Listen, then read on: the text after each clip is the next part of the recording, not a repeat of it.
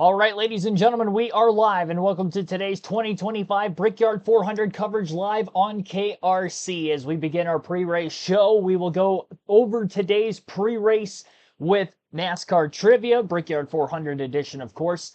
NASCAR in a season in review up to this point through the first 21 races. And then, of course, the predictions for who I think is going to run well, compete for the race win today. We'll highlight the Fantasy League with that and much more.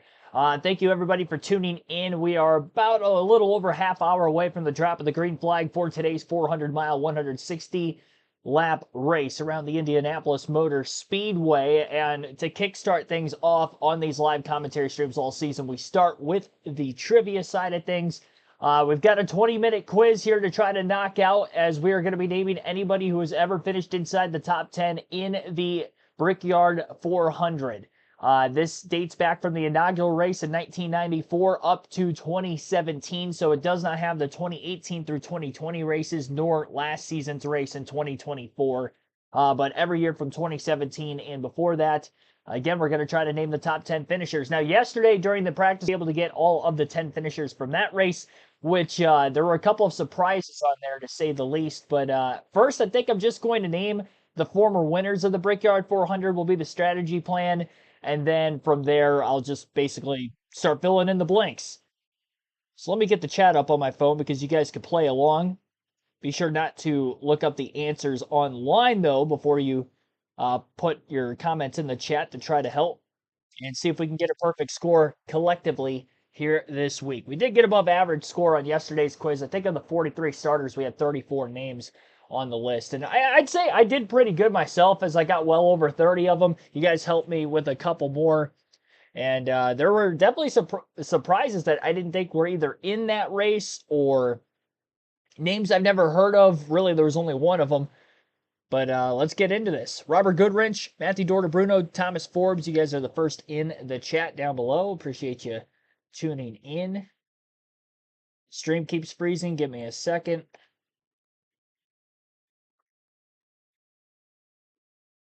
Should be better now. All right. Shouldn't have any issues with the stream freezing up if it was. And we're starting the quiz. So 20 minutes on the clock. Inaugural winner of this race, Jeff Gordon. And, all right. I don't know why wait a minute. 1994.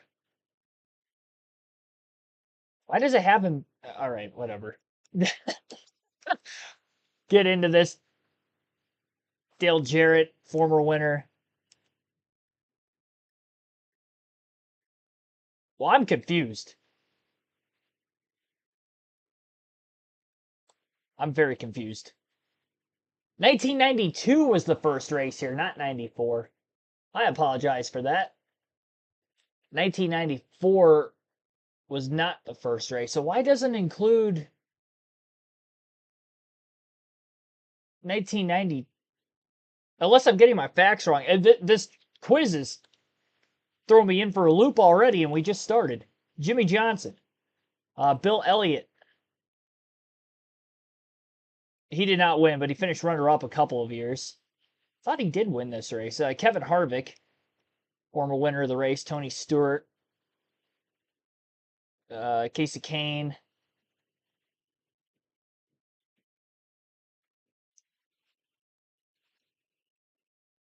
Paul Menard. Jamie McMurray.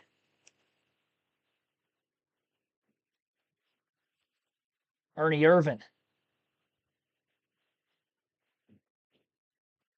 Bobby Labonte win here? I believe he did. No, he didn't. No, he did not. All right. My mind is scrambled just off of the opening minutes of this thing. Ryan Newman is a former winner.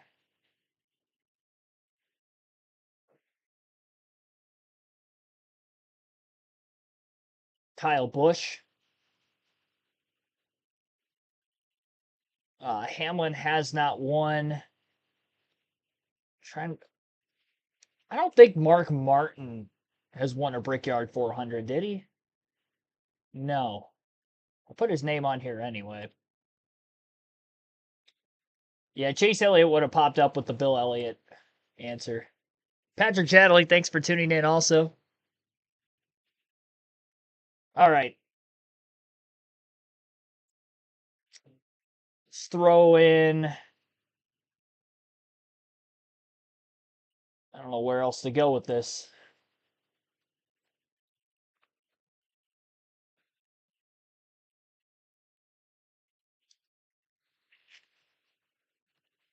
Guess we'll just start more with the modern day then. Truex. Already named Harvick, Newman, Stewart. 2017. I doubt Bowman had one in 2016. No, he did not. I should have known that for my stats for the race. Larson is on here. Boyd, Hamlin, Kenseth is definitely on here.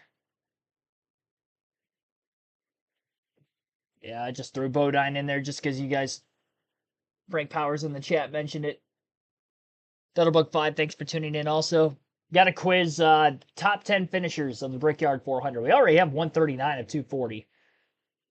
On here, Kenny Schrader. Pretty much anybody who drove for Hendrick Motorsports, Casey Mears, just because they're so good at Indy. Whoops. Sterling Marlin, I'm sure, is on here a few times. Montoya had some good runs at Indy. Oh, this is top 10 starters. That's why. Okay. I thought this was top 10 finishers of the Brickyard 400. No, what? When I put Jeff Gordon and had him on here for 95 and 96, I'm like, what the heck? Like, all right. That makes more sense. So this is anybody who's ever started in the top 10 at Indy. Wow, that took me like 5 minutes to realize that. I thought this was top 10 finishers. So this is drivers to start inside the top 10 at Indy. Man, oh man. All right. So I'll put Harry Gant. Oh, he's not on here. Rick Mass was the inaugural pole sitter. So that's the one we were missing there. Okay. Jeez. I was about to lose my mind when I was putting in guys that I thought won the race. I'm like, oh man, I guess I don't know as much as I should.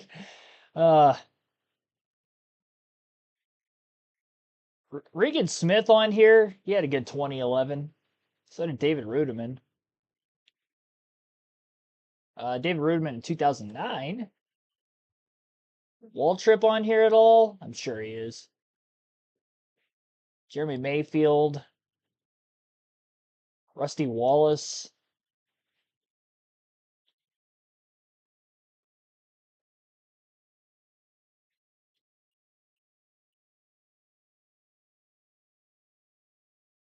Oh, they got the Cookie Monster out there. He's the Grand Marshal today. I forgot about that.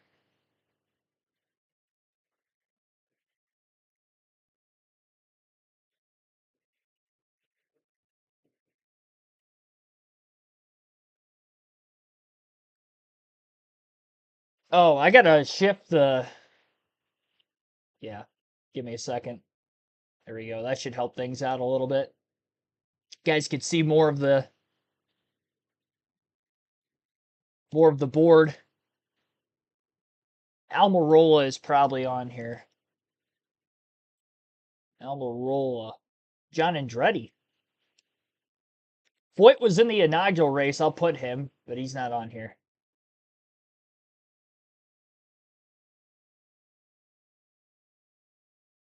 Biffle. Edwards. There we go. David Reagan. Got Trevor Bayne qualified top 10. What about Danica? Nope.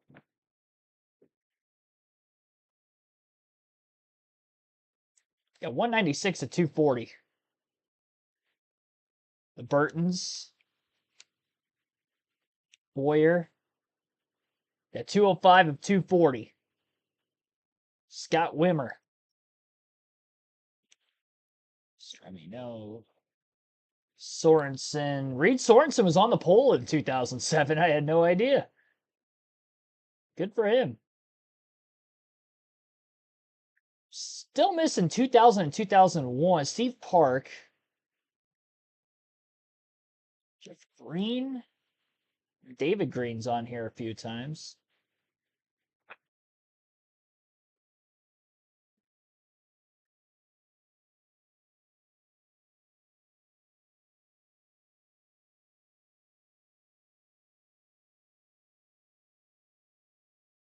Gone.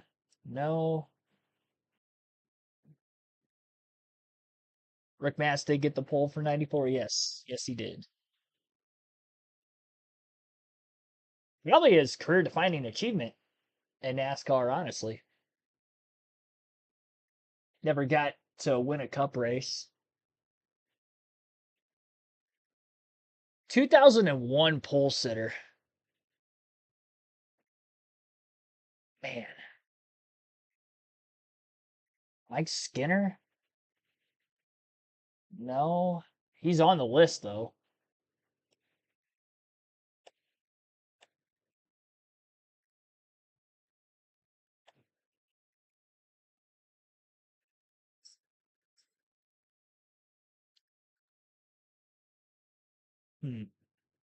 Yeah, 214 of 240, 10 and a half minutes to go.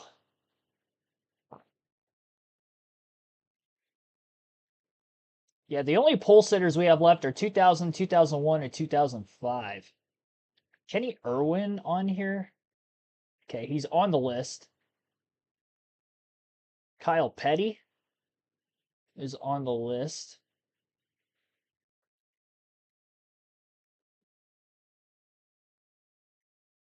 Johnny Benson is not on the list.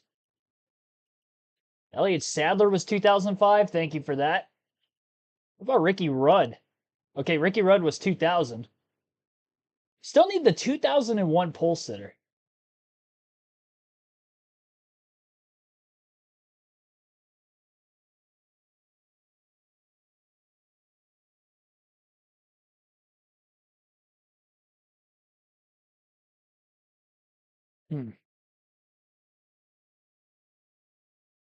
Quite a few in the 2010s yet, too. I've got David Reagan already.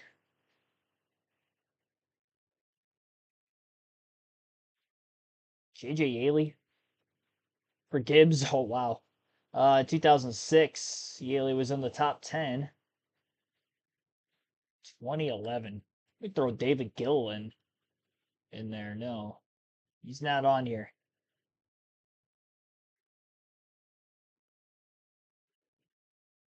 Hmm.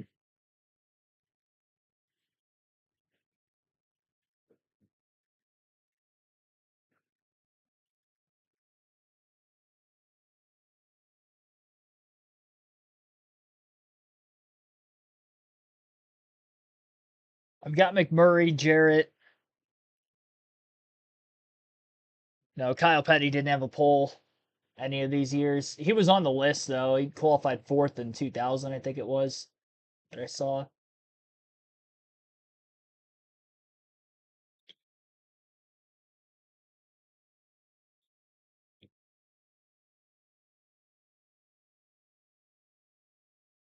Joe Ruttman is not on the list.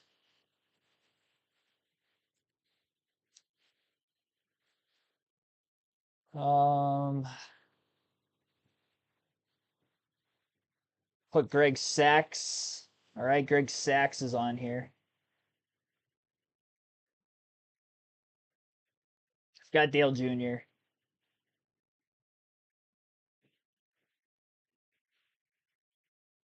Jimmy Spencer?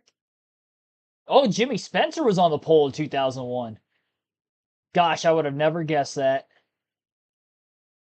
I was like, well, maybe he's on here. Yeah, he was a pole sitter in 01. All right, well, so we've got all the pole sitters now. At 227 to 240. Bobby Hamilton on here at all? Qualified outside front row in 95. 228.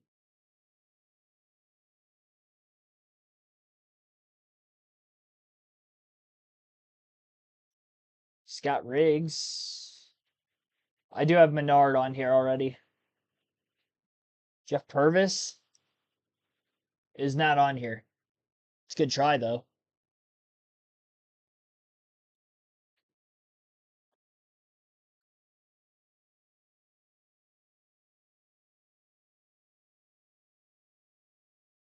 Yeah, there's quite a few in the 2010s. Try Michael McDowell.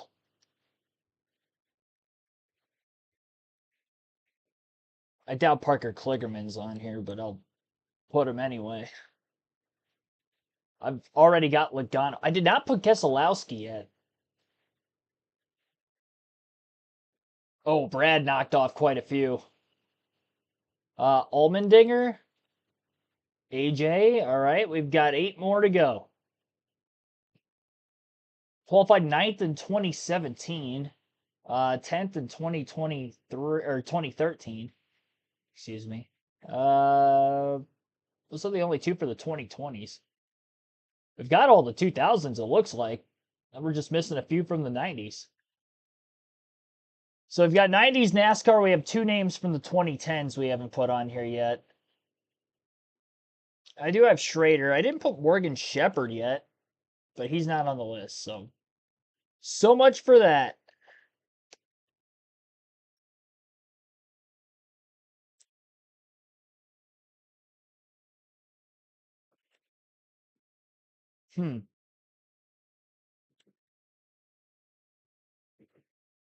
I did try Hornish. He wasn't on the list, though. Ambrose? Okay, Marcus Ambrose was one of them. That was a 2013 guess. 2017 qualified 9th. And then the rest are from 96 to 98. Top 10 qualifiers for the Brickyard 400. I've tried Musgrave and Little. McDuffie's not going to be on here.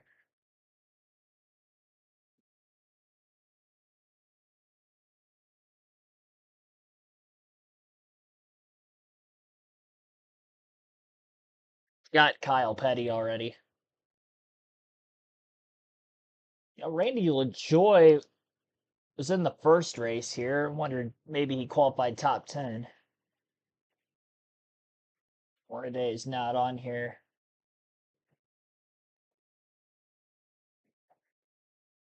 Late 90s. 3rd and 5th for qualifying in 1996. I mean, I'll put Derek Cope, but I don't think he's on here.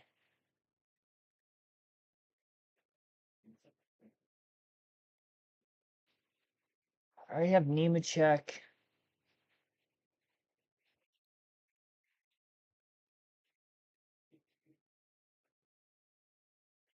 I already have Yaley. If you're wondering for the 2017.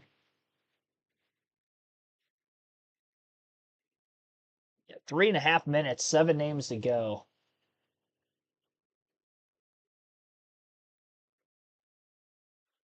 Oh, Lake Speed. Oh, there we go. At Lake Speed, there's one right before JoJo said in the chat. Or maybe even simultaneously. 2 great minds think alike.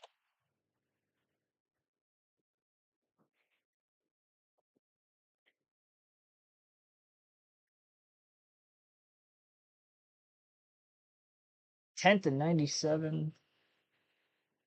Joe Logano fan, thanks for tuning in. Rain popping up just in the day. Start of the race should be fine.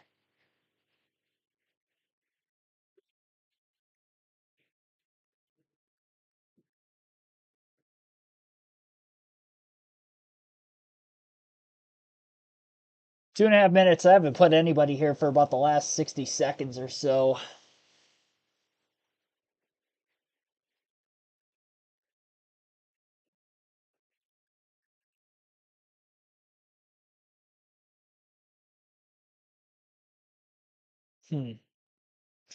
Just hope for 2017 it's not somebody that's active.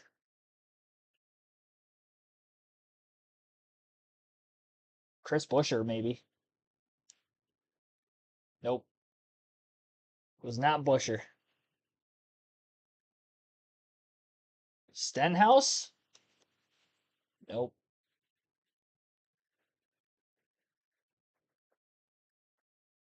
Edwards 2010. We already have 2010s. 2017 is the only year in the 2010s we need, which was the 9th place qualifier that year. And then we've got a few more for the 90s. Oh, I am missing 2 of them in 2001 yet, also. I didn't even see that.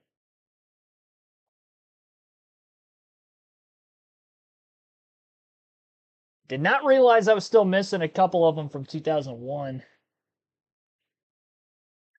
I'm stumped. We have 1 minute left on the clock. Our Furniture Row. Okay. Well, sucks I did miss one of the active drivers. Kind of forgot about Eric Jones, to be completely honest. Because he didn't go to Gibbs until the next season. All right, well, those are the 5 we missed. 98% score, 235 out of 240. Average score, 81%. Not too bad on the quiz this weekend. Thanks for everybody playing along. And if we get any rain delays later on in the race, then we'll probably end up trying again as well. So thanks for everybody tuning in. If you haven't tuned in yet, appreciate everybody watching. Next question is where is everybody? Because we usually have quite a few people watching these live commentary streams.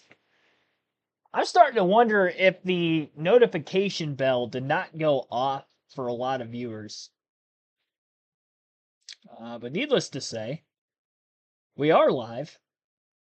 And we've got probably less than 15 minutes or so before the drop of the green flag. They just got done with the national anthem, so we will now go over the season in review. Well, actually, we'll go over the Fantasy League first, because that's going to lock up shortly. You can join the NASCAR Fantasy League on the NASCAR.com website or the NASCAR mobile app. Chance to win 2 tickets to any NASCAR race if you're choosing the following season. If you exclude the regular season, because if you join now, you're not going to win the regular season championship. We only have 5 races to go, 4 after today. But the points will reset at 0. We'll have 2 separate champions between the regular season championship and the playoff championship. So that way, if we get any new players in the league or new viewers to the channel throughout the course of the season, you still got a shot to win it at the year's end. So be sure to join. Again, that's on the NASCAR mobile app or the NASCAR.com website. If you go to the Fantasy Live tab, which you see right here on our screen, I'm on NASCAR.com. There's a Fantasy tab. You'll click that. And then Fantasy Live on the left side of the screen. My team for this weekend, I've got Ty Gibbs, Tyler Reddick, Chase Briscoe, Bubba Wallace, Christopher Bell, Brad Keselowski. I'm going Toyota heavy. Toyota was very fast in practice and qualifying yesterday. They actually swept the top 5 positions in qualifying. Chase Briscoe's on the pole. He's been on a hot streak as of late.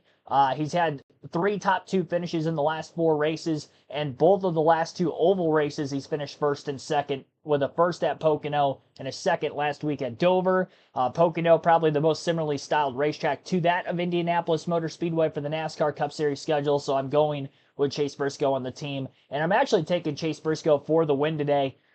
Based off of practice, I think Denny Hamlin had a little bit more speed than him, but then Hamlin crashed in his qualifying lap, so he will be starting at the tail end of the field and in a backup car. So, with that being said, I did want to put Hamlin on my fantasy team. I don't think he's going to score a lot of stage points. I think he still could be a threat for the win and get a good finish. I'm sure his car is still going to be fast as a backup, knowing how good Toyota was all the way around yesterday. I'm talking Legacy Motor Club, JGR, and 2311. They all were towards the top because Eric Jones were both top 5 in practice. So, yeah, I would be very high on Toyota with that being the case here for today. Ty Gibbs, another one of those drivers who was top 5 in both practice and qualifying. He's going for the $1 million bonus for the in-season tournament challenge today, squaring off against Ty Dillon. I know Ty Dillon's been pulling off upset after upset after upset, but in this stretch of races during the in-season tournament, Ty Gibbs has probably been the hottest driver of those, as he's consistently clicking away top 5s and top 10s. Outside of SVG, of course, who won a few races in that stretch, but that was because of the road courses. I'm talking road course or ovals. He's been the most consistent. Chase Briscoe probably has been too outside of that Atlanta race. He was eliminated in the first round of this tournament, but needless to say, that's that. Brad Keselowski, I think, is probably the best chance for a Ford to go to victory lane today. Remember, he was leading at Pocono when his team ended up coming to pit road or brought him to the pits, and the driver of the car, Brad Keselowski himself, also came to pit road when pit road was closed. With that being said, Brad K ended up surrendering the lead. Who knows? Maybe it could have been him instead of Chase Briscoe that would have had a good shot to win that day at Pocono because it was so hard to pass. Track position mattered so much. It's going to be just like that here today. Brad did qualify 14th. Fords were lacking quite a bit of speed yesterday, kind of similar to how they were at Dover last week, where none of them qualified in the top 10 positions. Granted, the difference was with that week is they went off the metric system, but still, they were very rarely in the top 10 throughout the course of that race last weekend. I do think that RFK will be quicker as a whole. They looked better than Penske as far as the speed went yesterday in practice and qualifying from all three of their cars versus the three Penske Fords. But similarly styled track, I like Keselowski. He led 35 laps in this race a season ago, and he was actually leading in the final 10 laps when he was then short on fuel, ended up having to pit. That moved Larson up to the front row, and Larson was able to take control in that second to last restart at the time. But then again on the final restart, and Larson was able to get the win. So Brad Keselowski, I think, is, again, the best chance for a Ford to win. So I have him in my garage for today's race. I went very Toyota heavy. I can't start William Byron again. And like I said, Denny Hamlin, I only got one more start for. I only have one more start left for Kyle Larson as well. So although I think he can have a good day today, I don't have him on my team for that reason. Head-to-head matchups this week, Tyler Reddick versus Christopher Bell. I have Tyler Reddick. I've got Wallace over Ryan Blaney. And I've got Ty Gibbs winning the in-season tournament challenge over Ty Dillon. As for the head-to-head as well, obviously in the fantasy league. Then Larson versus Hamlin. I think Hamlin's going to have more speed than Larson, but Larson having the track position from the start, and he should be a top 5 car today as well. I put my favor in Larson to beat Hamlin out for. And my predictions, Drew, I think are going to run well in today's race.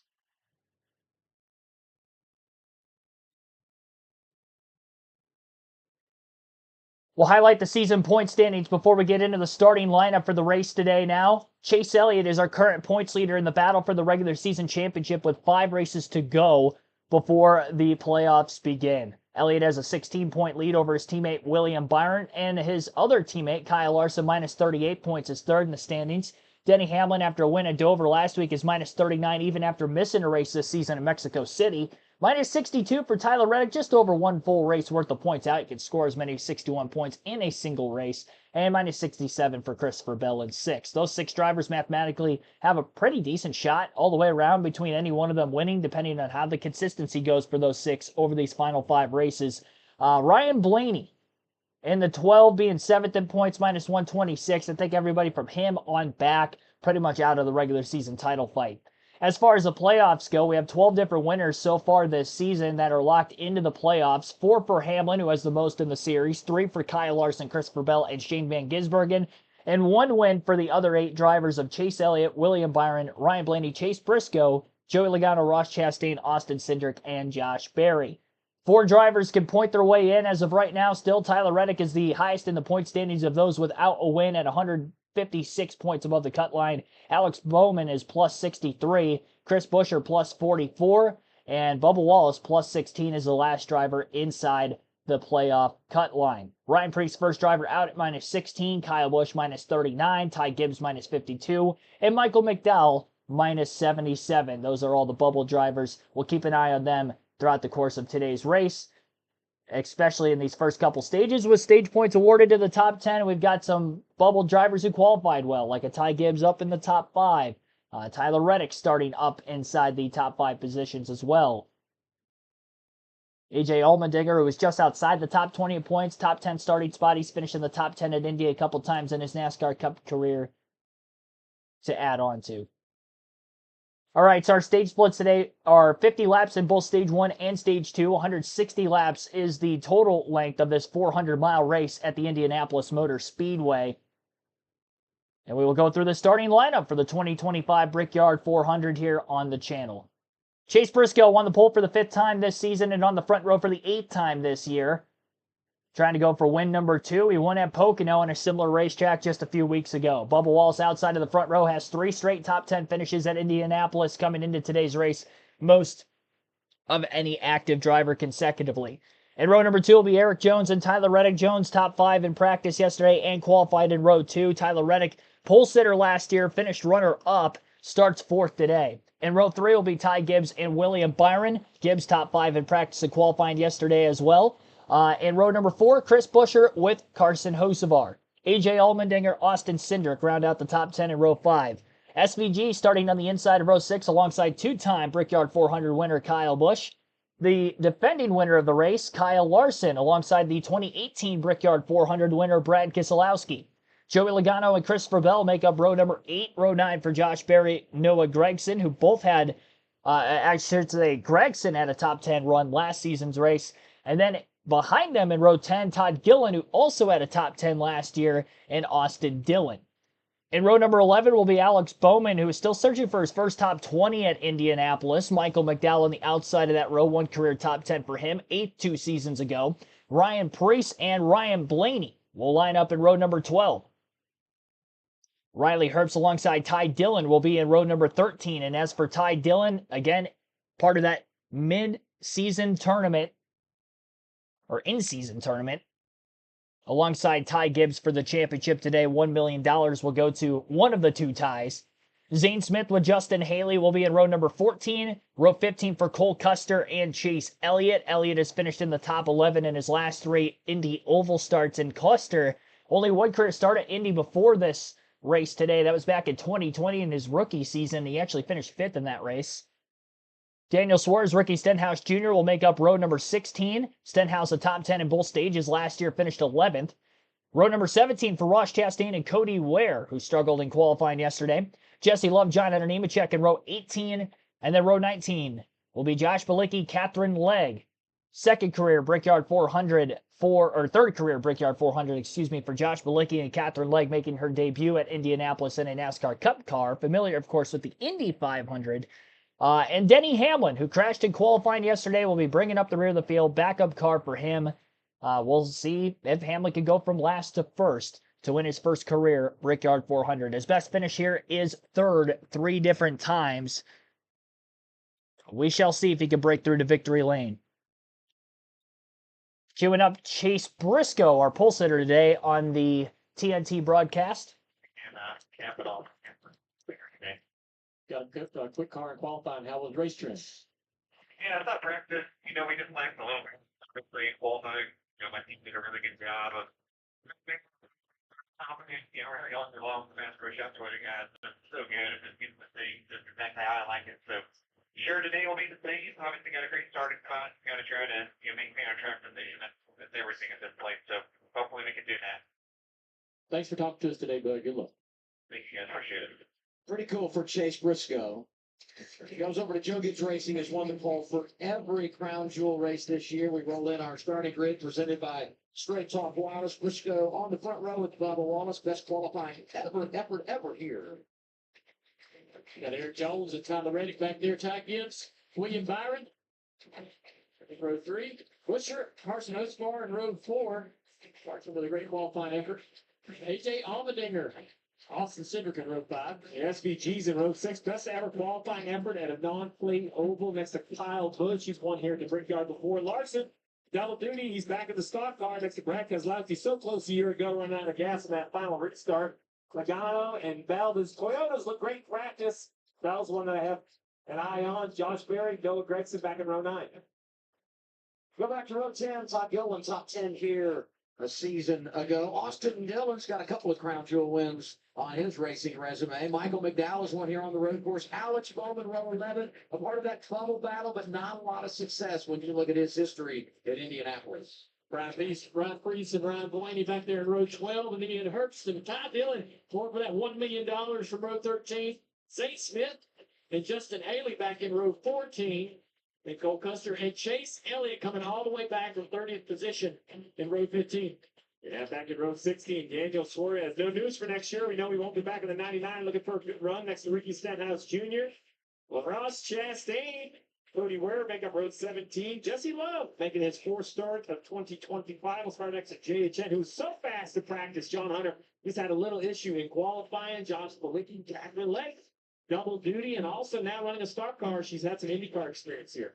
Catherine Lake, 21st driver to start an Indy 500 and a Brickyard 400. Denny Hamlin had the problems yesterday in qualifying. He's in a backup car coming from the rear of the field. Let's hear from our pit reporters. Before we go, Breen, we start things off with Danielle Trump. Hey, Adam. Yeah, NASCAR's most popular driver, Chase Elliott, is red hot right now. He's the regular season points leader for the first time in over a year. He's done that by winning Atlanta a few weeks ago and having 4 top 5s in the last 6 races. I talked to his crew chief, Alan Gustafson, this morning. He said Chase has confidence and he's at his best when there's something he wants to reach out there and grab. And right now, he wants to grab those 15 precious playoff points that go to the regular season champ in 5 weeks. But if Chase is going to win the Brickyard 400 today, he's got some ground to make up. As Dale Jr. said a moment ago, Chase Elliott is starting 30th. Alan. Danielle, Toyota's dominated the speed charts on Saturday, but noticeably missing was Christopher Bell and the 20 car. They rolled off just way too tight in practice and never found that same speed that their teammates had. It's been an interesting week for Bell. He had a great car last week in Dover. He led a bunch of laps. He had race-winning speed, but he spun out twice. He told the team this week he apologized to them for those mistakes. The team said it wasn't necessary, but he wanted to take accountability for the part he did. It's going to take a full team effort to get him to the victory circle today here at the Brickyard. Marty, he starts 16. Alan, you mentioned a clean sweep of the top 5 qualifying spots for the Toyota camp. The best of the rest, William Byron, who will start 6th today. And when I talked to him this morning, he said, honestly, I was pretty happy with that qualifying effort because the strength of our 24 car was the long runs and practice. That's where I think we will be so good today. Byron already has a Daytona 500 trophy in his pocket from 2025. Could he add to it with the 12th win in the Brickyard 400 for Hendrick Motorsports? We'll find out. There's something about that 24 car in the Indianapolis Motor Speedway. It always matches up. Yeah, that something was Jeff Gordon all those years. Not really the car itself as much as it was the driver for those 5 times that Jeff Gordon was able to win at the Indianapolis Motor Speedway, including the very first Brickyard 400 back in 1994. Passing is going to be very difficult to come by. Restarts are going to be important, and track position will be based off of fuel and pit strategy throughout the course of today's race. They will have to pit 4 times for fuel purposes between now and the finish. Some may be able to stretch it to 3 stops depending on how many cautions we see, but we are guaranteed at least 2 yellows with the stage splits. And those stage splits today are 50, 50, and 60. And we do have to make it at least halfway to lap 80 to make today's race official, with potential thunderstorms popping up later this afternoon. Pit road speed is 45 miles per hour, very slow in a 2.5 mile oval, and the fuel window itself is 40 to 42 laps. So the green flag is going to be waving here soon. Once again, be sure to hit the like button on the stream if you haven't done so yet. It helps push the content on the channel out. I don't like talking about like the numbers and, viewership or whatever, watching if, they're down or whatever. I am kind of curious to know why exactly we're missing a lot of people compared to what we usually are for these live commentary streams. But for those that are watching, greatly appreciate you tuning in. It's going to be a fun couple of hours to see who will get to kiss the bricks at the Indianapolis Motor Speedway on the Sunday edition for the NASCAR side of things. The Brickyard 400. Green flag is in the air. We are underway. Great launch by Chase Briscoe. Not so great for Eric Jones on the inside of row number 2. He gets passed by the front 3 rows of cars on the outside as Bubba Wallace is able to get in line in second place behind the pole sitter Briscoe. Briscoe, an Indiana native, his first career pole for this race, has not scored a top 10 in the Indianapolis Oval configuration, and that is because he only had 1 shot at it, which was last year's rookie season in 2021, and the first 3 career races he ever had here on the road course layout. Boy, big block by Tyler Reddick in the 45 on William Byron. He was running low, middle of the back straightaway to kind of keep that 24 at bay behind him, and then made an even lower block on entry into turn 3. Just kept him behind.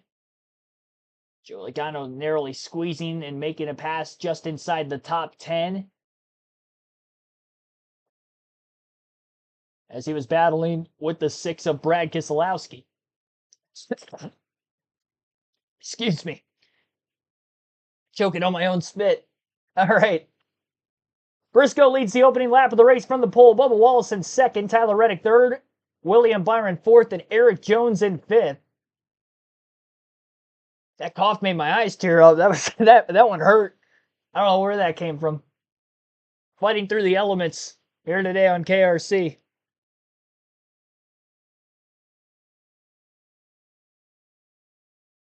Drivers are going to be fighting the elements as well today.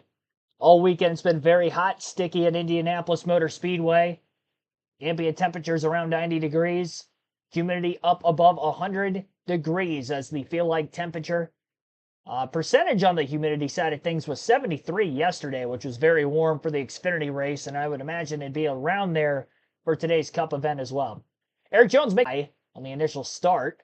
Gibbs trying to stay in front of Carson Hocevar, moved up a spot from the initial start to 7th as well. Highest running Ford is Chris Buescher in 8th. The only other Ford in the top 10 is Austin Cindric in 9th. They were the only two to qualify up inside those top 10 spots as well. So practice on Friday got rained out for the Cup Series, which it was supposed to be a full 50-minute session. That led into yesterday's practice session only being 25 minutes instead of giving these teams no practice time for the weekend. So good on NASCAR there to kind of squeeze that in right before qualifying for the Cup Series. And what a wild qualifying session it was. There were so many cars that got up against the wall in turns 1 and 2, primarily turn 2. Edge of grip. It's a hot, slick racetrack. Even though we ran this race in the summer last year as well, and usually run the Brickyard 400 in the summertime. Track temps a lot more warmer this year than what they were last year, and should make for an interesting race. Maybe there will be more passes as tires start to fall off in this one because of that lack of grip. Showing a replay of the initial start of the race, see if anybody got against the wall off turn 2, and the only driver it looked like they did was Kyle Busch in the 8. Just very lightly scrubbed it. Busch is still at speed in the 11th place position, which is right where he started anyway. So he did a good job not losing any spots despite that happening to him on the opening lap. Denny Hamlin's already up to 30th, 7 positions gain on the opening 5 laps of the race, averaging over a lap, or past a lap. Dean Tate, thanks for tuning in. Terry Lewis, welcome to the stream. I don't think I shouted you guys out yet. Bam Hall. And many others that were playing along with the trivia side of things here on the channel.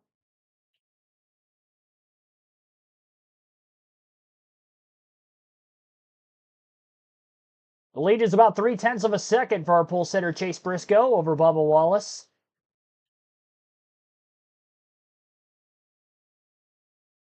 7/10 back for Tyler Reddick in third, 1.1 seconds to William Byron in fourth, and Eric Jones 1.8 seconds off the lead in fifth.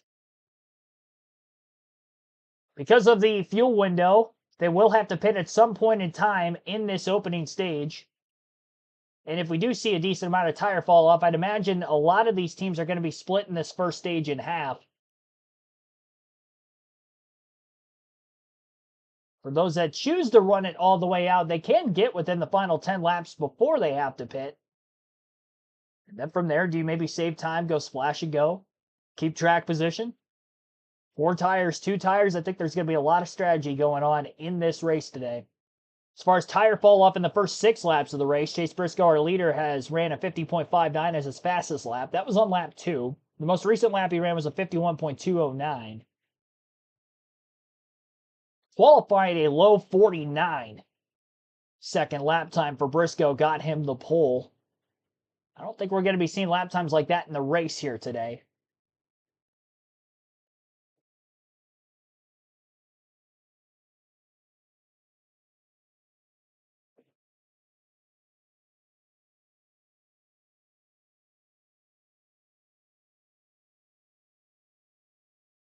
Seven laps complete. It really doesn't look like the intervals are changing much between our race leader and everybody else in the pack.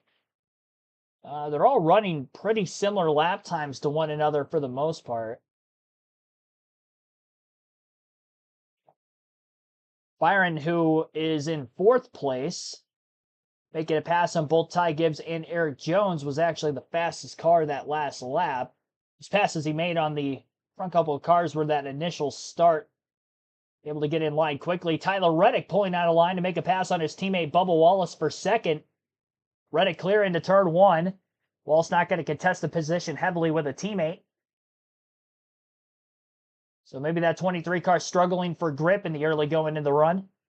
A lot of drivers were dealing with very tight conditions while in traffic during the course of that 25-minute practice session yesterday.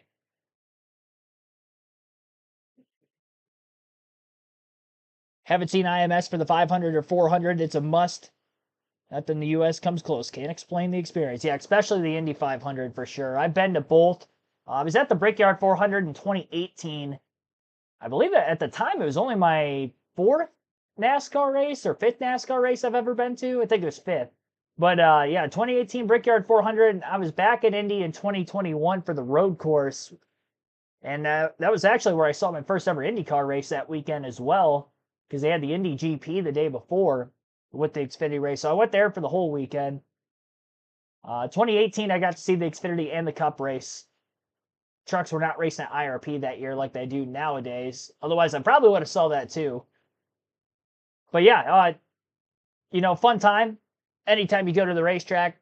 2018, it was cool being at the Indianapolis Motor Speedway for the first time ever. You really do feel that rich history. I was able to go into the Indianapolis Motor Speedway Hall of Fame on Sunday. The race got rained out on Monday, so it gave me something to do at the track. Had a pork tenderloin for the first time ever at the Indianapolis Motor Speedway. Highly recommend anybody that goes to IMS get the pork tenderloin. Specifically, they're in the infield area of the racetrack. You can go into the infield for free. You don't need like a pit pass or anything. Obviously, you can't get into the garage or pit area access without the hot pass that NASCAR has. But you can go in that area. There's a lot to walk around, visit, look at different things around the infield of the racetrack, and the museum is definitely a hot commodity. Gone to the museum all 3 times I've gone to the Indianapolis Motor Speedway. And then I was at the Indy 500 in 2022. Blew me away. I mean, just you will never see more of a mass amount of people confined in a generally small area. Obviously, the track is 2.5 miles, so the perimeter of that a little bit longer to get that many people in the facility at once, but it truly is a spectacle unlike any other. The pageantry leading up to the start of the race, and you get a lot of that same pageantry before the start with the Coke 600, with it being Memorial Day weekend in the United States as well. But yeah, the Indy 500, man, nothing quite like it. It is a bucket list item for any race fan anywhere around the world, not just in the U.S. It really is the greatest spectacle in race. Over 100 years running. Dennis Lewis, thanks for tuning in.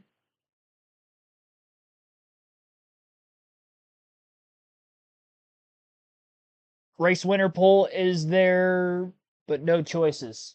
What? Are you talking about the poll that's open in the chat? Yeah, there's some weird things going on with this stream, I think. Let me know if anybody else can see the chat poll. Is that because you maybe voted already? I don't know how that works, because I can't vote in the polls that I put up in my own chat. There might be some issues with YouTube on the stream side of things or something. So it's been a weird day on the streaming. So there's 35 votes in the chat poll so far. Now there's 36. So people are able to vote. 42% of you took somebody other than Larson, Hamlin, or Briscoe. Yeah, we've got some people voting. So I think if you vote for it, it might disappear, but I don't know. I can't help you there. I see it on my end. 32% had Kyle Larson, 22% Chase Briscoe, only 5% taking Hamlin to go from last to first in today's race. Lap 13, Briscoe's led them all. Tyler Reddick again moved up to second place, passing Bubba Wallace before that last commercial break. After Reddick in second and then Wallace in third, we've got William Byron fourth, Eric Jones fifth, Ty Gibbs in sixth. 7th place is Chris Busher. Carson Hosevar 8th. Austin Cindric 9th. 10th is AJ Allmendinger. And Kyle Busch in 11th. Shane Van Gisbergen in 12th. Joey Logano 13th. Brad Keselowski 14th. 15th for Kyle Larson. Josh Berry 16th. Noah Gragson 17th. Christopher Bell 18th. Austin Dillon 19th. And Alex Bowman in 20th. 21st, Ryan Blaney, Ryan Preece, 22nd, Ty Dillon, 23rd, Todd Gillen, 24th, Cole Custer, 25th, and 26th is Riley Herbst, Chase Elliott, 27th, Daniel Suarez, 28th, Justin Haley, 29th, Ricky Stenhouse Jr., and 30th, Zane Smith, 31st, Jonathan Nemechek, 32nd, Denny Hamlin, 33rd, Ross Chastain, 34th, Michael McDowell, 35th, Jesse Love, 36th, Cody Ware, 37th, Catherine Lake, 38th, and Josh Balicki rounds out our 39-car field. Everybody that started the race not only still in the race, but on the lead lap. Lap 14 will be completed this time by Briscoe, as the gap between he and Reddick still about 0.4 of a second. Yes, he gets sure that car. So today is a sheet is right. First of all, it's forgiveness. On the trucks. Well, some drivers won't tell them all the information. Some just want to know how they are, what's their job behind the wheel, right? I think you have to know your driver, because the last thing I want is my driver asking questions in his mind. Dale, you and I have talked about this. If you're questioning something, you're not fully focused on the thing ahead. So I can give you all the information you need, whether we're trying to go fast, save fuel, what is the strategy, what's the plan? But I would imagine in about 10 laps, we're going to see some party come to pit road. Kind of wonder, why Briscoe is driving away. He's running just strong enough to be in front of Reddick, and they're saving as well. Everyone behind him is saving as well, but it's keeping all of these cars, lined up like this. The rest of the field there has an opportunity to kind of close the gap, get a little bit tighter, maybe come to pit road a lap sooner, try to get off pit road, try to leapfrog a spot or two, gain a spot here or there. And that's where I think the entrance to pit road and that exit, using the access road out of pit road, all of that becomes so critical. The drivers, they're trained to really maximize as much as they can on pit road. Not only their pit road speed, but their entrance and exit speed is running the lap you're running for and after a pit stop. All those things add up in time. And you'll have to be perfect today. Go down to the garage prior to the race. In most weeks, the strategy card's like a sheet of paper. Today was like a poster board, just because there's so many question marks on how's it. Let's just look at take fuel, or do you get 2 tires or 4 tires, and then the cautions and when they come, and what that will reintroduce into the strategy conversation. Very compelling when you race here. Right on the spinning mobile, the roof camera with Tyler Reddick. As he's trying the back deck of Briscoe down the back straightaway. And he's pretty happy to be in this position. Here he's getting out of the gas pretty early there, not really driving in the corner as hard as he can. Got the track position he wants. Yeah, the pace slowed down was 2 seconds. And that's not really tire fall off. That's just fuel consumption. They're just stacking the field up. Yeah, they get right this week, about a second of fall off at this point. Yeah. To your point, they're driving cars, trying to make sure that they put the less fuel in when the stop comes. Oh, we got a car around. Oh, big wreck. Hard damage. Duggan.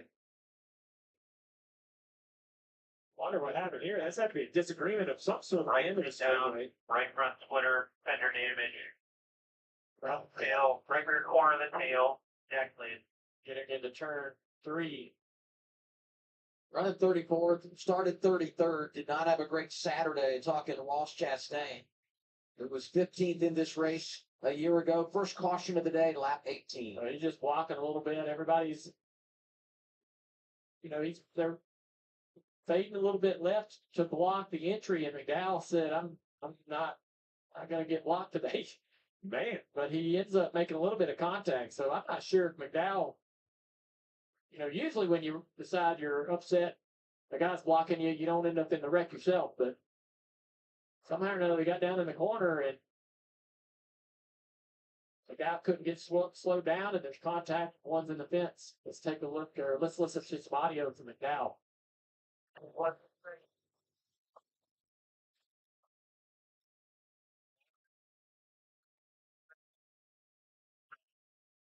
So all of the drivers in the field, as we know, are saving fuel. And when you're doing, it's sort of an unorthodox thing to do. You're not really sure, how hard a car is going to go in the corner. Everybody's lifting really early. So what's happening right here, real quick, Dale? Chastain's pointing towards the A post. So if we zoom back in on the A post where Chastain is pointing, there's a valve right there. What he's asking for is there's a hydraulic system that this official right here, jogging up in the white fire suit, he's going to plug in with a CO2 cartridge. It fully extends all the shocks with the idea that you can drive back.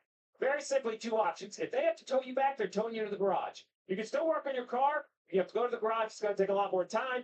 This right here will extend all the shocks to try to air it up. Now, unfortunately for Ross sitting in the car, I think if he would do a quick walk around, but I don't think this is a case for just needing air in the shocks. This car is pretty damaged. Yeah. That's what he's asking. Well, I take that back. He's going to drive it off. So keep going, guys. Keep going. Stick does a nice job saying, hey, air the shocks up. You see it kind of in the left side A post. There's that little green box they plugged in.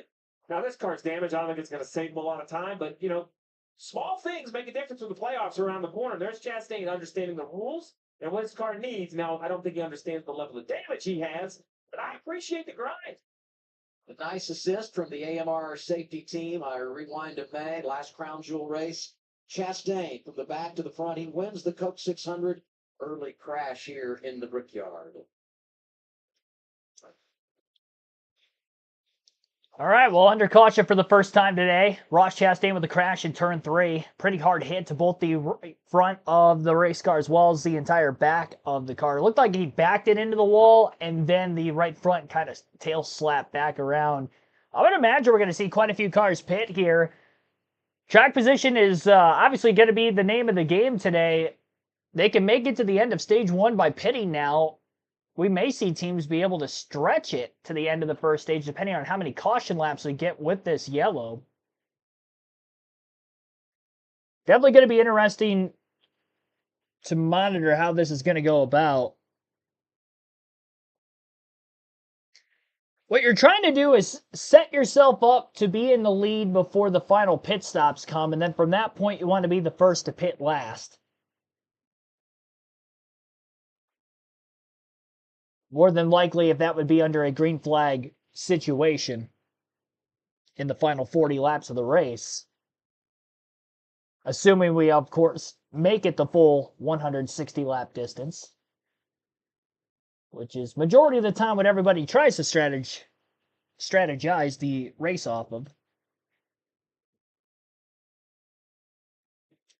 Earlier this morning, I was looking at the weather for the Indianapolis Motor Speedway, and they had a chance of thunder showers after 3 o'clock.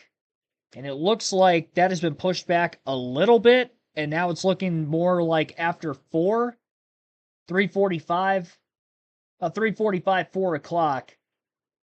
There's potential thunderstorm showers for the Indianapolis Motor Speedway. So, again, it's been pushed back a bit. Can we get to halfway by that point? I think we can. I mean, that's still another hour and 15 minutes away yet, and we're already 20 laps in. That's even with the caution kind of slowing this race pace down a bit. Get enough green flag laps, we should get to halfway in less than an hour. Guaranteed one more caution in that stretch at lap 50 for the stage 1 end. Briscoe leads, Reddick in second, Bubba Wallace in third, William Byron fourth, Eric Jones rounds out the top 5 under the caution for the first time today.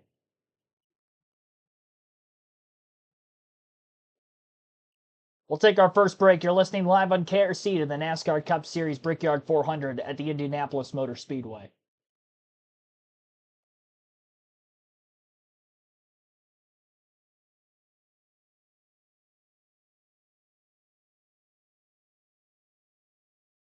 I do think Reddick has a faster car than a race leader, Chase Briscoe. The fact that he was able to make a pass on Wallace, close the gap to Briscoe, had a tougher time maybe trying to get around the guy with the clean air, but in equal dirty air, he was making some good pass attempts.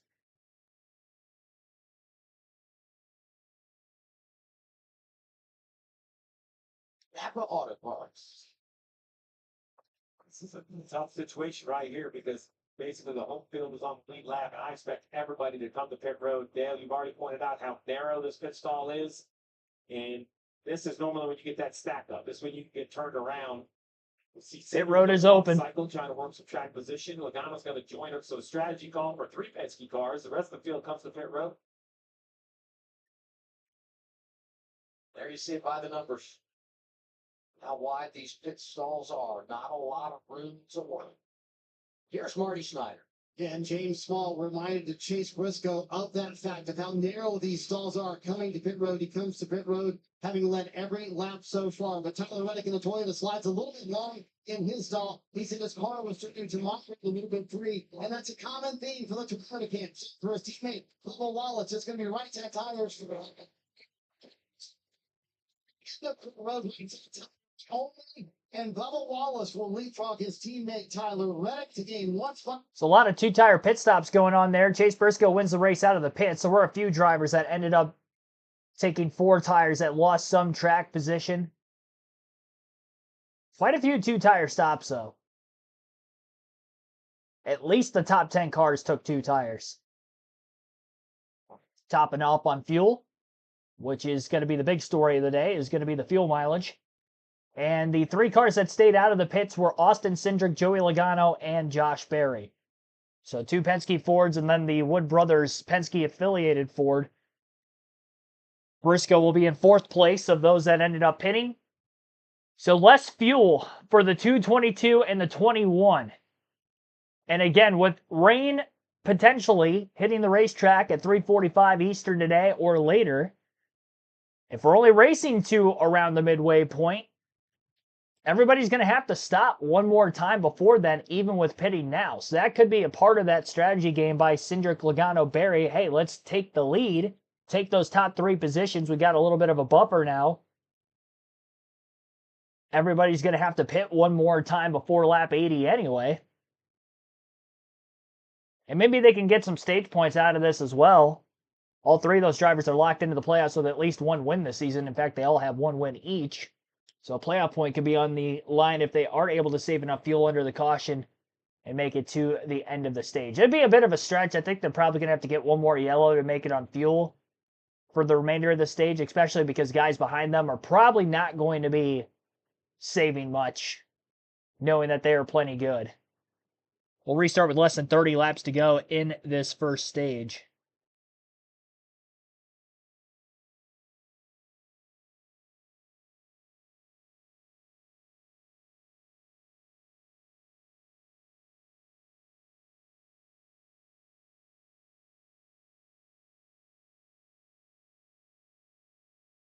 I would imagine Chastain's going to be done for the day with the amount of damage to his race car.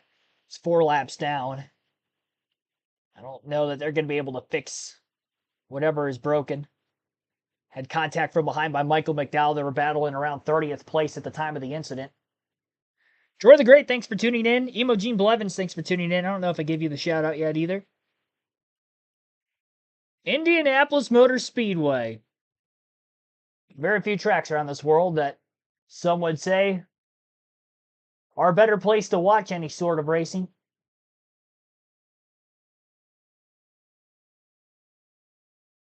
Albeit this isn't the most prestigious race that this whole racetrack holds on a yearly basis. In the short amount of time that the NASCAR Cup Series has reigned here, which is every year since 1994, there's still the prestige in winning at the Brickyard. And only one of those drivers are going to be able to get it done here today. There are only 3 active drivers in the field that have won on the oval configuration of the Indianapolis Motor Speedway. For the 3 years that we had the road course races here, we actually had 3 more different winners that had not won on the oval. So quite a few names in this field that never won on either the oval or road course that are in the race today. Oh, comes when you sign up. Take a look at some replays from this crash with Chastain. Just looking at how hard this car is backed into the fence. At turn 3, comes around with the right front. They've done a lot of work to get this car to where it can absorb some of these crashes. Seen drivers injured with crashes similar to that even earlier races with the next gen. Very thankful for the work that's been done to allow those cars to absorb the damage. Okay, this is the second one out. But I think it was that fuel savings you're talking about. It's just an unnatural kind of stack up on corner. You know, right? They're 2 seconds off the pace. And backing off, and they're backing off. Yeah. You're backing off. You know you're going to lift hundreds of yards from the entry to the corner, but you're fading left to try to keep the guy that's behind you behind you. You can't give up track position. Joey Logano restarting front row. Here's 22 audio. Stay out, stay out, stay out, stay out. Okay. Sorry, you were 4 times faster than the guy down front. So, the clean air drive off.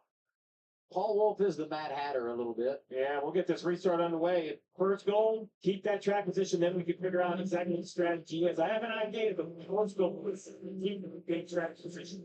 Briscoe wins the race on pit road, restarts row 2. Cedric Logano into turn 1. Yeah, 3 wide back of the pack. One car's trying to take advantage of these restarts. This is a great opportunity to gain some track position, quickly pass cars. You see Josh Brady fading back through. But dust and debris. Now, if you're Briscoe or Wallace, you're the opposite. If you are push, oh boy, big blocks. Get ready, Steve. Here they come. Yeah, no kidding. Oh! Man, Busher had to make a big move to try not to run into the sun. And Hocevar drove hard to the inside. Busher's already there. The coach got offline, and the 8-car Kyle Busch was able to get through to the 43, getting around the 45 for Reddick. Reddick second, prior to pit stops, dropping back now. Look at this, so aggressive down this run straight. Oh! Larson almost got turned by Bell. Right? It's a little momentum. When the 43 goes around, and that costs you that spot as well, Byron. Reddick back to 8th in the running order. Austin Dillon's out of line. He and Bell racing off of turn 2. That's the 3 and the 20. The SVG on the inside is going to get trained with Draft's going to be a little strong down the back straightaway. Mr. Benton blocking, under attack. AJ Ullman there, getting with it in the 16.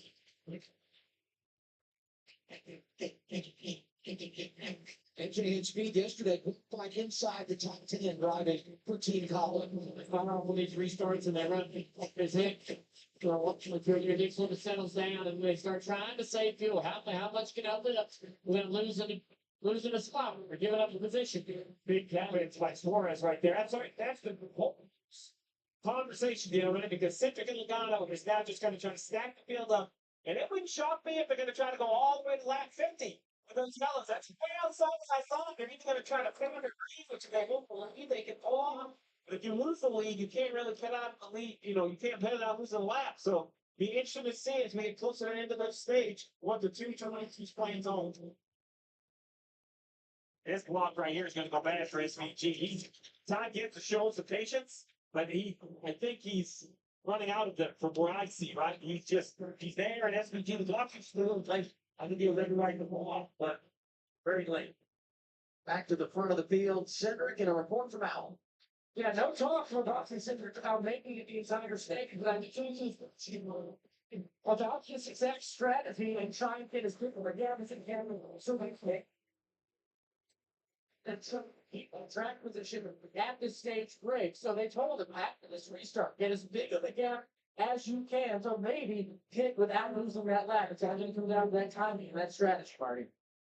71 into the wall, I believe, on the track. And yeah, is that a right front down, Adam? It certainly looks that way. Yeah, We stay green for now. I don't see any damage to the body where there's been contact with the wall, but he does definitely have a right front tire down for some reason. And we know that he had a little nose contact with Chastain. So maybe there's some undercarriage or underbody damage that has been rubbing the tires. He's been going around the track to cut it down. They did a little bit of work to the front end there trying to repair that damage on the splitter. We're back to Allen's update on the 2. That's a great update, Allen. I didn't think it make the end. Allen says it's not their plan. So it takes about 49 or 50 seconds to pit and put 4 tires on and rejoin the field. Lap times 51, 52, 53 seconds. So you can understand how close this is going to be for the 2 cars. They can pit from the lead as now they catch the 71 still smoking. But you can pit from the lead, Marty, but it just gets very close to you. But any sort of hiccup, you would lose a lap. Yeah, meanwhile, we were watching Ty Gibbs just a moment ago. He is stuck back in 19th position. They went with 4 tires on that last stop. Listen to why Chris Gabehart made that decision.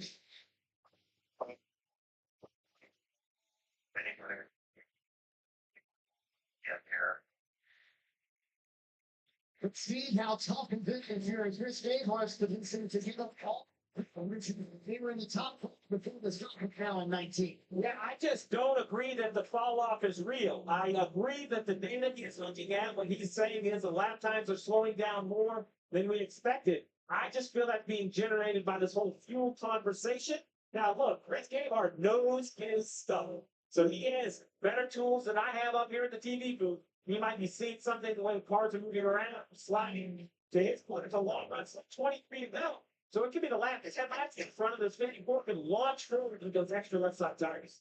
Noah Gregson unscheduled pit stop. He was 16th, and he's now fallen outside the top 30. Here's Danielle. Yeah, that's showing Ty Gibbs running 19th this time.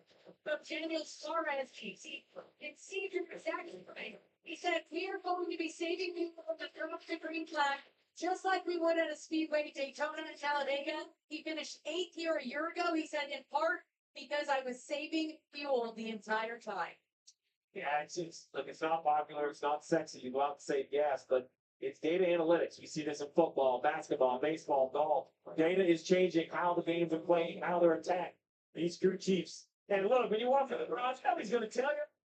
Yeah, you talk about that. Money of 14 things. Right. Yeah, look over here, Ad. That's what we're going to do for sure. That's the game they play. I miss that game. I used to get my heart pumping to think, man, we were playing chess on pit road. Kyle Larson and Christopher Bell down the front straightaway. A lot of cars up there blocking contact. As St. Bell tried to go to the middle there, and the 3 of Austin Dillon was already down there. And you see all this action. This is all happening on restarts. That's when all of the accidents happened last year. In 1,000, or not even 1,000, 20 of those, that's what we don't see, Dale, right? The guy cuts you off 2 or 3 times. Finally, with 20 to go, you're like, no, too much. I'm not lifting. I'm sending you. And we sometimes don't realize why all of a sudden it looks like they've lost their mind, and that's because there's been 10 paper cuts that have pushed you right to the edge, sanity before you reckon. Last year's winner, quiet early. Larson back there at 12. Top 5, Cindric, Logano, Briscoe, Wallace, and Josh Berry. You're watching the Brickyard 400 on TNT. Austin Cindric driving away from Joey Logano at the front of the field. He's got a 2.2 second lead over the 22 car. Chase Briscoe in third is 3.5 seconds back, 4.5 back for Bubba Wallace in fourth. Josh Berry 4.7 seconds off the lead in seventh. Eric Jones is in sixth. Berry in fifth, 4.7 seconds off the lead. Then Eric Jones in sixth, 5.1 seconds back. William Byron, 5.5 seconds off the lead in seventh. Tyler Reddick is 6.1 off the lead in eighth. Chris Buescher, 6.5 back. Kyle Busch, 10th, 6.9 seconds behind Cindric. That is the top 10, the intervals between those top 10 positions. Most spots gained on the restart. Chase Elliott up 6 spots to 23rd. Denny Hamlin, after starting last in 37th, is up to 24th as we continue to track him throughout the day. Ryan Preece also up 6 positions on the restart to 26th. All of that, obviously, further back in the pack. Noah Gragson a lap down in 37th. Not sure what has happened to the 4 car, but probably had to make an unscheduled pit stop at some point after the restart. Michael McDowell, we saw him have a flat right front tire. He's back on the track but 3 laps down, and Ross Chastain still out of the race following his crash, which was the first caution of the day at lap 18.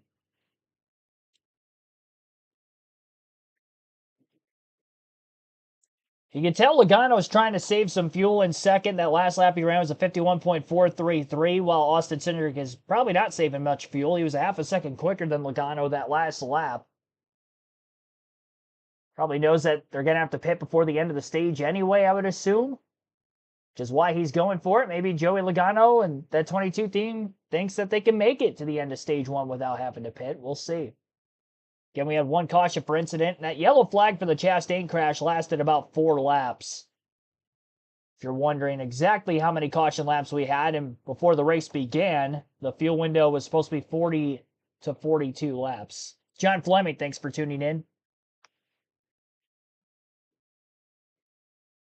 Robert Goodrich, welcome to the stream as well.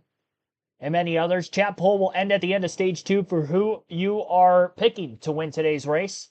42% have somebody other than Larson, Hamlin, and Briscoe. Larson at 30%, defending winner of the event. Chase Briscoe at 20%, the pole sitter.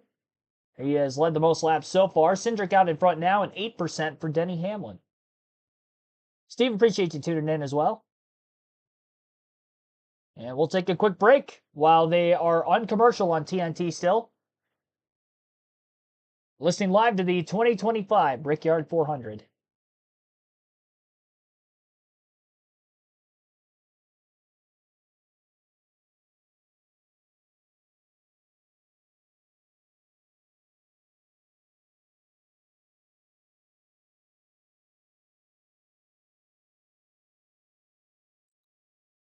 Cup Series Racing from Indy on TNT is presented by Straight Talk Wireless. Austin Cindric leading, Joey Logano second, yet to make a pit stop. Chase Briscoe started on the pole, led the first 19 laps. He rides third, 16 laps to go, stage 1. Bears got a little bit of a challenge ahead of him. Cindric and Logano off the lead, stretching that gap, giving them a lot of opportunities. Barry back here, though, he's then lost those spots to Briscoe and Wallace. It's going to make his trip down pit road stressful. Yeah, just a minute ago, so I'm trying to put the pressure on Wallace and all the blocking some opportunities that 21 had to be able to gain that position. Josh kind of faded back here to this position. I think Briscoe and Wallace running a little bit harder this round than the first round. Everybody being pushed to run a little bit harder because of how quick the two and the split you were going. See, the lap times are all down in the 51s now. Everybody pushing pretty hard here. Hardy. Chase Briscoe and Wallace. This is the 10 and the 22 are trying to push the pace a little bit, so they have to match it here. My truck tonight to continue from Wallace is piece of the song. So we've had maybe since March. He said, I feel so confident about the 23 car and what we can do today. His first ever top 10 at Dover last week. He said that was such a shot in the arm for us because that's a racetrack where Bubba has struggled in the past. For us to get a top 10 and then come through and be better in the race throughout the race was really important for us coming in the Indy. For me, we got ready to get a little bit closer at the end of the back straightaway. Entering turn 1 and entering turn 3 are your opportunities to pass. You got to set that pass up. You know, kind of backing up your corners to be able to get those runs off the turn 2 and off the turn 4. Try to see if you got a shot at maybe getting to the inside or getting the left quarter panel. Entering turn 3, entering turn 1 as well. And we talk about Bubba Wallace, and you saw the points in the pylon a couple of weeks ago. He's sweating it big time. I'm sure not sleeping much at night throughout the week. But he helped himself at Dover, as Marty talked about. You qualify up front today, and it puts you in position to do something they've really done a good job of all season long. That is gain some stage points, running with the points as they run at plus 53, trying to create some cushion as we have 5 races to go till we begin that quest for a championship.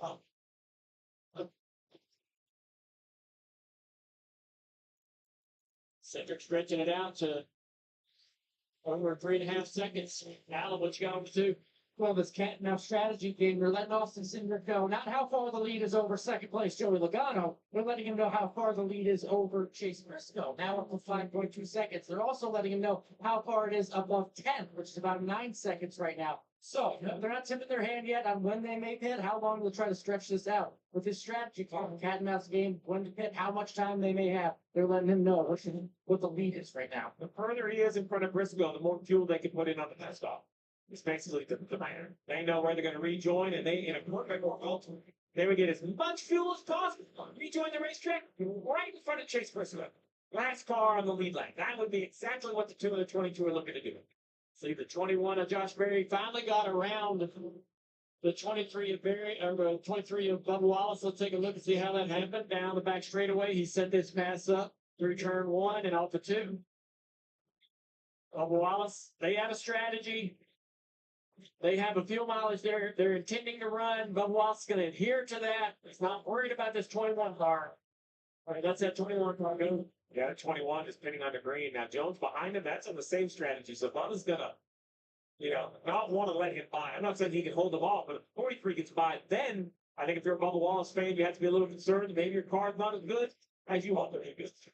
You just can't overreact as a race fan when you're watching here because sometimes. Wait a second. I'm a fan. I can overreact all the time. I'm a Red Sox fan. It's so, yeah, I hear you. You overreact, but sometimes there's no need. It's true. It's over. Yeah.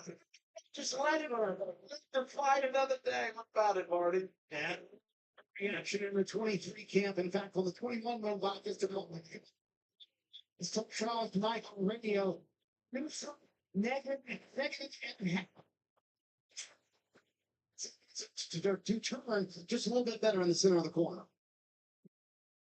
Austin Cindric, they told him over the radio, Brian Wilson said, we have time to do a 14-second pit stop. No mistakes. Again, that lead over Chase Briscoe right now, 5.2 seconds. So they're doing the math.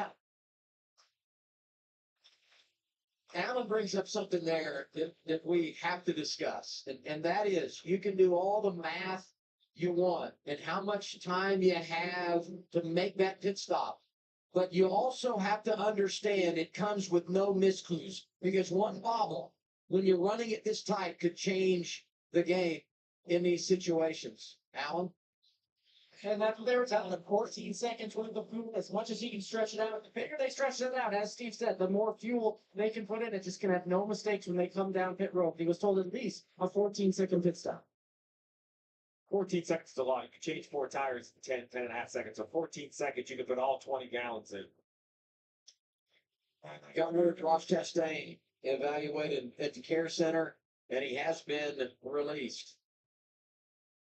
And here's Joey Logano making his pit stop at 10 to go, stage 1. All right, so let's see how much fuel there's put in this 22 car. Remember, 10 seconds, tires will be changed. Really watch the pit stop. They're going to either set the jack down on the left or leave it jacked up, but they're all going to be focused on the fuel man, Allen. It's how much fuel they can get in this car.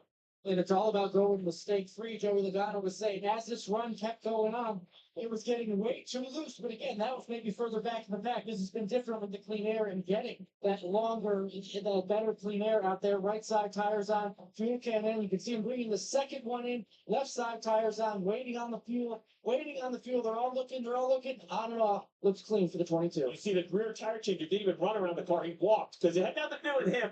The guy at the gas can was the entire pit stop. So now here comes Cindric as well. 22 wins, but he should be easily out in front of the pack. Now it's the 2's pit stop. A mistake would be absolutely critical for the 2. Alan, let's see how the 2 does it. And this was a strategy call that they envisioned even before this, talking with crew chief Brian Wilson before the race. They envisioned something like this, manufacturing the track position to get the lead and then get as far as out possible as they can to get themselves as much fuel as they can and hopefully set themselves up later on. Over to the right side, you can see the fuel can going in. Over to the left side on fuel, second can of fuel in there. Remember, they called for a 14-second pit stop to get as much fuel as they can. Waiting, on and on for Austin Cindric. All right, upper left, you see the track map, 22 out in front of the 19. You see the 2 sitting on pit road. And now what you're going to do is you're going to see Cindric leave pit road. You have to use the access lane in 1 and 2. We've seen some penalties there in the past, so he's going to really have to do his part here. The 19 is going to try to push the issue. Here's the 21 coming to pit road, but you see the 22 who left pit road in front of the 19. Last car lead lap, so everything good. As we kind of get around this corner, the 2 should hopefully have no problem staying on the lead lap either, Alan. And look, they're hoping the same thing for 21 on the same team Penske strategy. Such an up and down year for Josh Berry. I talked to his crew chief earlier, Miles Stanley. They had that win earlier in the season, and then it all came back to reality. Josh Berry, a second-year Cup Series driver. They've had some frustrations, but they're trying to manufacture that position, keep themselves out in front of this field. That second can of fuel going in. Looks like a 21 car, Josh Berry on and off. All right, so clean on and off, but remember, he was further behind. So as we kind of go back to the map in the upper left, you're going to see the 2 and 22 off from turn 4. They're here on the front stretch last cars in the lead lap. We have the 21 leaving pit road right here. So he's really focused on the 19. It's going to be close to 19 of Briscoe. The Briscoe's at start finish Now, Barry on the access road. There's Cindric. Barry did a nice job. We'll see how run fast he can run the access road here. There's Adano. There's Briscoe. So Barry should easily be able to stay in front of Briscoe. They obviously didn't put quite as much fuel in the 21 car just to assure that he didn't come off pit road getting lapped by the 19 of Briscoe. So the 22 has a little more fuel. The 22, the 2 car as well probably has fuel. The 21, not quite as much, but all three are able to stay on the lead lap and keep the strategy alive. Bubba Wallace flirting with the grass coming off of turn 2. He and Eric Jones have just been going back and forth in this run of the race. Bubba's on a strict strategy from his team on how much fuel to save. So he has to run the bottom of the racetrack on the straightaway while running hard throttle, trying to keep this 43 car behind him. Hey, if you want to pass me, go around the top. But Bubba probably gives a gas right here. Says, no, you're not going by. I'm going to beat you down in the corner. So Bubba's running a lot less throttle. Oh, Jones had to lift. When he is behind that 23 car down in the turn that tight, that shows you, the problem with the next gen car when you're behind another car directly at a track like this. William Byron was like, appreciate it, guys. Yeah. That's the easiest pass I've done all day. Thank you very much. Yeah, and the 43 is like, but he knows Bubba's saving. He sees it with straightway how he's running down. He's like, just let me go. Just let me go around you on walls. But Bubba's like, I need the track position. That's the race for the win in his mind later in the day. And, we're coming at the end of the stage. And no one needs stage points more than Bubba Wallace. And now look at this. There's other cars that can jump onto that Penske strategy. That's what Eric Jones decided right here. He doesn't need as much fuel. He had some 2 tires. So let's wait on gas. This stop will look very different. When the 4 tires change, the jack will drop. This might open up even the next lap so other guys can come. So now, that's the leapfrog, Marty. I think Jonathan said, you know what? I'm getting on the Penske strategy. Yes, Stevie Keith to be further behind the leader than 4 seconds and hit it Indianapolis going down the lap. You see right beside our scoring monitor there, that's what Bayshore is watching as well. Bayshore saying his car just aligns to me. It's not like Bayshore going to make a small adjustment here, but a terrific run. When I asked Ben Bayshore, are they surprised by their speed in Indianapolis? He said, no. Took here last year, and we also were looking earlier this year, so we expect it to be good. But here comes the 19. Can the 43 stay in front of them? That's the big question for me. We saw nobody else come to pit road, so the 43 is on a strategy by himself. Leader into one, the 43 is around the corner on the access road. You see it on the map. When we hit the backstretch, they'll both get in the frame. Can the 43 stay in front of the 19? 43, 19, and 19 is going to be coming with a big head of steam. 3 laps to go. Jones has got to hold off Briscoe to stay in the lead lap. That was snug right there. And Jones comes off, jumps out in front of Briscoe. He's able to stay on the lead lap. So everything is cycled back to Chase. 3 to go in the stage. And when the 19 comes around, 2 to go, we close pit road. And I look up there in the top 10, a lot of types of points in position. Once again, if we talk about Bubba, all the same circumstance for Chris Buescher, who is fifth right now. I love Bubba not leading. What I love about these stage points, it's like, man, we don't know what's going to happen in the chaos in the final stage, but you earned a little something. Like, there's a little something in your paycheck, even if you wreck, you got those points, they're guaranteed. Nice little insurance policy. And speaking of, now look at Chase Briscoe in position to win the stage. He gets the 10 stage points on a playoff point. And you partner that with the success that he's enjoyed this year, the win at Pocono. He's thinking big picture about a title. Those playoff points will help him come fall top. Marty? Yeah, Adam, when I talked to Charles tonight this morning about their situation with stage points, he said right now for us, stage tonight said right now for us, stage points are everything. And here they could get 9 more stage points. They had made a living on this team hitting stage points this year. And when you're 16 above the cut line, and that's it, 5 races to go, you need all you can get. Brent. Well, yeah, we don't even know if we're going to have a new winner. And here comes the 24, the 45, the 10, and the oven just got turned up right there. They said, no more saving gas. If I can push for 1 lap, I'm going to be able to pass you for a point. There's a little dress rehearsal. This one and the end of every stage is going to look like. I would say these points don't big for William Byron as well. And the reason stage points are big for him, because he wants that regular season championship. He lost the lead last week to Chase Elliott, but helping himself here today. And look at the running order. We've talked a lot about Wallace, Byron, and Brett, but how about Buescher? How about Kyle Busch and Hosenbar? And just Martin or Dempsey? Just a lot of guys that are having very good runs so far. The guys inside the top 10 that have won a Brickyard 400, Bush and Larson. Here we come, back to the green and white checkered flag. Stage 1 done in Indianapolis, and it's going to be Chase Briscoe who wins it after starting on the pole. Wallace finishes the deal. Byron gets 8 points, 6 for Busher. For Briscoe, that's his second stage win of the campaign. Last time he won a stage, Pocono. It's also the last time he won a race. We're off and rolling in a Crown Jewels. It's Brickyard 400 on TNT.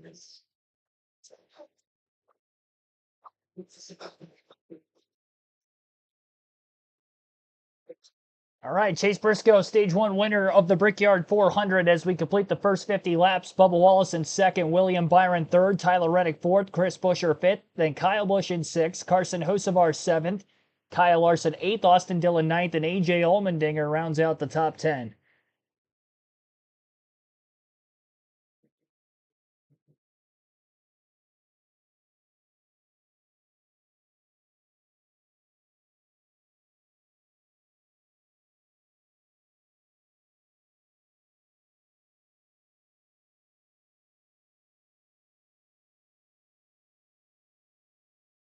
All right, I'm going to take a look to see where the weather's at for the Indianapolis Motor Speedway.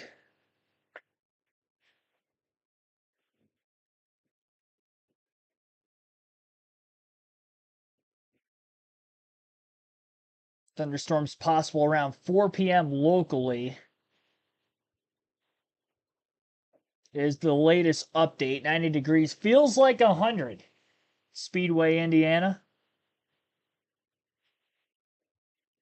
So we still got at least an hour before potential rain. Again, I'm not going to say an hour until rain, quoting that it will rain, but an hour until potential rain at Indianapolis. 30 more laps to get to halfway. We'll easily be able to get there by then. And as far as the sunset time for Speedway, Indiana, 9:03 is sunset, which is still about 6 hours from now. Could be a long afternoon. We'll see. So I'd imagine everybody who stayed out of the pits there, which was all but 4 drivers, based on how the pit strategy was in Stage 1, should be coming to pit road. And the drivers who ended up pitting that will likely stay out are going to be Joey Logano, Eric Jones, Josh Berry, and Austin Cindric. There is a possibility that more drivers stay out, but then they would have to pit obviously much sooner in Stage 2 than those of the 4 that already pitted before the end of the stage, or any more that come into the pits during the stage end itself. So strategy is definitely all over the place if that happens. Pretty straightforward otherwise, at least for me to be able to follow.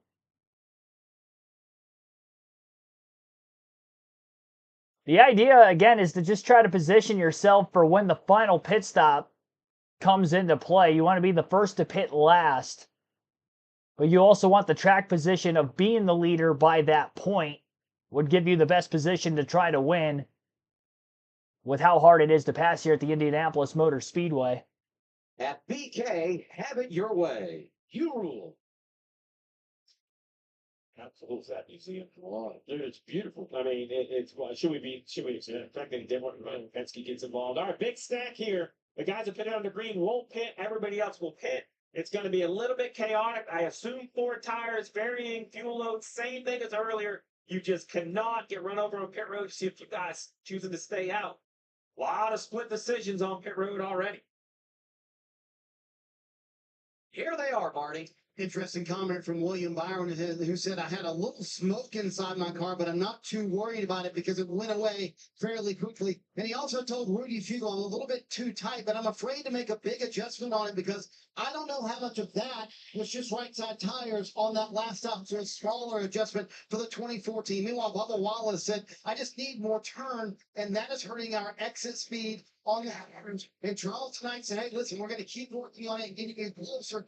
While Chase I was way too free, especially at the end of that run. That might have been a 2-tire call for Carson Hocevar and his team. Yes, it was Chase Briscoe. Of those who took 4 tires, it's off second. Hocevar goes +6. Briscoe, the first of those, as you said, Marty, it took 4 tires to get off the pit lane. 7 lead lap cars stay out. Restart going to be outstanding as we begin stage 2. It comes your way next. Gonna wait to see if there was anybody else that stayed out other than the 4 that I already mentioned beforehand that I knew were going to stay out because they pitted late in the green flag portion of stage 1. 2-tire stop for Carson Hocevar gains him 6 spots. He won the race out of pit road, so he's ahead of Briscoe, who just won the opening stage, and everybody else that would have taken 4 tires behind. Hocevar was the only driver that took 2.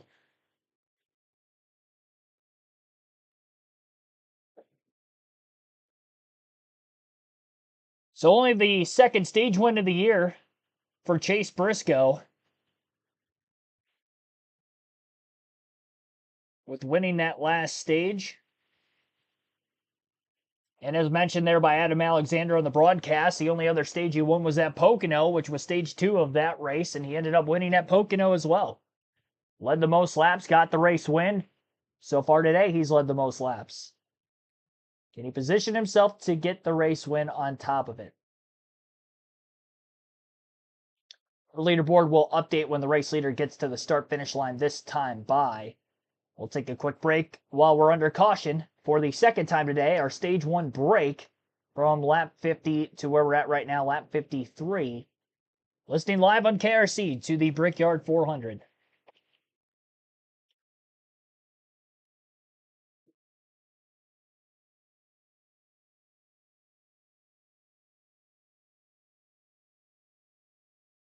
Crew guys have to be suffering in the heat. I don't think they're suffering nearly as bad as the driver inside the car when it comes to the heat side of things. Got to be hot sitting in the bleachers in the areas where there are sun around the racetrack, which is most of the track. A lot of the front stretch seating, with the way the awning is on the outside of the front straightaway at least, could be shaded, so that wouldn't be as bad. Am I excited for NASCAR going to USA? Like USA Network? I mean, honestly, so with me doing most of the call for these live commentary streams, I don't really put as much value into the viewing experience, at least for my own, when it comes to the production side of NASCAR and who brings the best value when it comes to the everything included with bringing the coverage of the race.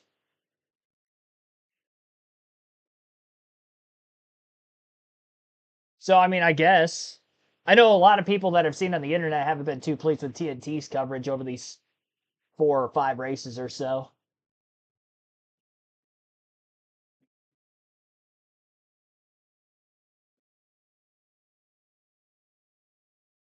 Supporting programs that make your state stronger. Powerball, the official lottery game of NASCAR. Now we get an in-season challenge update presented by DraftKings Sportsbook. And for that, we head over to True TV, the dynamic duo, Jeff Burton, Larry McReynolds, fellas. And then there were 2 in the bracket.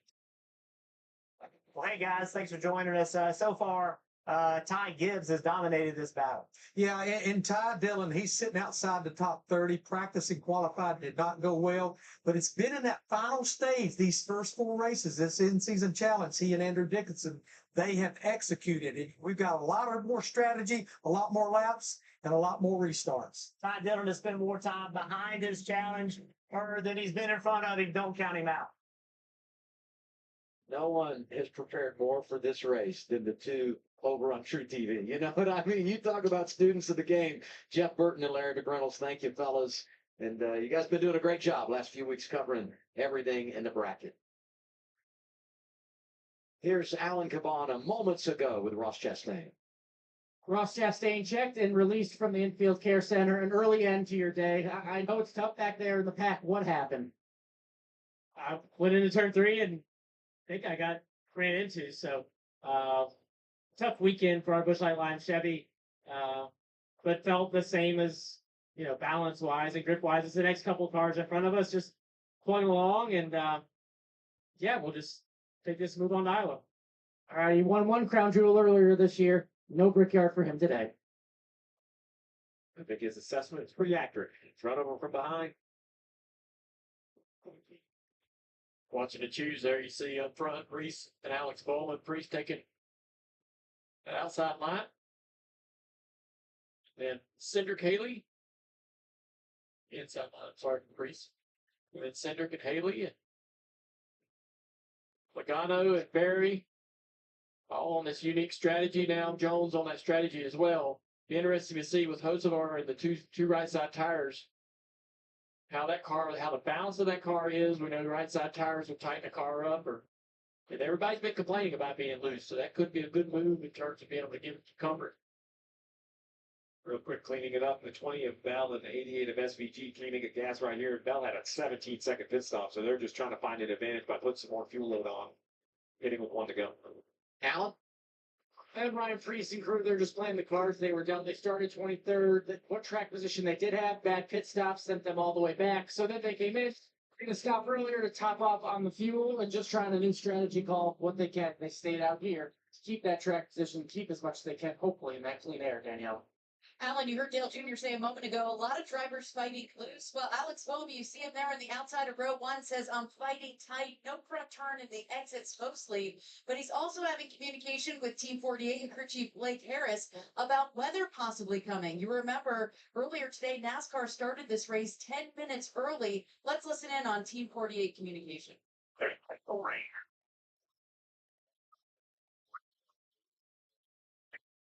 Like 5-6 green flag lap. Window open.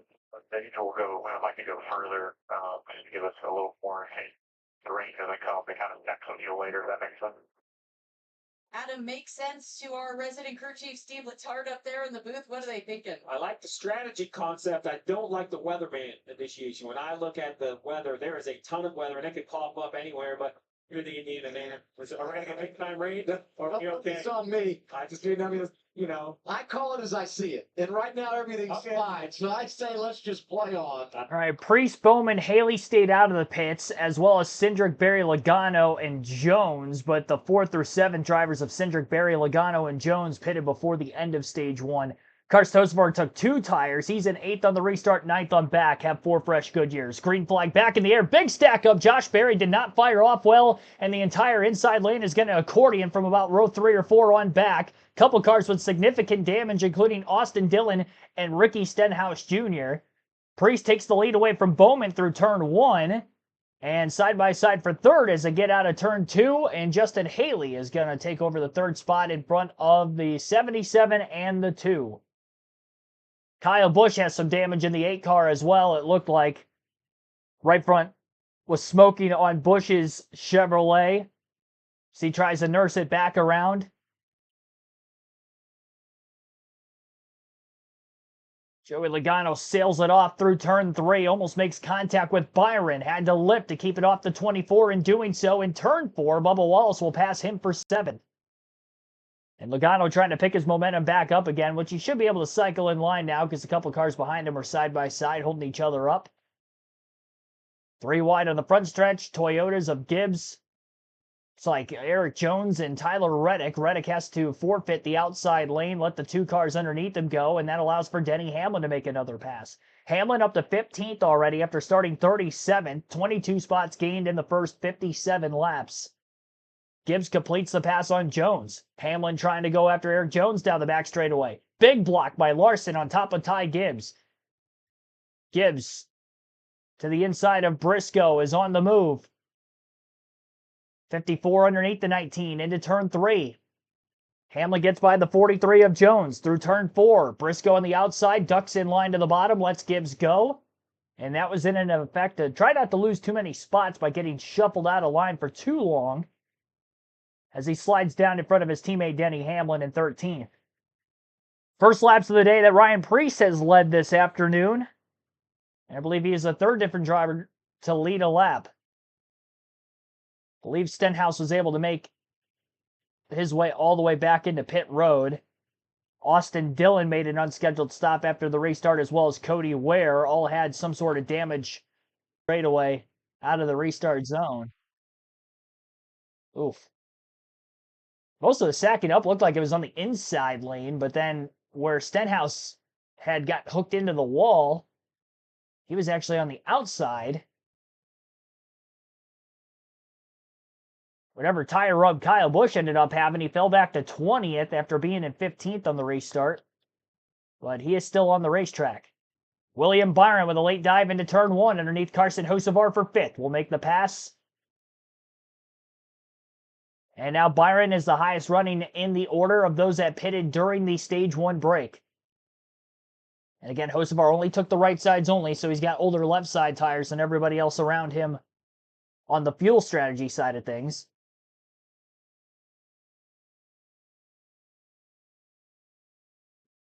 Mid 50-second lap times for the leaders, 56s for Priest, Bowman, and Haley. 55 for Cindric. And further back in that line of traffic, more towards the 58 for Byron, Hocevar, and Wallace. All single filed out now, 10 laps into stage number 2. Denny Hamlin looking low in the front stretch on his teammate Chase Briscoe. Briscoe with a block, will not give up the spot. So the top 10 and how they run right now is Ryan Preece in the lead, Alex Bowman in second, Justin Haley third, Austin Cindric fourth, William Byron fifth, then Carson Hocevar 6th, Bubba Wallace 7th, Joey Logano 8th, Chris Buescher 9th, and Josh Berry rounding out the top 10. And we'll complete lap 60 this time by at the Art of Bricks.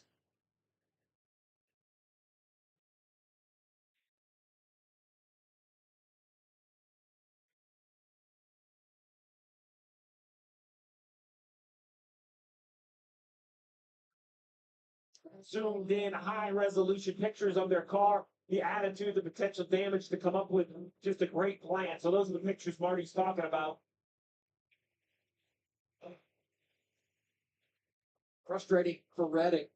Had a good car today. Really showed it early in this race. After a great qualifying run yesterday, but it is a long afternoon. And if you go back to last year when he had a really good race car, had to battle through some tough to come back from adversity, and he didn't finish in second winless this year, but in a very good points position. Chase Elliott with a big move to the inside. He's on fire lights. And that's going to cost him all that momentum. Here comes Blaney in the 12. He'd love to take a spot. Oh, he has Smith as well. That sets up a line from behind. But he's going to try to get one, too. That's just what keeps happening all the time with this next gen car here at this racetrack. And that's why we see so much contact, so much crashing.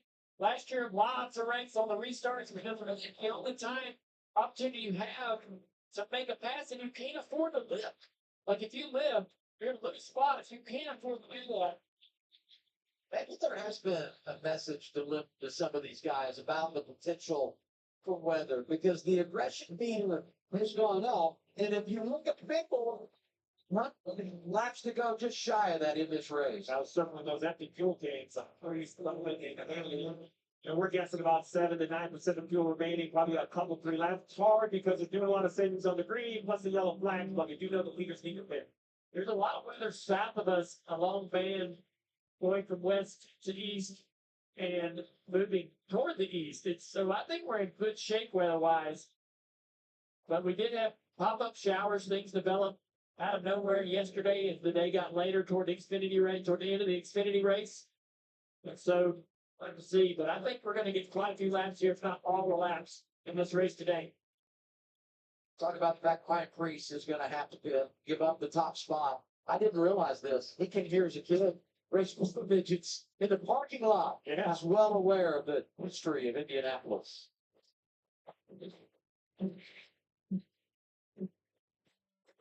TNT heads to commercial break. Ryan Preece out in front of the field. Alex Bowman in second. Justin Haley third. Austin Cindric fourth. And William Byron rounds out the top 5 in 5th. Carson Hocevar is 6th. Bubba Wallace 7th. Joey Logano 8th. Chris Buescher 9th. And Josh Berry is 10th.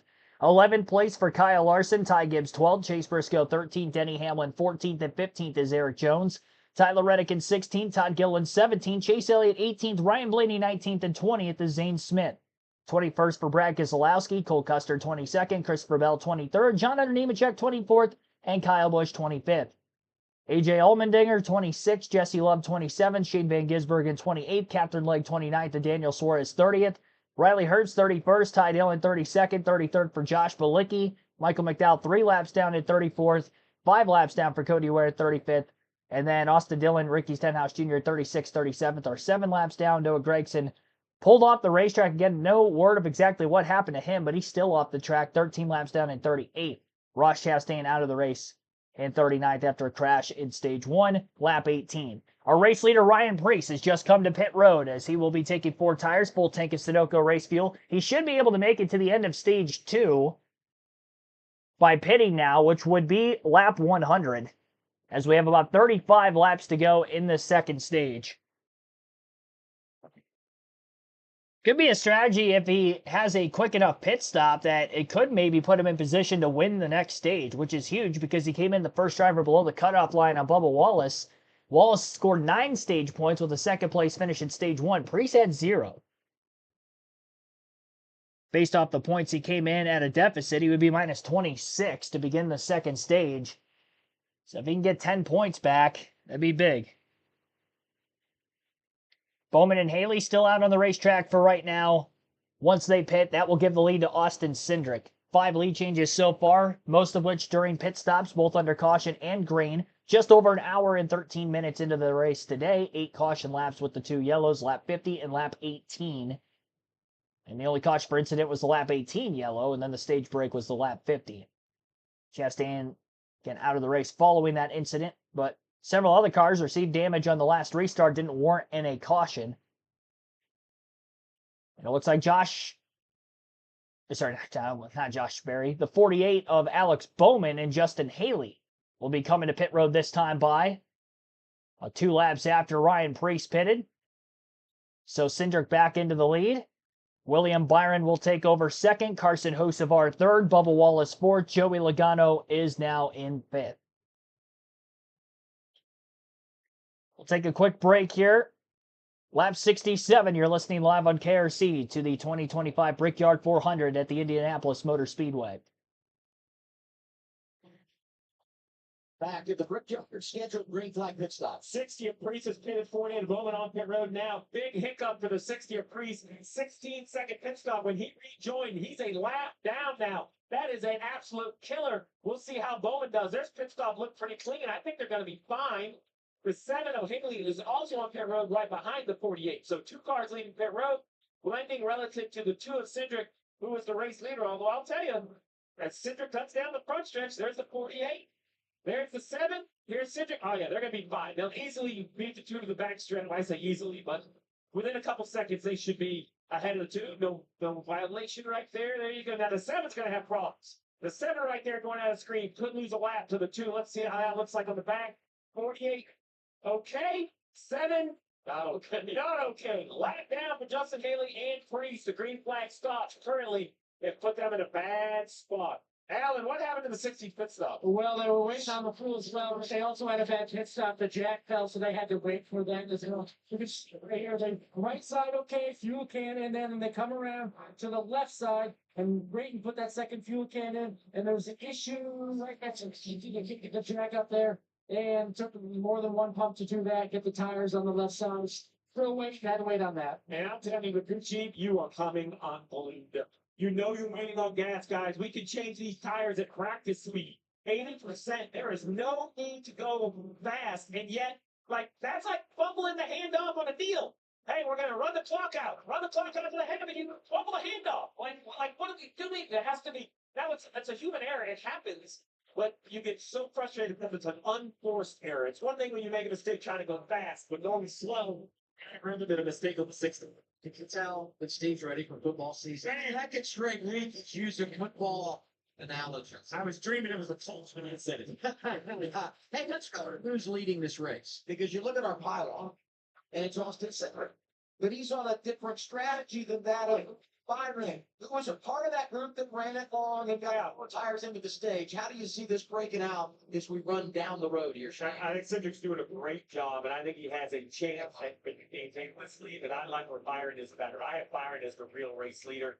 He has 10 laps more fuel on board, which will help him later on. We keep talking about how long you have to sit in pit road. Now, a timely yellow, and Cindric's great. So I love what this 2-car has done, because they have taken a car that was decent, but they've called the race being very aggressive. They've got the track position. I love what they're trying to do.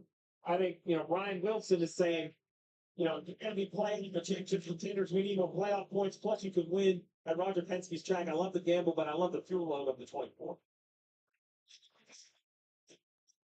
So Marty on William Ball. Yeah, I love this debate. And when I checked in with Rudy Steve, he said they are not quite full on the 23 car, but they're close enough. Meanwhile, Martin Hosegar is 2 seconds behind William Byron. Taking left side this entire race, back to back right side. Tires sits for Martin Hosegar, who sits in the last He said, not really right now, but how long can they push that, Steve? And then we'll go all the way back to Bubba Wallace in fourth, 3 seconds off the lead right now. I checked in the trial tonight with fuel on the 23 car. So really the first car with 4 tires in that last stop, he completely full of fuel. How will that play an advantage for Bubba Wallace when these next stops come on? Well, I'm just kind of waiting to see if the caution's going to break this up. Caution kind of changes everything. Right now, we're looking at it purely as a green flag race, knowing that we are 30 laps to go to the end of the stage. When you look at, say, Briscoe right here, he's out on the pole, control the race. He's all the way back at 10. So it's really easy in these messy situations of all these strategies to kind of lose the score. What do you always say, Adam? Time and score. That's what's most important. Well, it's okay. If you're watching this and you're a little confused with the score, feel pretty comfortable. Because there's some guys on pit road that aren't sure where the score is. They're trying to figure out, do they have an advantage? But they're all kind of guessing where their competitors are on fuel.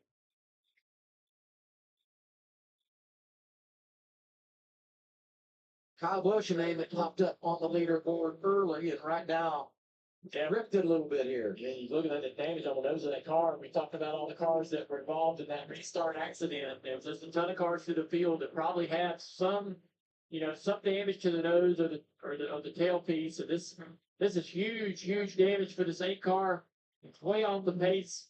Dropped all the way back to 25th, Alan. Yeah, Junior, just like aero damage. They're saying the tank is having trouble getting definitely an hour left. Maybe start well, a decent strategy going, but now they're way back in 25th. Just doesn't have the same power they had and the same power as the rest of the field around it. Right there in front of me, the 16 too, AJ Allmendinger with nose damage. So there's a ton of cars through the field that suffered a little bit of cosmetic damage in that restart zone that are affected throughout the rest of the day.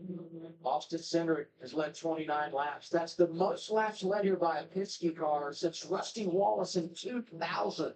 Pit stops coming up. Roger Penske has 20 Indy 500 wins, but he only has 1 Brickyard 400 win. And that was in 2018 with the driver of the 2 at that time, Brad Keselowski. So can Austin Cindric get the captain to victory lane at the Indianapolis Motor Speedway and a Penske Ford for the first time since then, and the first time since Roger took ownership of the Indianapolis Motor Speedway several years back? Almost halfway through stage 2 now. We'll be officially halfway through the race in another 7 laps. We're at lap 74 of 80. Cindric has a 1-second gap back to William Byron in second, 4.8 seconds over Carson Hocevar in third, 5.2 seconds to Bubba Wallace in fourth. Joey Logano rounds out the top 5 at 5.8 seconds off the lead. Chris Buescher 6.1 seconds back in sixth. 7th place, 6.6 back is Josh Berry. Kyle Larson, 7.6 seconds off the lead in 8th, and Ty Gibbs is 8.2 seconds back in 9th. Chase Briscoe rounds out the top 10. He's 9.2 seconds off the race leader. So that is the top 10, the intervals between them at this moment.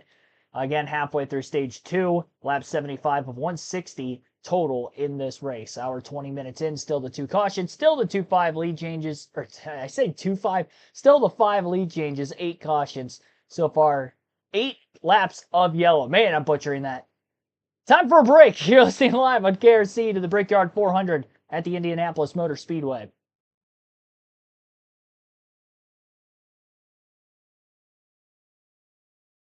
So again, the chat poll is going to close at the end of stage number 2. We have 61 votes so far. Fantasy lineups will lock at the end of stage 2 as well. So if you don't have your fantasy teams fully set right now, be sure to have that set by lap 100. We'll have our diecast showing at that point in the race.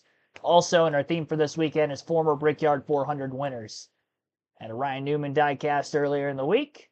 On Friday during the truck race. Yesterday during the Xfinity race had I believe Kevin Harvick. Yeah, that's right. Kevin Harvick diecast.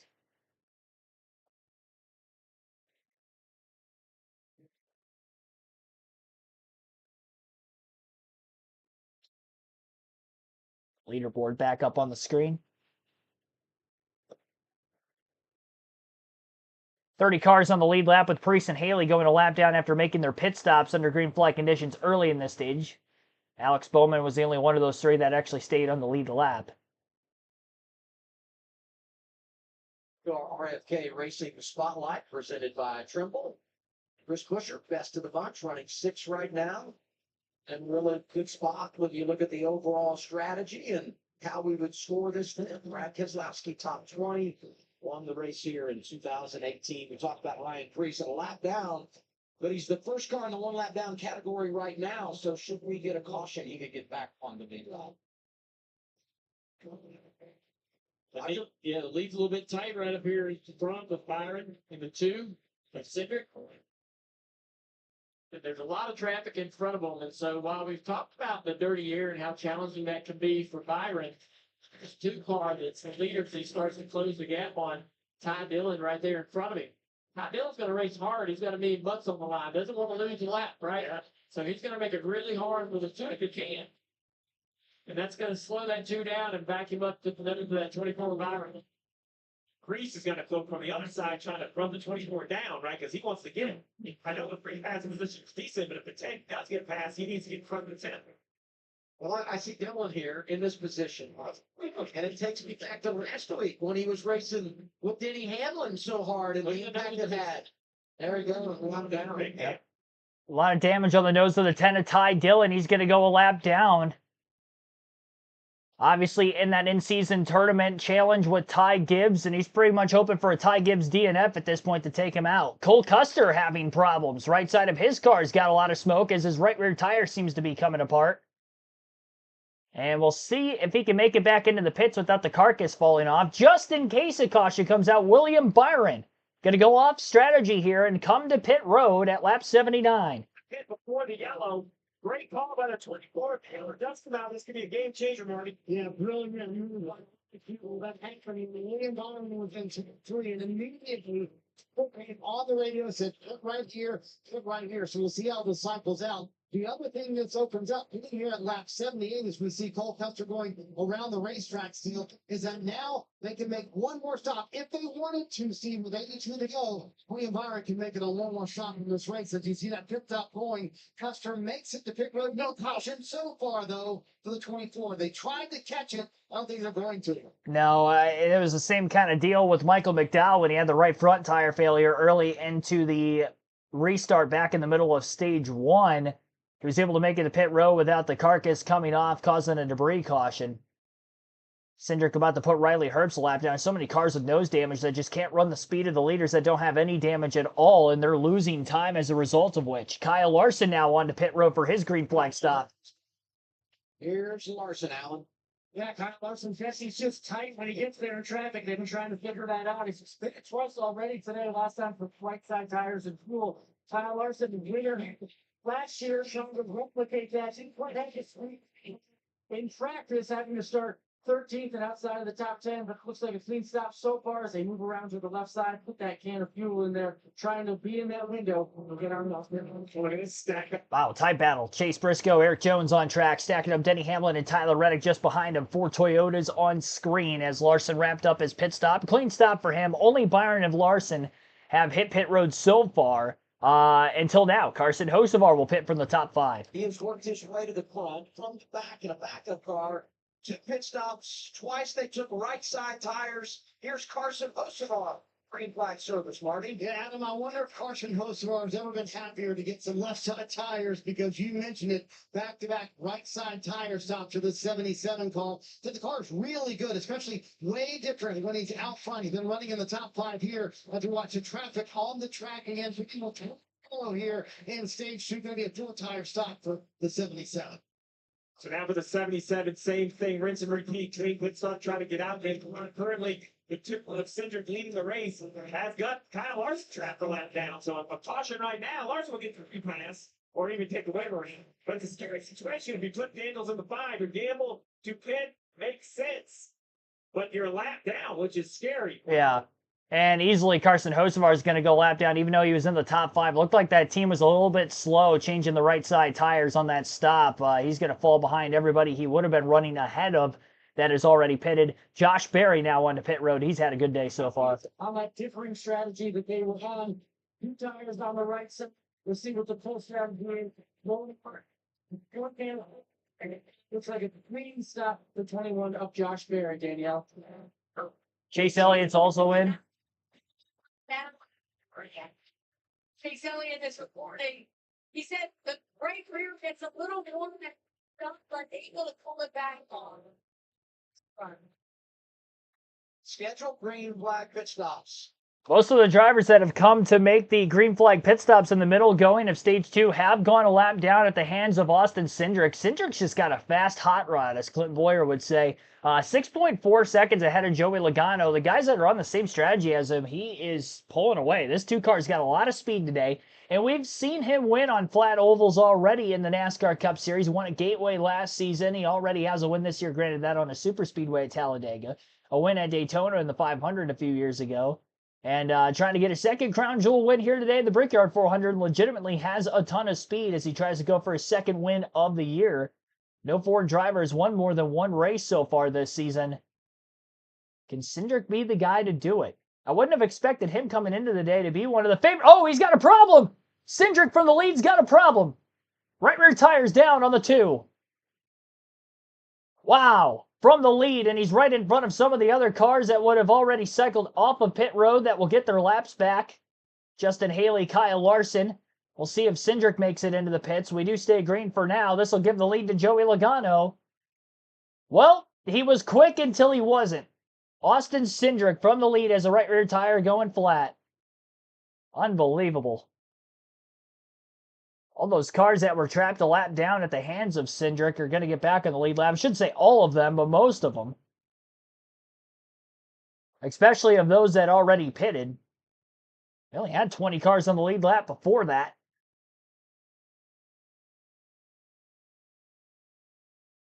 Some of the tread of that tire is barely holding on for dear life. Joey Logano now on to pit road. Same for Chris Buescher and Ty Gibbs. Buescher on, Gibbs on. And it's a frenzy to get the pit road in case the yellow comes out. I'm watching that green light because you commit. You want to make sure you get there in time. Here's the 22, Alan. Is his teammate has problems. Joey Logano trying to take advantage of his teammates in the sports game. He says this run was so much better than the last one. Well, maybe a little still too great. They could just try to tighten him up. The team wasn't sure how much they could get him. We're going to try to tighten him up, Marty. Even just past halfway here in Indianapolis, and another swing at drivers and teams. Hopefully they can kick to caution here, but so far still green here at Indy. You're on board with Ty Gibbs, Snowball on board. Checking with Chris Buescher. They said both of them, the car a little bit too tight at the start of the run. Got better the longer they ran it. Make sure anything they can to salvage this right now. They're going to put 2 tires off the 2-car. Not quick. He's not picture over here. It's 2 tires. They said necessity to get with the right rear. So the planes for 2 tires. Not waiting on approval. We'll work about that later, Danielle. Denny Hamlin started dead last today, now up to 11th. Chris Gale was called in from right side tires, said wait on fuel to make any changes to any legs the handling of this race car. All right, great. So all 3 of the drivers who have had right side tire failures in the race, or have had tire failures of some sort, were all right side tire failures. McDowell was the right front, and then right rears for both Austin Cindric and, looking back in the running order, Cole Custer had a right rear tire issue earlier in the stage as well. Bubba Wallace consumes the race lead for the first time now. Chase Briscoe's back into second place. Quite a few cars still have to pit before the end of stage 2. We're down to about 13 or 14 laps to go in this second stage. 22 cars are back on the lead lap. Kosovar, Berry were able to get their laps back after Cindric had his issue. Same for Kyle Larson and Justin Haley. Ryan Preece also back on the lead lap. Ty Gibson 23rd is the first car 1 lap down at the moment behind Wallace. And he just cycled off of pit road. Side-by-side commercial break on TNT. Don't notice anybody else coming into the pits this time. Current running order in the middle of green flag pit stops holds Bubba Wallace in the lead, 4.3 seconds ahead of Chase Briscoe. Eric Jones is in third, Tyler Reddick fourth, Ryan Blaney fifth, then Zane Smith in sixth. Rounds out our top 10. And now we've got a couple more cars coming in to follow. I'll just stop at the top 10 then for the moment. On our running order rundown.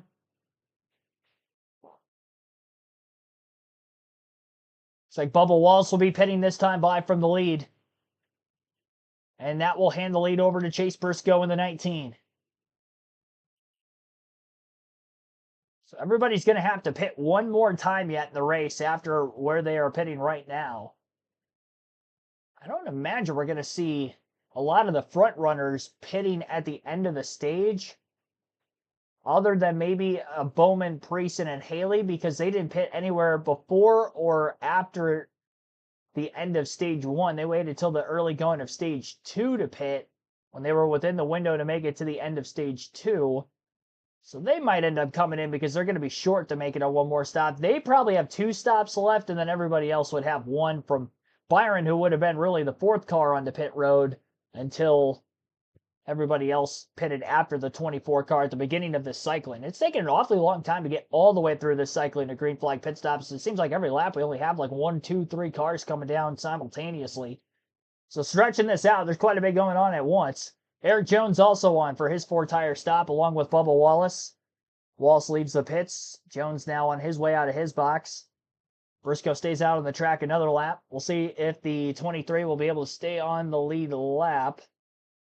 I believe he will be able to. He had a few seconds of a gap over Briscoe at the time of his stop, and now Briscoe's gap back to Tyler Reddick, who is currently in second, is 2.6 seconds. And Ryan Blaney would be 6.2 off the lead in third. Zane Smith 6.6 back in fourth.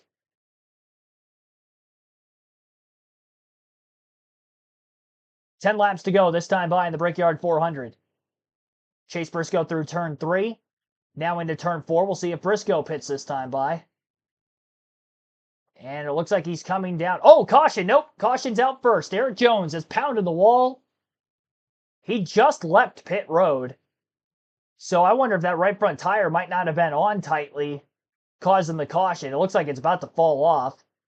I would assume the right front lug nut was not secured tightly on the 43 because he was on pit road within the last lap. Lost the right front tire. I can't tell what exactly is missing. If that's just the tire or the wheel, or if the wheel fell off. Marty, what do you hear? Well, the 43 had just pitted, and I'm not sure what that is, Steve, but yeah. And also, Chase Briscoe was coming to pit road. Last second, James Small said, stay out, stay out, stay out. The wheel come off the right front. Yes. And the brake rotor cut the wheel itself from the inside out. And that's what you're seeing on the grass in there. You see the 43 right here. 45 goes by. Boom, there's the wheel. Oh! So basically, what a hit. Man, that is a hit. What a hit. Yeah, what a weekend for Legacy. I hate it's going this way. When we dropped green flag on practice, it was like pop of the board by a chunk. Then they backed it up in qualifying. Everything was good. Look at the 19 was trying to get to pit road. The yellow light came, so now he's going to have to pit. And it's going to hurt because so many cars have pitted. They're not going to pit again. So this is going to be a, if it wasn't confusing enough, this is going to mix it all up one more time. How close, though, are they to hitting the sweet spot, right? It's like, pit, and then light comes on, you got to stay out. But would have been a home run if you could get there before pit road closes. Yeah, so Briscoe, Reddick, Blaney, Bell, they all need gas. I mean, I just think they have to come here. Now, I think it's just leak root here on, so we'll see what they decide. Byron, I think in 10th is right now feeling the best about life. He has fuel and tires, only 12 laps old. Bowman and Priest, hey, Priest is penalty that got him a lap down. Luckily, the yellow wasn't them, so he kind of survived. Mix up there. Yeah, there were quite a few cars a lap down yet. Pit road to cycle go through, and then we'll have a pretty good snapshot of what the field has. Only 22 cars on the lead lap when the caution came out. And laps since the last pit stop, and everything looks pretty uniform at the top right. And then after that, it looks like our machine is broke. It's just all over the board, further illustrating what we've been talking about all day long. Yeah, it's just going to be a riddle, or puzzle to see really who's in the best shape when this race comes down to the final handful of laps. And last year, we had some people really gambling, which we're seeing this now. Everybody's gambling on fuel. Yeah. And we had some drivers at the end of last year's race run out of fuel. We had overtime finishes, which a lot of races at this, at Indy come down to, late yellows, overtime finishes. And I don't know that a lot of teams are going to take the gamble on having enough fuel to do that. This relief lap sponsored by National Debt Relief. When debt hits hard, National Debt Relief gets you back on track. Todd Gilpin back on the lead lap, scored 23rd. And I think it's worth just cleaning up because so much happened on that restart. We kind of saw all the damaged cars as they reappeared. Right? Let's think about this. Bush has damage. Kyle Busch. Allmendinger. Look at the cars that are a lap down. Ty Dillon in the in-season challenge had some pretty big hood damage. Cindric had a flat right rear. Suarez has damage. So there's just a lot of damaged cars out there. You wonder if this caution will give them any chance to make it any better. I don't know how much they can improve it. Let's listen to the 11 of Hamlin about their fuel situation. We're good on one stage, and then once the stage starts afterwards, the goal will be got to get going, bring up the biggest gap we can. All right, so looking at the rundown real quick, leave the pylon kind of how it is. All the 52s are no good. Byron can do it on one stop. Larson can do it on one stop. Hamlin can do it on one stop. Logano, you start to see that trend. So it's a great update on the 11 radio. So in my mind, Hamlin is now running like fifth. I know that doesn't look that way, but other guys have to fit. Hamlin can stay out. He's going to end up like fifth, sixth, seventh of the cars that can make it on one more stop. Think about the drivers that you just mentioned. William Byron's won a couple of Daytona 500s. Kyle Larson is a champion. We know what Denny Hamlin has been able to do. Joey Logano has won 3 titles. As we handicap things and look down the road, there are some of those legends of the sport that we talk about that have won here and some others in line as well. So we got a replay on the stop for the 43 car. Want to look at the right front tire changer. The problem is you can't tighten the nut if the car's on the ground. Let's see what happens here. Yeah, right front off, right front on. Jack gets dropped, and then something makes him go back. No good. Like, if you have to go back and hit it again, the car has to be jacked up, as Dale pointed out. So it's a 15 or 16-second pit stop. They're waiting on fuel. That's just, a lot of teams run open mics where you could just say, hey, wait, jack it back up. And this is what happens. Wheel loose. Oh. Break. Dang. What a hit. Yeah, 9 times out of 10, he's talking about it. 9 times out of 10, if you try to tighten the lug with the tire on the ground, it will not engage and lock the locker. Yeah, it just doesn't tighten up enough. It's just that single lug. NASCAR Cup Series racing on TNT is brought to you by Chewy. For life with pets, there's Chewy with everything. Progressive. Save when you bundle motorcycle, RV, and boat insurance. Visit progressive.com. And by PNC Bank. Brilliantly boring since 1865.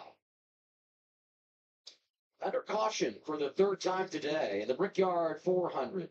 Inside of 10 laps to go, stage 2. We've crossed the halfway point in this crown jewel race.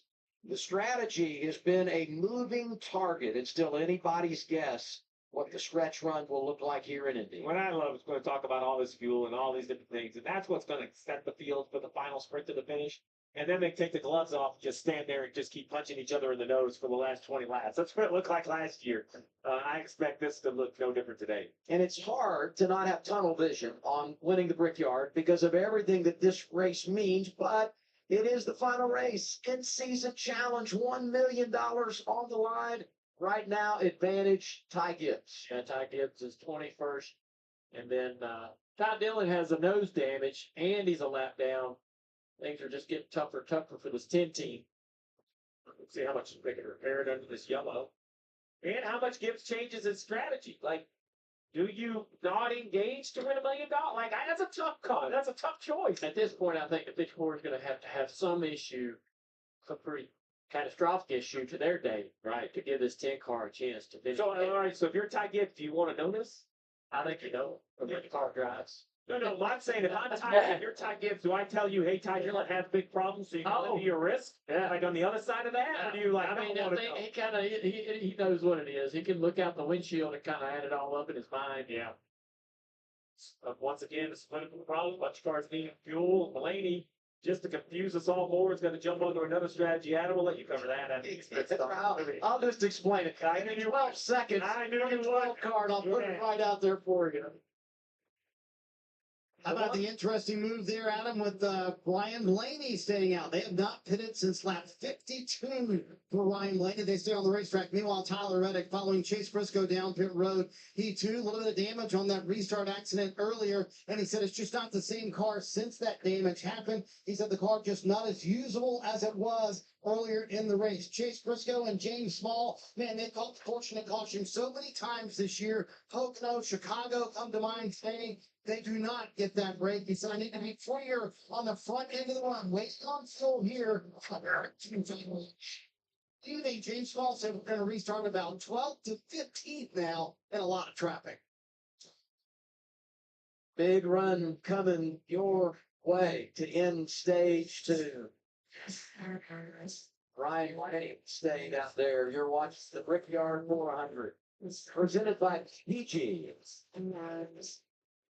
Well, Blaney stays out, and I think the only reason is because he's going to try to win this stage and get a playoff point. He really wasn't in contention for a race win by any means throughout the course of the race today, so why not try to go for the points? He's not really in the regular season title fight as many points back as he is, and if we look at the amount of playoff points he has on the season, he does have 1 race win, 4 stage wins, so he's going for stage win number 5. That would give him 10 playoff points. There are playoff points awarded to the top 10 at the end of the regular season, so although he doesn't have a great shot to win the regular season title, stay in 7th as much as he can. That could be 4 points awarded to you here in a few more weeks. Only 4 races left in the regular season after today's event wraps up. We will take a quick break while we have live commentary coverage continuing late in stage 2 of the Brickyard 400.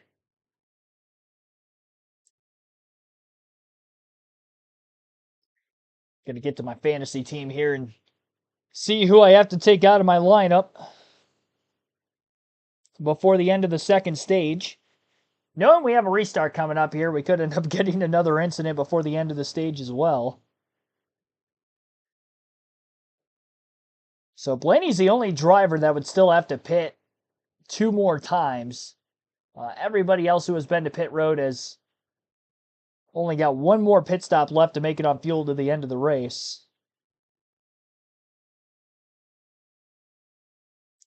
Keselowski, I believe, stayed out as well, if I'm not mistaken. So I think the 12 and the 6 are in the strategy of staying out.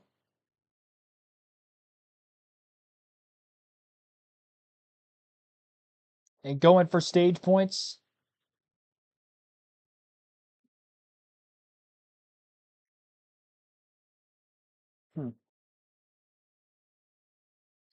Assuming Brad gets a lot of stage points here, I think I'm going to take Christopher Bell out of my lineup and put Brad in. So I don't want to sacrifice that much.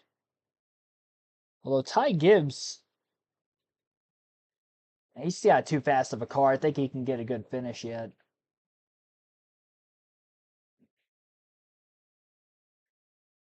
Todd Gilliland got the free pass, being the first car lap down at the time of the caution. 23 cars are on the lead lap here at Indy with the split strategy. Caution coming out in the middle of it.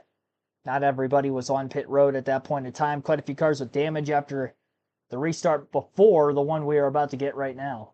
About legends being born here. First ever Brickyard 400, Jeff Gordon. It's the checkered flag. That was 1994. A couple of years later, it's Dale Jarrett. And he said, hey, we want to go kiss the brick. Starting a great tradition for the IndyCar today follows. And Tony Stewart, Indiana native, won here 20 years ago. And you know what he did? Climbed the fence. And then we had this period of time. We said, let's go road racing at Indy from 2021 to 23. And it was A.J. Allmendinger who delivered here the first time we went racing on the road here at the Brickyard. 6 laps to go. Stage 2, couple of different cycles here, and this restart is going to be absolutely amazing. It's the Brickyard 400 and our Cup Series coverage on TNT, presented by Straight Talk Wireless. This is a lengthy caution. One last sprint to try to win the stage. So, well, Dale has told us that the intensity was going to pick up. This is going to be one of those times we're going to get a glimpse of it. The knob went further this time, though. I feel like, because Oh, yeah. the sense of urgency in this race. We know ending a stage what it can do, and then you also know the reset that will come in the final stage, and you want to establish that track position. What's up, Danielle? Daniel Suarez with a lengthy stop on pit road just had splitter damage earlier in the race. Finally, a chance to fix it, trying to get the hood down. Finally, you see all that tape on each side. Finally, just tape the hood shut. We'll see if that sticks in the performance as we move forward. As for the 12 car, we just saw the big fake out and Blaney stayed out. I talked to his crew chief, Jonathan Hassler, this morning. He said after starting 24th, we're going to have to find the front by recovering with some strategy. He said we were really confused yesterday after practice why we were so far off from our other Team Penske teammates. But there you saw some strategy staying out. We'll see if it pays off, Marty. Danielle just talked to Jeremy Bolins, the crew chief for Brad Keselowski. As we come to the choose here, they're sitting in second, same situation as Ryan Blaney. And he said, honestly, this just gives us options at the end of the stage. They will pin at the end of the stage, but that will then make their stop shorter at the end of the stage, Alan. So hoping to gain any track position they can out. And Marty, I'm happy to be talking to Aaron Jones out here at the care center for just the fact that you're doing okay.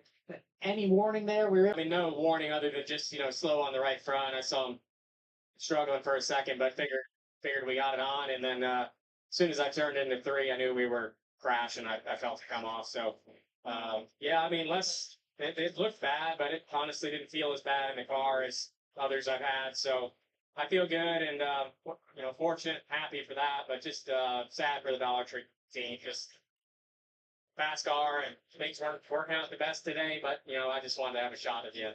And you heard it, fast cars for Legacy. Both him and his teammate this weekend, tough ending for Eric Jones. Yeah, I mean, the finishing order isn't going to show it, but I think this organization should circle the weekend because they've been continually improving, but they took a big jump, in my mind, on raw speed, both in practice and qualifying. I know execution, some other things, but fast cars fix a lot of things, so if they continue to bring speed like that, it's going to be an impressive finish of the year with the 42 and the 43. Nemechek inside the top 15, his teammate, as we get ready for the restart. Going to be 4 laps to go on the stage. Yeah, John Hunter had great track position here last year, an opportunity to run good, but ended up in the wall by the end of it. But a lot of guys in the top 10 right here trying to get stage points. Bowman in the 48 would love to get some stage points here. Bubba Wop. All right, so Ryan Blaney, Brad Keselowski going to be on the front row for the restart. And they are on much older tires than those that will be restarting behind them. 4 laps to go in stage 2.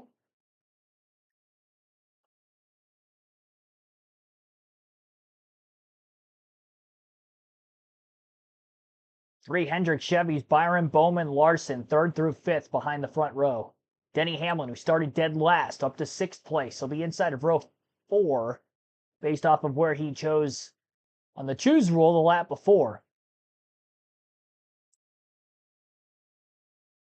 And the green flag waves. 4 laps to go in stage 2.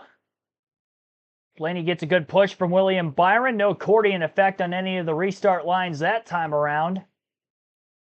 Big fight for the bottom lane of the racetrack, though. Byron pushes Blaney into the lead. And Larson may take it 3 wide for 2nd in the chute between 1 and 2. 6 had to lift to get out of that outside line, and Byron overdrives the entry to turn number 2. Denny Hamlin gets through to 3rd place. Not a great restart for the 24, both in turn 1 and then again in turn 2. Loses a couple spots, 1 each turn. Larson to 2nd, Hamlin 3rd, trying to chase down Blaney, who has the oldest tires of those here at the very front of the field. Keselowski settled in line in 5th. Still side by side for 6th between Alex Bowman and Joey Logano. Logano on the outside, battling with the 48 underneath him. Carson Hocevar's got to run after both drivers, and he goes to the inside, gets blocked by Bowman, gives Bowman a little bit of a bump trap, and the 48 clears into turn 1. And Hocevar going to be able to clear himself on the 22 car, so that little bit of teamwork, I guess, that was manufactured by the block by Bowman on the front stretch allows for both cars to get by Logano. 2.5 laps to go in the stage for Blaney. Middle of the back straightaway. Larson in the draft, trying to run down the 12. More big blocks. Middle of the straightaway. We're far from seeing the end of that today. Middle of the pack, Josh Berry and Todd Gillen in the 34. battling for 21st. Blocks everywhere on the racetrack.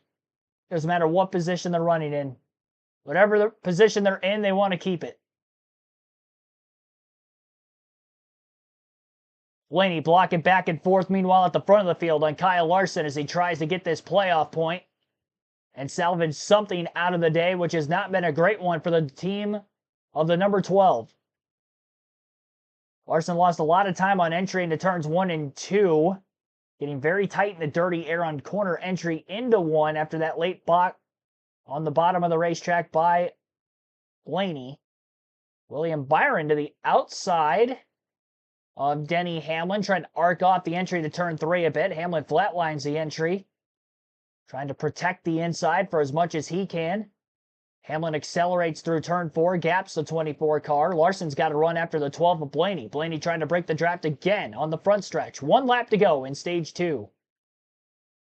Larson looking for any way to get by this 12 car in the next 2.5 miles. Worst case scenario here, Larson finishes second in the stage and will restart as the leader to begin stage 3, but he wants the extra playoff point. Plus, he's chasing after Chase Elliott for the regular season title. Elliott and Byron, who are first and second in points. I should say Elliott specifically, who is first in points, is running 13th, so he's not looking at getting any stage points. Larson didn't mount much of a charge down the back straight that last time by through 3 and 4. Ryan Blaney looks like he is going to hold on. He's got about a 3 to 4 car length advantage off the exit of turn 4. So Ryan Blaney going to win stage 2 at the Indianapolis Motor Speedway in the Brickyard 400. 5th stage win of the year for Blaney. Kyle Larson 2nd, 3rd for Denny Hamlin. William Byron 4th, Brad Keselowski 5th. 6th place Alex Bowman. Carson Hocevar 7th. Joey Logano 8th, Chris Buescher 9th. And Bubba Wallace rounds out the top 10. Well, as a Blaney fan, I'll take it. The race hasn't gone well for him. At least he gets a playoff point. It's better than nothing. He got something out of the day. Mike G, thanks for tuning into the stream, and many others who have been watching throughout the course of our full live commentary coverage of the Brickyard 400. 60 laps to go. 9 lead changes so far. We'll have our 10th when Blaney hits pit road, more than likely during the stage break. I'd be shocked if he stayed out again. He's definitely not going to be able to make it 20 laps to get to the final fuel run, which will open up with about 40 laps to go.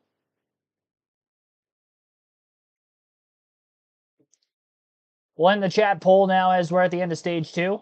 70 votes were casted, and 43% of the 70 votes ended up taking somebody other than Larson, Briscoe, or Hamlin for the win. Those are my 3 favorites coming in. Briscoe was my number 1. He has 17% of the votes, 3rd in the poll.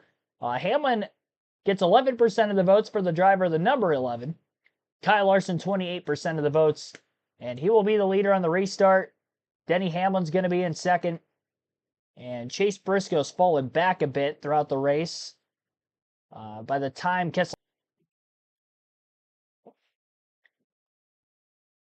Joe Rochester, thanks for tuning in.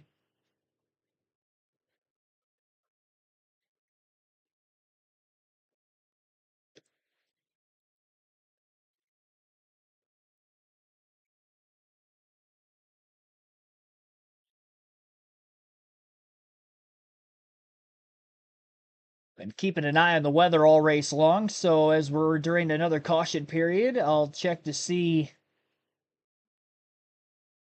how the Speedway Indiana area is looking. It does seem like whatever potential chance of pop-up thunder showers there have been throughout the course of the race today just keep getting pushed back more and more.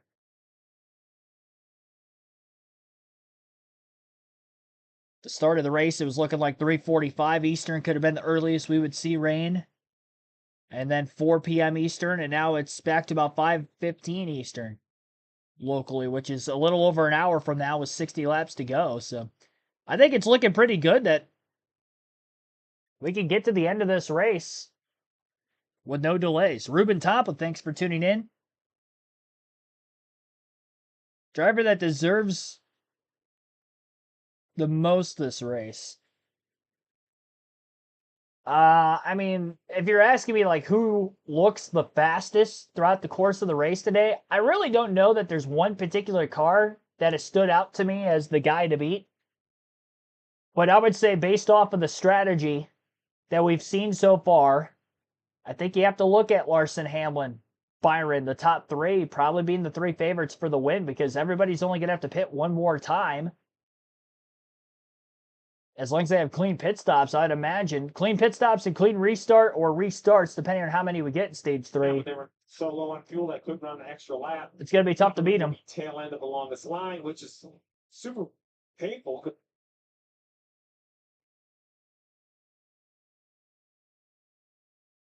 There's 8 or 10 lap cars, so he's going to basically start shotgun on the entire field, but better than running out of gas on the racetrack.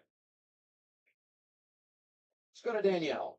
Yeah, Adam, I can add on the 12 there too. Very close, they said, on fuel. And if they ran out under a caution, he wouldn't have made it back around. You see the 48 is now down and away. Alex Bowman said, I'm tight in 2 and 4, 1 and 3 are fine, Marty. And yeah, like we mentioned a moment ago, Jeremy Bullins told me we're going to pit here. They're going to try and fill up as much as they can for Brad Keselowski. That then will make their stop, which everyone has to make another one in stage 3, a little bit shorter with 58 to go. Meanwhile, we just saw a glimpse of it right there. Top Gibbs going down pit road, giving up 17. Chris Gabehart said he was going to make the call based on the amount of cars that came down. So what's the play here, Steve, for Chris Gabehart? Who again running 17 for taking 4 tires and fuel right here. Well, everyone behind it pitted. So basically, he would have been the last car that didn't pit. So for Gibbs, I think it's as simple as there's really no penalty. You're not going to gain anything staying on the racetrack. Put that fuel in, much like Brad Keselowski. Under green, a short stop might not help, but under yellow, it should have gone under the leapfrog. This relief lap sponsored by National Debt Relief. Austin Cindric gets back on the lead lap. He's 24th in the running order. The NASCAR Nation Group for this next on TNT. As fast as Austin Cindric looked earlier in the race, I'd almost argue that Austin Cindric was the guy to beat as far as the one driver who stood out to me as maybe being the fastest, but having that right rear tire failure, obviously fell a lap down as you heard there, gets the free pass. He is back on the lead lap, but I don't think the car is going to be as quick as it once was, plus 24th with less than 60 to go at Indy. With these Cup cars, it's going to be tough. I'd be shocked if he gets back in the top 10. If he does, that's going to be a great day for Cindric because he definitely had a really, really quick race car. And I think he was in the best position on strategy at the time when he was leading. He had 6 seconds over Joey Logano at the time in second. Logano's in 5th right now, so you'd imagine, where's that 6-second gap going to be? He had more drivers a lap down as well, so had we seen the caution for Eric Jones later, like we ended up seeing while Cindric was still in the lead and on the racetrack, Larson was one of the cars a lap down, for instance. He would be pinned back. I think Byron and Hocevar were a lap down as well. I honestly think Cindric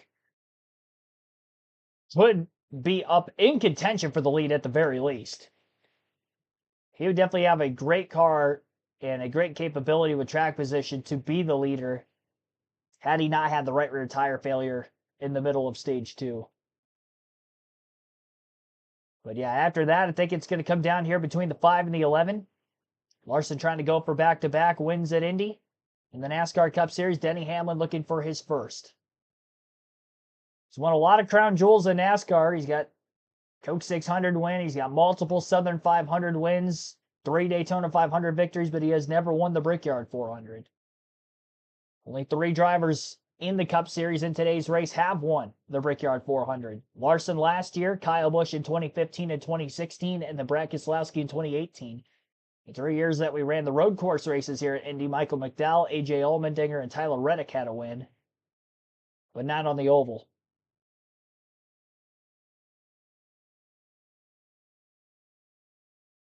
Two hours into the race, 9 lead changes, 4 cautions. 16 laps under yellow so far. 2 cautions per incident, 1 in each stage. Have we seen the final caution? I honestly don't think so. I think we're going to get at least one more. Based off of the incidents we have seen so far, which has been one each stage, you average that out with the stages being pretty equal in length, 50, 50, and 60. I think we get one more caution. Really, the word of the day has been strategy, Jamie. When you're out there in the car, how much do you want to know about the strategy all the other guys are on? Well, I want a coach, a cheerleader, a psychiatrist. I want everything that can kind of give me the information because we've seen some of the guys out front leading, but they're not in the best position. But when you're back in 12th or 15th, you might have the most fuel and be in the right position to win this race. But it's deflating when you're not up front. So I just want to know all the information I can get. This backdrop is incredible behind us, by the way. An unbelievable view that we have out here. But another thing that's really stuck out to me is the recovery by Denny Hamlin in that backup car has been amazing. And the contrasting days between Bubba Wallace, who scored 10 stage points today, and Kyle Busch, who came in here 39 points below that cut line, gets involved in that incident on the restart, damage the front end. They tried to work on it. He's having a very tough day. And at time he did not need to have that. I know, Adam, you said it many times. This is the one crown jewel that Denny Hamlin has not won. He has 7 overall in his career. And you know he wants to check the box today, see what he can do at this final stage. Well, if you had told him he's starting at the back in a backup car, he would be second for the restart in the final stage. I'm guessing he would have taken that time now for a progressive race recap. You see it here. Chase Briscoe starts on pole, wins the opening stage. Shannon talked about it. Stage 2 goes to Ryan Blaney. Had to make the pit stop. When pit road was not open because they were running low on fuel. And Denny Hamlin, can he finish the deal in the Brickyard 400? That's got to give you so much confidence if you're Denny Hamlin. And it's got to give you so much pride, too, if you're Joe Gibbs' employee, to be able to put a backup car on the racetrack with no laps, on a racetrack where the balance and ride heights and all those things are so critical. You have to drive that car from the back of the field. I think the second position as we start this final critical stage. Great opportunity for Hamlin here. Talk about those drivers front row for the restart. Leading us off out on Kyle Larson. Adam, Jamie, and Parker, we're talking about drivers wanting to know the entire scenario and information. Cliff Daniels, crew chief for Kyle Larson, laid it all out for Larson. Take a listen. It's going to be you getting as big of a gap as you possibly can. Burn. Safe now under yellow, burn under green, get a big gap. And we just got more room to work under green. And that gap is so important because Cliff Daniels explained the driver 6 on back. They won't need as much fuel later. So the bigger advantage Kyle Larson can get, they'll have to take more fuel, but it can take away that advantage some of those cars behind him will have naturally. So to get as big of a lead as they can is what Kyle Larson is instructed to do, Danielle. Alan, Denny Hamlin running second right now. Impressive after starting dead last in the field because of an engine change and a backup car. It sounds like competition director Chris Gatehart's voice here on the radio explaining strategy to the end. Everybody, put on one more stop. You have to wait. When the cycle will probably take. Man, the deal will be everybody will be pushing for clean air, trying to stretch all the guys behind and everything they can. What do you make of him alerting Denny Hamlin as to the field situation? So you got to assume this is the last restart. And if that's the case, this pass could be for the win. This restart could be for the win. Then everybody gets in position. They're all going to pit at roughly the same time. We can't say with 100% confidence how much fuel everyone needs. They're all playing a cat and mouse chess game of how much they're saving. But as a driver, that's not your concern. You have to run this restart right now like this is the restart to win the race, even with 55 to go. Because it may be the last chance you go up through the gears side by side with somebody. Larson got by Byron on the last one. That was a change of control of the race in the current situation.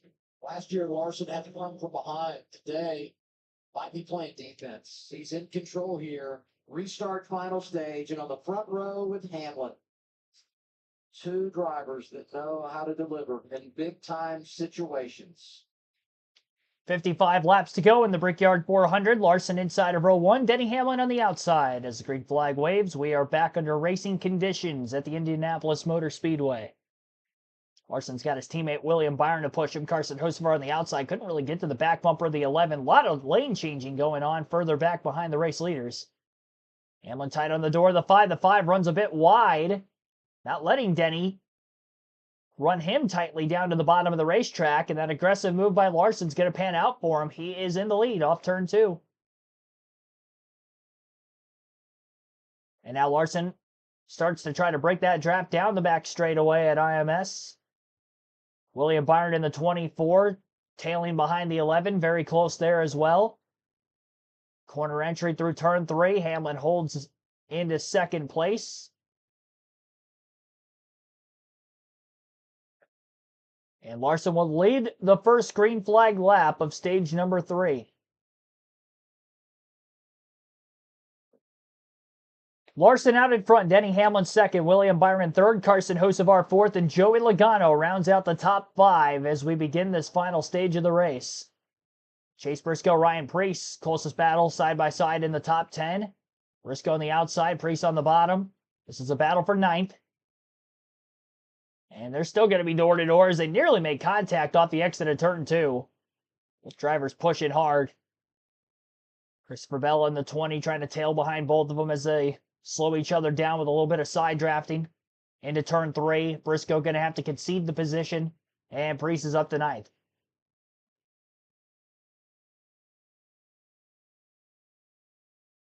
Bell to the outside of Briscoe.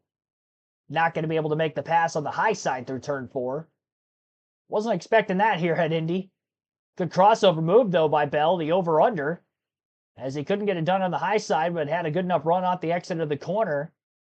Beats Briscoe to the bottom, clears him into turn 1, and that's how he makes the pass for 10th instead. Jonathan Nemechek trying to follow as the 19 continues to lose spots. Qualified on pole and now is outside the top 10 and back to 11.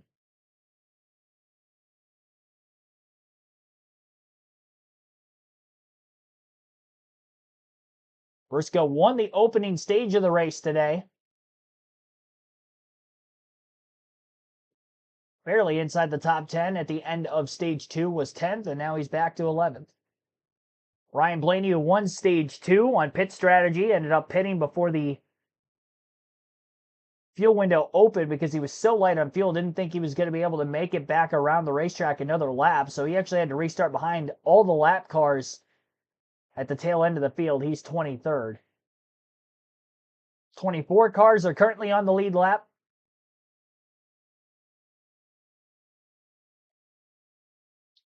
Just kind of riding around in a follow the leader situation here. It's going to be tough to get by Kyle Larson until we get closer to the pit stops, which could shake things up just a little bit more. And it's really just a race to see who will be the leader after the cycling of those final pit stops, and more than likely they would take place under green, unless we catch a caution right at the edge of the fuel window. We had a caution in the middle of green flag stops because the right front tire was not secured tightly with a loose lug on Eric Jones's car, which is the reason why you want to be the first to pit last in case of a caution, that you could cycle back out in front. It's a big enough oval that it is possible, if you're at the front of the field, to stay on the lead lap with a full 4-tire pit stop. Side-by-side commercial break right now with 50 laps to go on TNT. We'll go through the full field running order with Kyle Larson out in front, Denny Hamlin is second, William Byron third, Carson Hocevar in fourth, and Joey Logano in fifth. Bubba Wallace is sixth, Tyler Reddick seventh, Chris Buescher eighth, Ryan Preece ninth, Christopher Bell is 10th. Then Jonathan Nemechek in 11th, Chase Briscoe 12th, Josh Berry 13th, Justin Haley 14th, and Zane Smith 15th. Chase Elliott in 16th, Shane Van Gisbergen in 17th, Ty Gibbs 18th, Alex Bowman 19th, and Brad Keselowski in 20th. Ty Gillen 21st, 22nd, Austin Cindric, Ryan Blaney 23rd, Catherine Legg 24th. First car lap down is 25th, Cole Custer, and AJ Allmendinger in 26th, Jesse Love 27th, Kyle Busch 28th, Ty Dillon 29th, Riley Herbst 30th, Daniel Suarez 31st, Michael McDowell 32nd, Josh Bilicki 33rd, Noah Gragson 34th, is on track for 14 laps down after a mechanical issue earlier.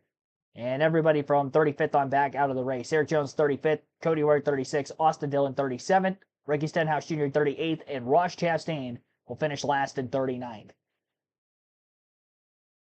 49 laps to go in the Brickyard 400 at Indianapolis. We'll take a quick break. You're listening live on KRC to full flag-to-flag coverage.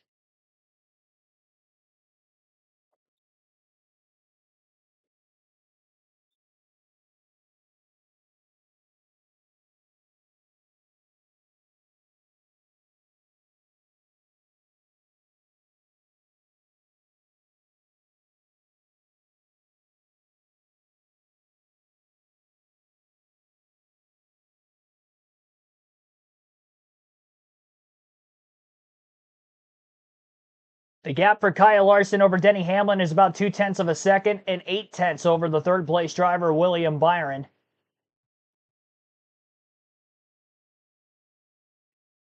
You know, at the beginning of the in-season tournament, I picked Byron to win because I knew he would have a good run here at Indy, and here he is in third. Too bad he was eliminated in the first round. As far as that in-season tournament challenge goes, the battle between the two Ties, Ty Gibbs, Ty Dillon. Gibbs leads the way as of right now. He's on the lead lap at 18th. Meanwhile, Ty Dillon is a lap down in 29th. And with some nose damage, probably going to take Gibbs falling out of the race for Ty Dillon to win the $1 million bonus that is at stake.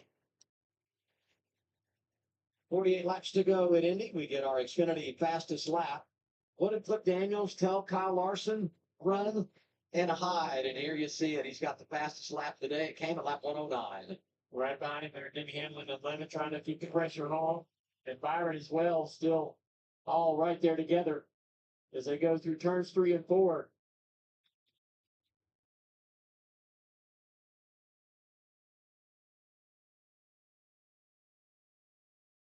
It's like you could just feel it. It's something that those at like where they look so organized, but they're positioning themselves. Hamlin's on 2 tires. I bring that up because his last stop was so short. I think that Larson and Byron have more fuel on, and therefore need a shorter stop. I think Hamlin, now look, he started last. You don't get the second by, you have to pay the piper somewhere. And I think they've just been short on gas, short on gas, short on gas. It'll all work out if they can get stretched out, but this cycle of green flag pit stops is going to be huge. Now look, this could be the race that we can have a wreck fest and then have a bunch of cautions and restarts. We've seen that here before as well, but you got to assume the cycle is where you're going to make the time. Kind of looking back at the field here, doing the ACT in 17. 54 car of Ty Gibbs, Sunoco camera. We ride on the roof. Walk through turn 4. SVG came in here, had a great qualifying effort, his best qualifying effort on an oval, sitting in 17th position, which would be his best result on an oval. He had a really good run here in the Xfinity Series last year. This is his first start the next year, and I would think that for a road course, a guy who grew up right on road courses, as SVG did, coming to Indy would be the most similar oval to road courses because you have all these 900 corners. And so, not surprised really to see the gains he's made here. It's getting to watch this 54. I thought Ty Gibbs might get up there and battle SVG. It took small way. Ty Gibbs just passed Alex Bowman just a lap or 2 ago to take over that spot. But good shout out for SVG making the gains on the oval like he wants to. Carson Hocevar fourth and the running. And Carson Hocevar and then all to solve the very first. Had lap 80. I just talked to Ruth and he took me to see on the last stop to the key with some of the guys who pick it up. The reason is they cannot be further behind Kyle Larson in 4 seconds. Right now, 2.5 for Carson Hocevar. And that window for this final stop's kind of quick. Yeah, I think they could make it for 42 to go. I would probably, I'd probably wait till 40 to go unless a whole bunch of cars pit. You see everybody kind of positioning themselves. My point about not being so concerned on like a road course is just, I don't think you're going to have a wave of cars. Barry's the first guy to come pit road. This is a little bit of a big gamble from further back in the field, hoping he gets a little lucky. Now, he'll probably lose a lap from where he pitted from on the racetrack. We'll have to see that, depending on how long the pit stop is. 44 to go for him, Alan. Yeah, an early gamble. We've seen these fancy cars change. Josh Perry was not saying that lap 53. Quick stop for Josh Perry. We'll see what he can do with it. So that'll help him dramatically. He won't lose a lap at all. So that was my point about how much time they spend on pit road.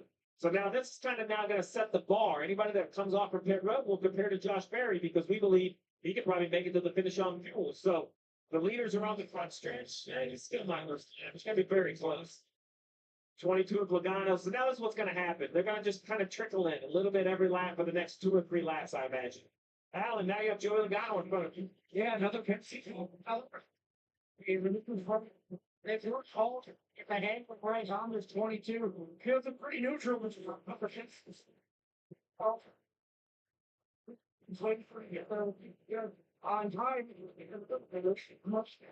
That's just a fear. We got two left stops.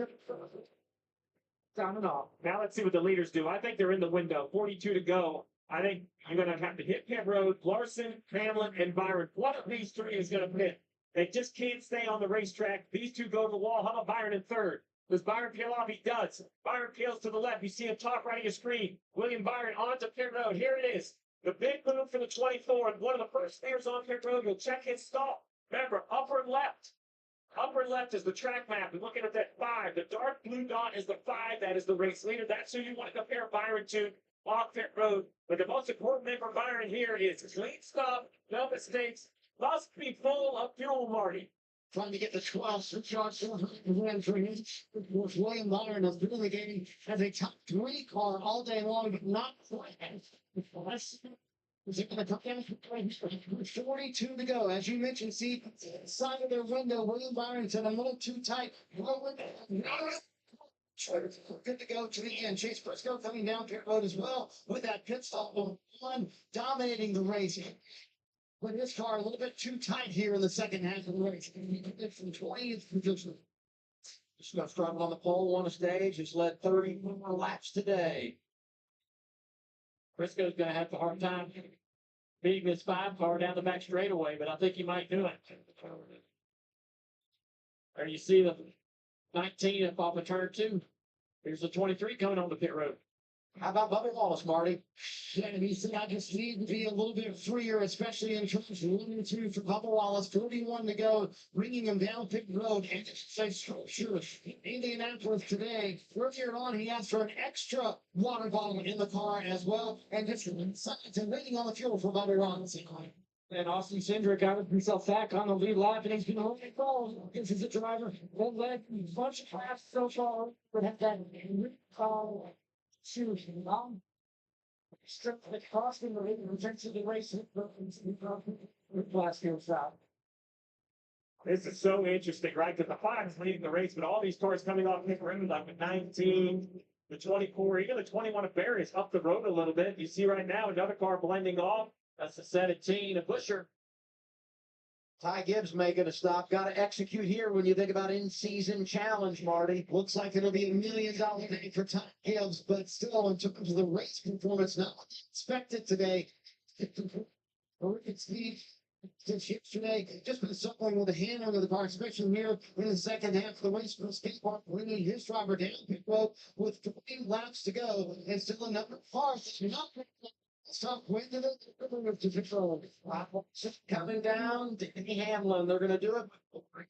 Laps to go. You have to execute. Here's the 11, Danielle. Teddy Hamlin says right now, especially Chris Hill, like, is pretty neutral. The 11 seems very happy with them. Larson and Cliff Daniels said the best part of their team is their ability to adapt this strategy that's happening right now. We're going to work. Says, wait for me. Cliff Daniels said, wait for me to give you the cue to leave. Waiting. Well, actually, 4 tires on the. Go, Marty. You can out on the left-hand side of your screen. Let's see when William Byron comes in with a teammate. Watching hopes. So Vicky, right here, they were going to wait. Fuel, they told him, we're not going to wait. We'll get to the last finish. And now watch this one. Was a bit confused right now because I thought the 24 is the best. Will he get in front of Larson? But the 22, Logano, is up the road to skid. There's Larson, bottom right, upper left, William Byron. So the 2 Hendrick cars, Larson is going to have control. Now I think Cliff Daniels is going to have to tell Kyle Larson that bright yellow pencil paint scheme. So famous here in Indianapolis, well, that's the guy you have to go run down. Can Paul Wolf and Joey Logano find a way to take control of this race? Got a short free flag pit stop. They also got Bubba Wallace. Also in between them as well, the 23. Made his pit stop at lap 117. He took 2 tires. Talk about Bubba Wallace, talk about Tyler Reddick, and there you see Larson. And it's talk about fuel load and all of that. Well, kind of there. I know the 24 and the pylon says something different, but these guys have played their hand. We know the cars that they have. The 22 car had a 6-second pit stop.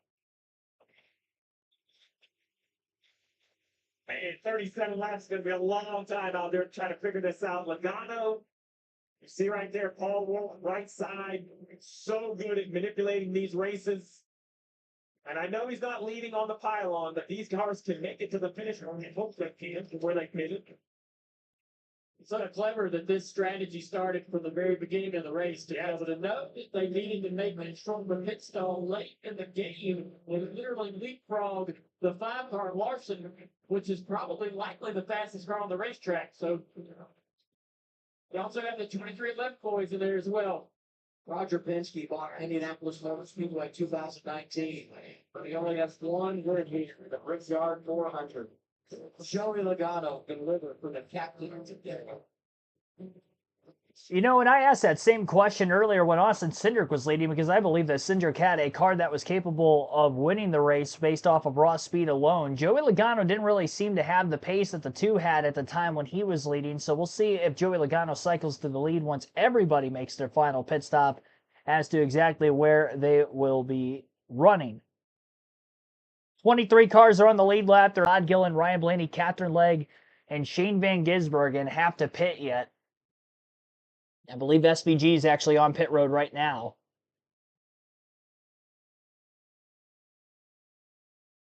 And he is. So only 5 cars have to hit pit road. And based off of everybody who is looking like he will be the driver who will cycle into the lead, then Bubba Wallace, Tyler Reddick, Kyle Larson, and Josh Berry, of those that have already pitted. That would be the eventual top 5. But again, your current top 5 has Justin Haley out in front, then Brad Keselowski second, Todd Gillen third, Ryan Blaney fourth, Catherine Legg in fifth, and then Joey Logano 6th, 7th, Bubba Wallace, Tyler Reddick 8th, Kyle Larson 9th, Josh Berry 10th. That is the top 10. Riley Herbst loses another lap at the hands of Joey Logano. Herbst, one of those many cars that have quite a bit of nose damage. Wallace seems to be running down the 22 of Logano over the course of this run. Again, Joey just hasn't looked as quick as his Penske teammate earlier. He's got a lot of dirty air in front of him in the corners with all these cars that have damage losing their laps. Catherine Legg in the 78 is actually going to be for position for 5th place. Just up ahead. Oh, no, that's not Legg. That's the 71 of McDowell who has damage from earlier. It looked like the 78. It was the 71. They have similar paint schemes. I saw the 7 on the side of it. Jumped the gun a bit.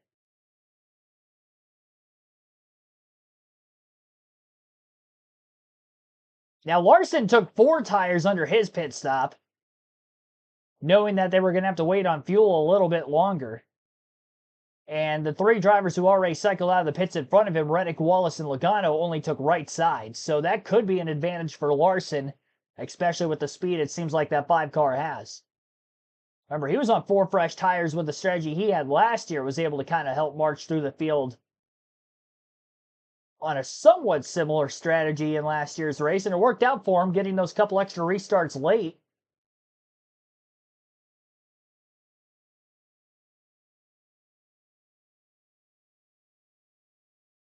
I believe this is the first time Justin Haley has been able to lead today during any sort of green flag stops. He has led for 6 laps. Ryan Blaney led for 8. He won stage 2.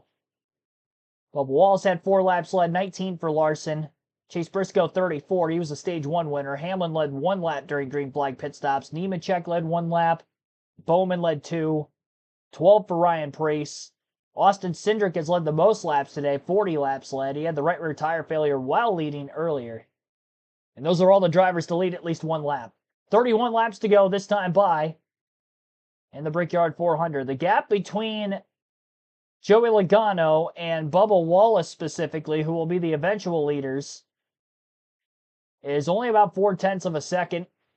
And that last lap, Bubba Wallace ran a 51.575 to a 5.23 for Joey. So pretty similar lap times. Joey was a couple hundredths quicker.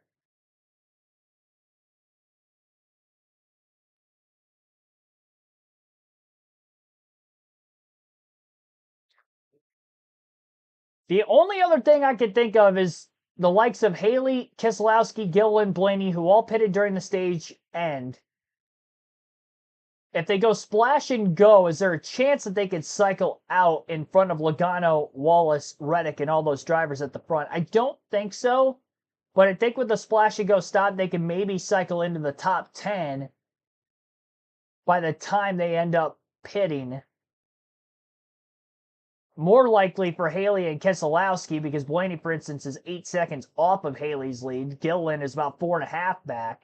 Keselowski's only a second and a half off the 7 for when they hit pit road. The longer they stay out, the more at risk they are of a caution coming out, and then they would have to pit anyway, and they'll be at the tail end of the lead lap.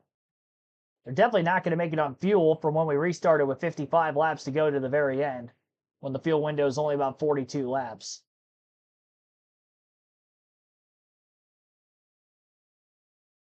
I could be able to save 11 laps of gas on a 2.5-mile oval under green flag conditions.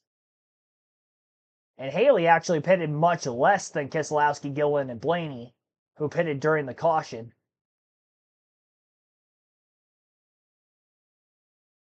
Catherine Legg also pitted at that same point, but she's over 20 seconds off the lead.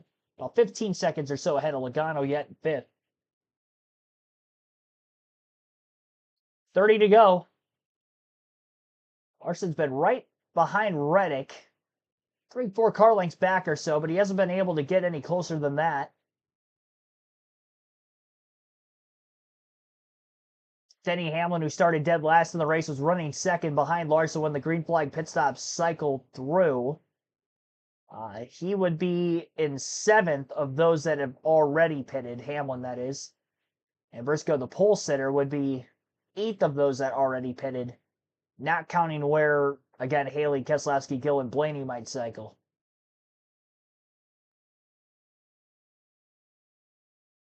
I get the reason why Haley, Keselowski, Gilliland, and Blaney are staying out, so that way they know about how much fuel they need to make it to the end by running this all the way down to the very finish. I would imagine lap time wise, they have clean traffic and they're able to put together better lap times now than what they would be in traffic as well. Logano 51.145. Todd Gilliland, for instance, ran almost the same identical lap time. Brad Keselowski with a 50.812. Another reason why he's probably staying out. He's actually running quicker than Logano. He was about 0.3 faster than the 22 car that last lap. Keselowski was the fastest of the Fords in practice yesterday. I put him on my fantasy team for that reason. I thought he could have a strong day. Strategy just hasn't really been there for him until now. And I guess when you put the full race together by way of strategy, maybe it will work out for him. They still have about 1/3 of a fuel tank left in their car, so they can push for quite some time. Clean air is king, and his car had clean air faster than the 22 who has clean air.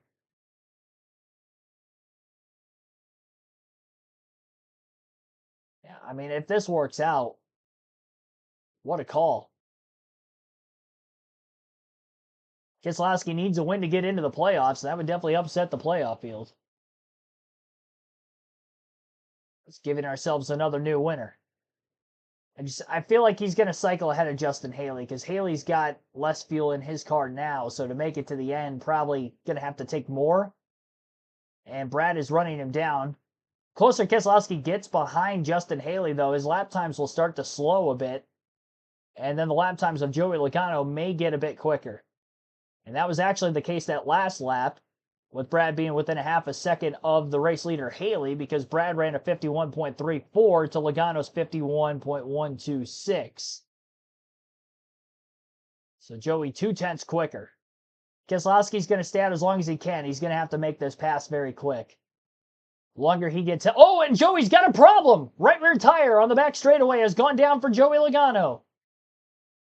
He's trying to get to pit road. That's the 4th time we've seen somebody blow a right side tire. 3rd time it's been a right rear, and the 2nd Penske Ford to have an issue. Cindric, while leading earlier, had the same problem. So that will hand things over to the 2311 Toyotas of Wallace and Reddick, who lead the strategy of those that pitted, and that buys Keselowski a little bit more time, knowing that Logano is going to have a problem, and he is not going to be in contention for his first career Brickyard 400. Here's the three-time champion making his pit stop, Alan. And not much else. It's rated to first. Gilliland pits. Two all the way down, similar. So, push off. It's even there for safety. On the right rear, we'll see what it says here. In his box, they're going to call 2 tires right now, set the damage, see what they can do on the 22 car to get him back out there. You also know that they're running as hard as they can run, or as hard as they ran all day long, really putting the stresses, putting the tire through all of the stresses and pressures more than they have all day long. And same thing. Right off the exit of turn 2, middle of the back straightaway is where the tire ended up going flat. And Bubba Wallace could be in prime position, who has had a fast car all weekend. Really, the Toyotas as a whole have been so fast. They swept the top 5 in qualifying. They were the top few positions in practice. Logano losing more time on pit road as he struggles to get fired off. His car's sputtering, and if it stalls out, this could bring out a caution flag if he cannot get the car refired. Which could be a problematic caution for Keselowski, Blaney, and Haley. I would be headed to pit road right now if I am those race cars, knowing that the 22 is just sitting there. 22 team running down to try to assist Logano. Logano may be going into the garage area if he can't get this thing refired. I don't know what the exact issue is. But Joey Logano's car not firing up, and now it's firing. Haley and Keselowski are coming into the pits just in case that caution is going to come out for Logano, but Logano finally gets the car refired. He'll leave pit road, and he'll definitely fall off of the lead lap. Brad first for party. Boy, that looked like it was going to be the caution Brad Keselowski was hoping for. They did get the pit road. Still no caution, so several teams are trying to take that gamble today. 23 to go for Keselowski, who twice here in the last 2 years has come close to being in a position for winning the Brickyard to get to the front. With 23 laps to go for Brad Keselowski, this one's not only with enough fuel to make it to the end. Ryan Blaney and Catherine Legg are the only 2 cars that have not hit pit road yet that will have to stop for fuel purposes before the end of the race. We have 23 laps to go. Haley and Keselowski just pitted. It's the second time Blaney has led today. He won stage 2 on pit strategy. He's got a lap car, Michael McDowell, right in front of him.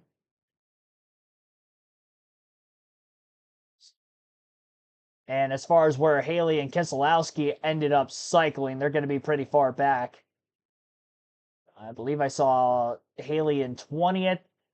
And Keselowski's 15th. So, yeah, they're even with the splash and go, they ended up changing right sides along with it. They're well off of the race lead. So, at some point, Ryan Blaney and Catherine Legg are going to have to hit pit road and surrender their track position. Legg is only about 4 seconds or so ahead of Bubba Wallace. Wallace's gap over his teammate Tyler Reddick is 2 seconds.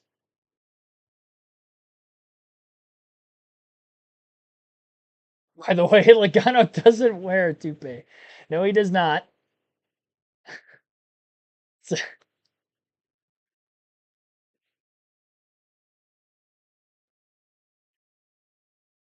said hair transplant surgery, but it is not a toupee. It's his real hair.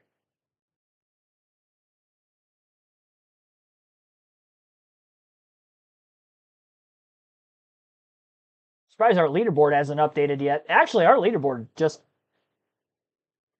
froze. I think. Let me refresh the page. I'm like 3 laps behind on the raw feed. Raw feed is frozen at lap 137, currently lap 140 in the actual race, just over 2.5 hours in. 15 lead changes. 4 cautions, 2 for incident. 1 in stage 1, 1 in stage 2. We have not had a caution for incident yet in stage 3.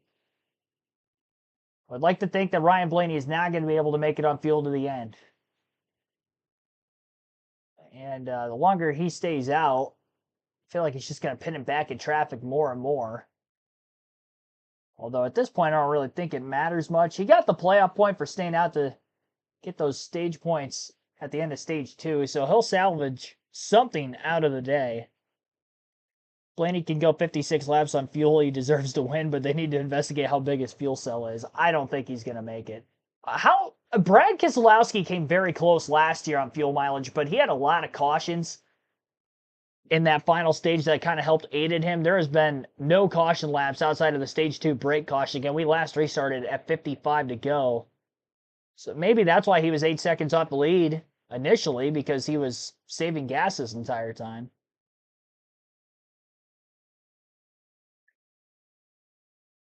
This will be interesting. One thing. Yeah, Bubba Wallace is 23, currently running in third place, but going around Catherine Legg right here for second. And they're ideally thinking they have enough fuel to get to the finish. Got a comfortable enough gap between them and Tyler Reddick, Larson, and those cars to start saving a little bit to make sure they ensure they have the fuel to get to the end. Could be a career day for Bubba Wallace to bring a win home from Indianapolis. Well, fuel's the question for me. Ryan Blaney lined up here with 104. I don't think there's any way they could go 56. Yeah, I don't think so either. These Penske Fords have proven time and time again they could go further than anybody. It would be impressive, almost unbelievable. But if Blaney could pull it off, he currently has about an 18 or 20-second lead over the cars behind, so he's got room to save gas. But I just can't think he can make it. As you handicap the drivers inside the top 5, the one you really feel good about is this guy, Kyle Larson. He's led 19 laps today. We know they're in a really good position on fuel. They took 4 tires on their last stop. Larson trying to go back-to-back at Indy when his fourth race of the year and doing a solid job right now, 5th with 18 laps to go. Yeah, this is an interesting little quad of cars right here, the 45-5, 21, 24, 11. Some maybe saving a little fuel. I think the 45 has them all backed up, all on top of each other, and they're going to be blocking a little bit, trying to maintain that track position. Here comes Blaney on the pit road. Question answered. 12 just can't make it all the way. I imagine this is going to be a short stop to Danielle for Ryan Blaney. Yeah, I just asked Jonathan Hasser a moment ago, could you make it on fuel? He said, no, we're going to have to finish. You see the guys coming over the wall? It's going to be 4 tires and fuel for Ryan Blaney. It's not surprising at all when they build in these situations, and I think the same about Brad Keselowski when they made their pit stop. Boy, is it fun to think outside the box at what might be laying in wait for these teams as they roll the dice. So all this cycles around Bubba in front of his teammate Tyler Reddick. Larson is now 3rd in the running order. Barry up there with Byron, Hamlin, Briscoe. Interesting collection of drivers inside the top 10. Not just drivers, but the organizations with which they represent. Last restart was the start of the final stage. We talked about that could be it, and then it was all about a green flag cycle. Really, all the leaders did a really nice job, but you got to hand it to the 2311 strategy. Bubba Wallace doing his job. Look at this picture right here. All on the line, didn't need a lot of fuel. A quick right side, the fuel again. He's a difference maker, right? How long it takes him to plug that can in. They had to wait on fuel a little bit, but not as long to take 4 tires. Look at this mess on the racetrack. But that was the move of the race for Bubba Wallace. But now that we have Larson the second, we're getting ready to see how much pace that 23 car has, because Larson's going to be ears pinned back. He's going to be on the go. I was getting the feeling that he just got turned loose, you know, because just like last year. Because last year they were 23rd with 30 laps to go. But he knew he was good. And you love a driver like Larson on the offense. 17 blocking down here, Busher. Blocking the 77. Brad Keselowski with a run right to the back bumper. That's going to cost him a little speed. The 42's there.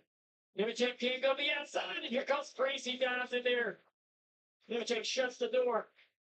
This is all the stuff Bubba doesn't want to see end up in a yellow flag. Yeah. All the cars in line right here for position.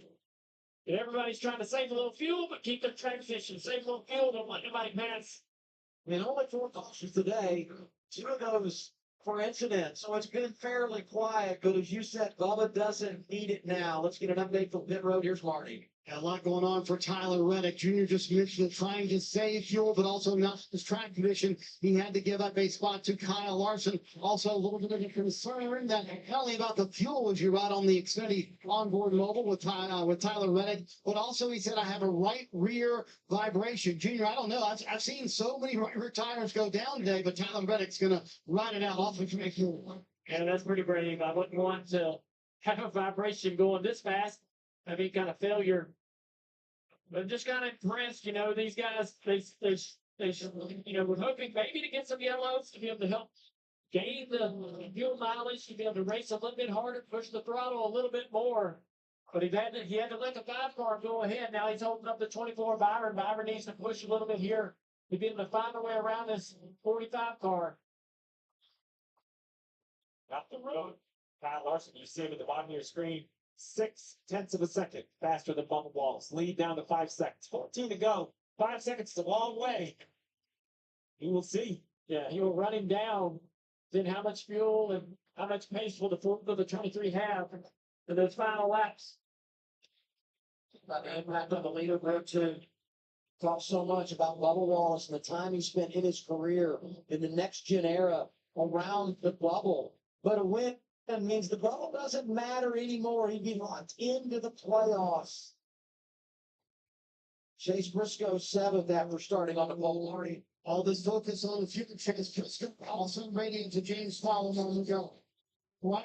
Vibration, it's anything worse. He said, do you want to come to pit road? The spotter did, and then James Small said, no, stay out there if you can. As long as you can stay out there, and it doesn't get much worse than where he is right now, take care of it. So, see, that's a lot of time. A lot of drivers talking about right rear vibrations late in this run. And see how it's shaking the camera on the bumper of that car. Pretty significant shake to the camera, shake to the car. That's got to concern the driver.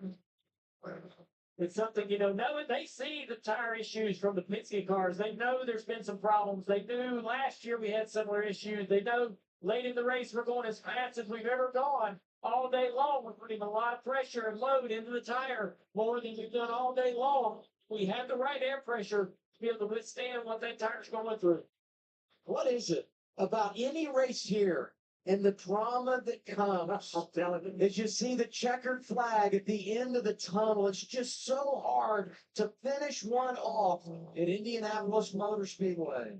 Say what you want about stage racing, but it's really made the third stage pretty intense in every single race that we go to. And now we go in-season challenge. Ty Gibbs running 16th. Ty Dillon 3 laps down in 30th. It's got to finish the job. If you're Ty Gibbs, you win the first in-season challenge and pick up the $1 million. Be a good day for Toyota, $1 million and a win in the Brickyard. Bubba out front by 4.5 seconds over Larson, Marty. And Adam just what's right in front of Bubba Wallace. There has been no driver in the next gen era that has been on the playoff bubble 16th or 17th in the standings more than Bubba Wallace. And here he sits, not only looking at a possible Brickyard 400 win with 11 laps to go, into the 10 laps to go, but also a berth into the playoff. I can't imagine what he's feeling right now. All the pressure, Yeah, he's got enough of a gap over Larson. Larson is definitely quicker. He was the only driver that I know of, Larson that is, that took 4 tires during the last pit stop, which was during the green flag conditions. Most of the field I saw took 2. They had to wait on fuel anyway, so they ended up taking 4. He actually cycled out of the pits behind Reddick. He passed him. He has since gone 4 seconds ahead of Reddick. So Reddick is now about 8.5 seconds off the lead and kind of holding up a slew of drivers behind him. Byron, Hamlin, Berry all pretty tight behind the 45. A couple of drivers dealing with some sort of vibration from the right rear. We've seen 4 drivers today have tire failures, 3 of which were right rear tire failures sporadically through the race. Cole Custer, Joey Logano, and Austin Cindric. And as for Logano and Cindric, they would have been the leaders at the time of them having their incidents. These have to be the longest laps of Bubba Wallace's life. The laps are already long, around a 2.5-mile oval in Indy, especially if you're by yourself, not really battling anybody, but then you add on to it. You're just hoping this thing stays green to the end, while the 5 car is getting closer and closer. As of right now, there's no lap traffic in between the 23 and the 5, and the gap is 4 seconds. Mathematically, Larson's going to have to be almost a half a second quicker lap to get to Bubba Wallace. There was one lap in particular, he was about 0.6 back. I don't know how much maybe Wallace was saving a little bit of fuel just in case we go past the scheduled distance and into overtime. because he does have a little bit less than Larson. Larson pitted a little bit later into the run than that of the 23. Denny Hamlin is in the 5th spot after starting dead last. Valiant effort for the team of the 11 that had to go to a backup car nonetheless after a crash in qualifying yesterday. And he might have another spot up for grabs in front of him because William Byron gets by Tyler Reddick through turn 1, cleared into turn 2 for 3rd. Byron more than 10 seconds off the lead. The slow pace from Reddick was just too slow for that of Byron to get held up too long from behind. And now Denny Hamlin will try to attack for 4th. Reddick with a half block down the back straightaway. Hamlin beats him on entry into turn 3, and Reddick will have to surrender another position. And now Josh Berry in the 21 catches the 45 quickly into turn 4. Josh Berry in the Wood Brothers Ford up to 5th. As Reddick continues to slow as he nurses home what is not only a slower race car, but he was one of those 2 drivers that mentioned to his crew that he feels he's got a vibration in the right rear. Briscoe, another one of those drivers that was dealing with the same issues, is running faster than that of Reddick, and he's right behind him looking to pass him for 6th. Larson's 3.5 seconds off the lead with 7 laps to go. Probably more like less than 6.5 now with where the 23 car is on the racetrack.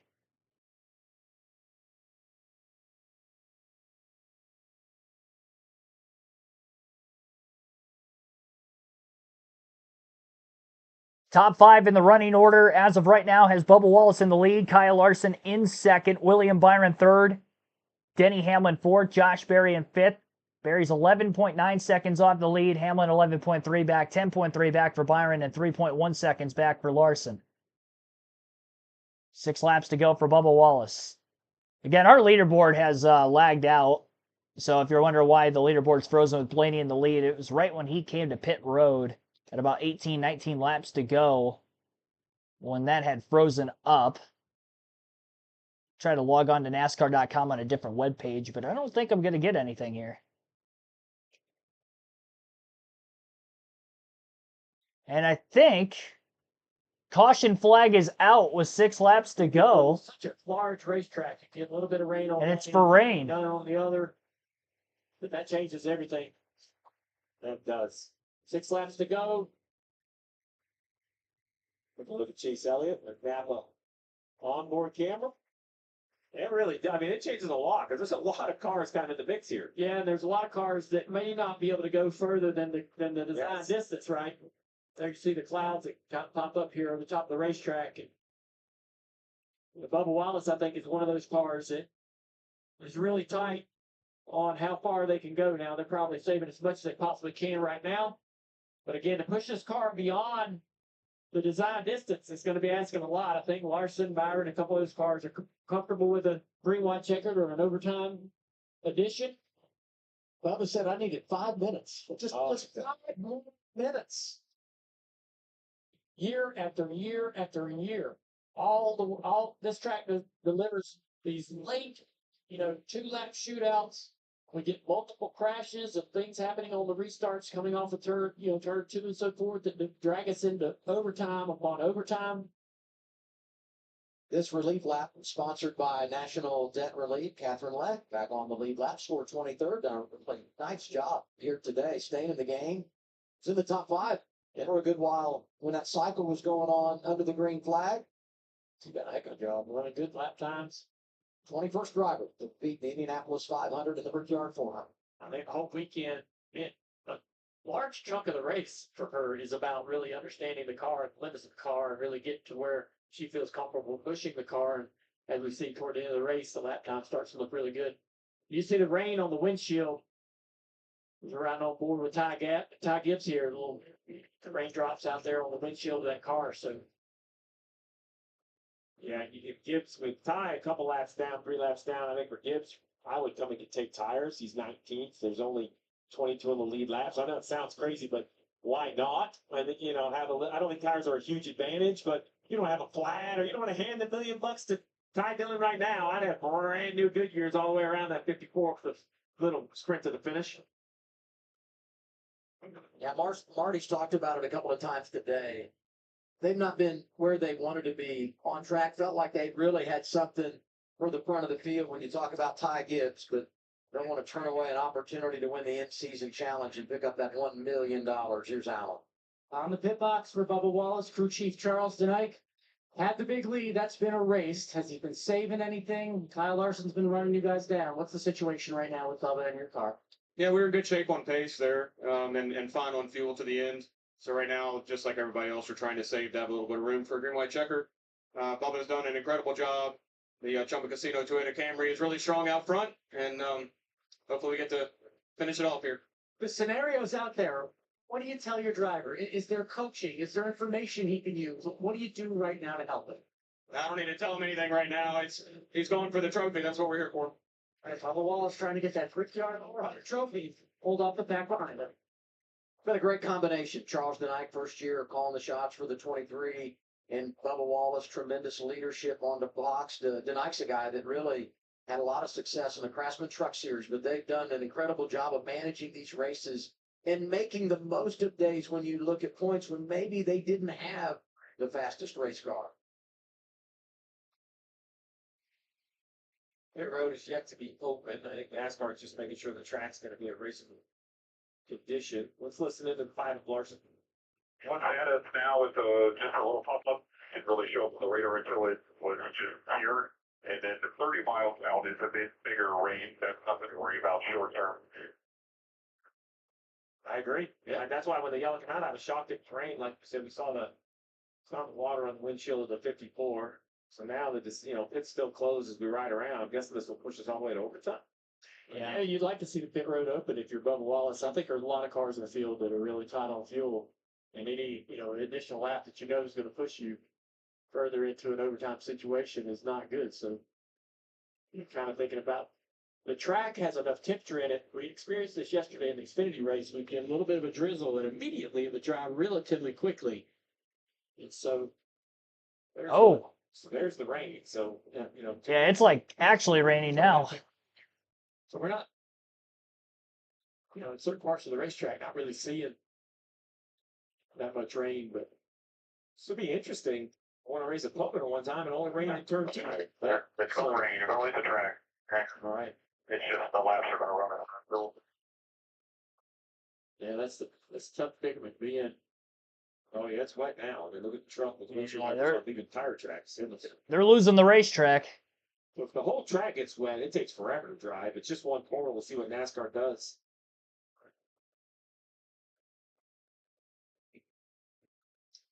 Here's Marty Snyder. Yeah, Adam, the drivers were just told we're coming down pit road and stopping as it starts to rain here a little harder on pit road. So Cliff Daniels, good call here by NASCAR to stop the race at this point. Yeah, I mean, I think so. As soon as we started talking, now the rain's coming. So from what we saw, it was going to be a little small cell. Obviously, we'll see what it turns into. I really want to go back green. I think the finish would be exciting. But proud of Kyle, proud of the team, to be in this spot, to be in contention, and it's ready for the now. Yeah, we'll just have to see. If we go back green, where would your advantage be? Do you feel like you have a fuel advantage of a 23?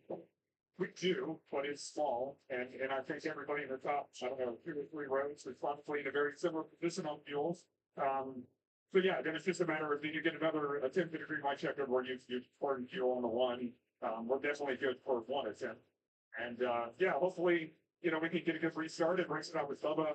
Probably going to be a fun into the race. I hope we get there.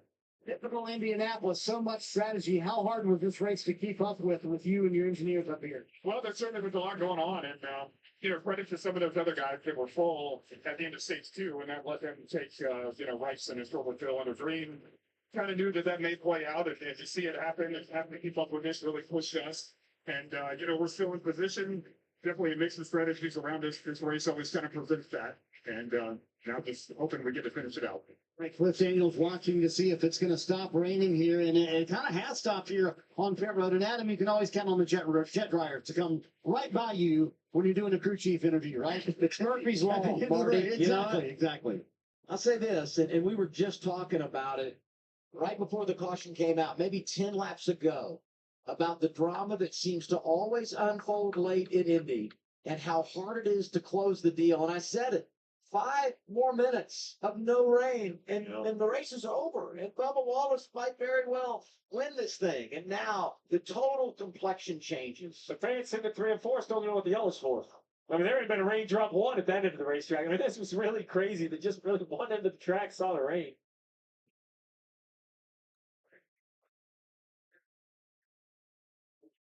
That was not big time rain. Absolutely not big time. Okay.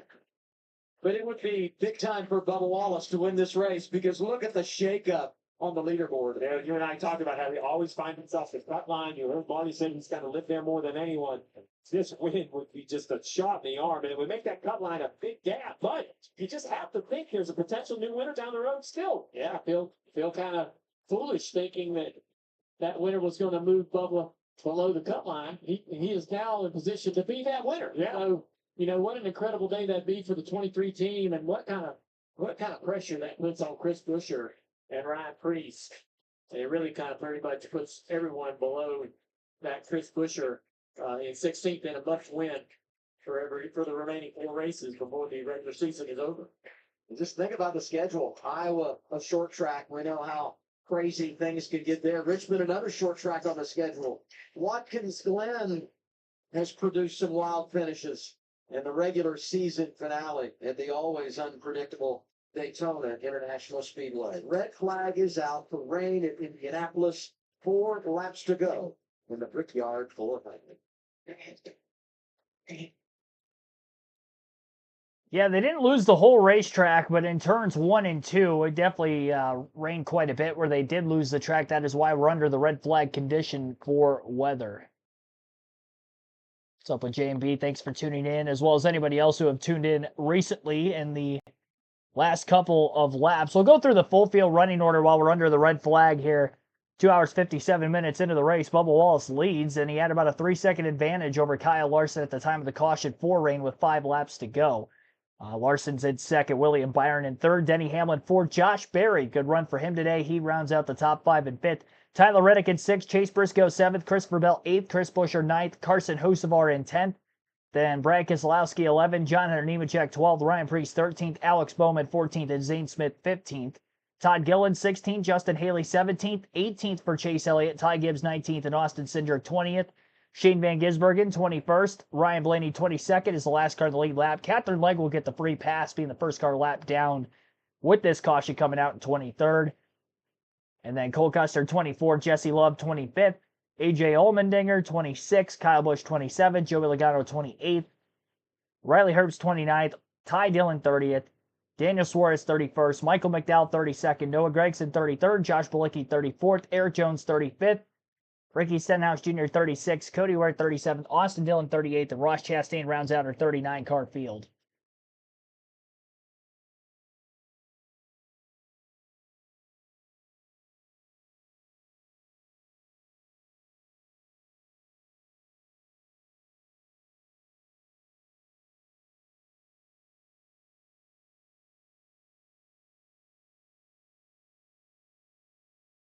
Yeah, assuming that we do end up getting back to racing like we did last week, where we had caution after caution on restart, a similar situation where we had a little bit of rain in the final 20 laps of last week's race at Dover.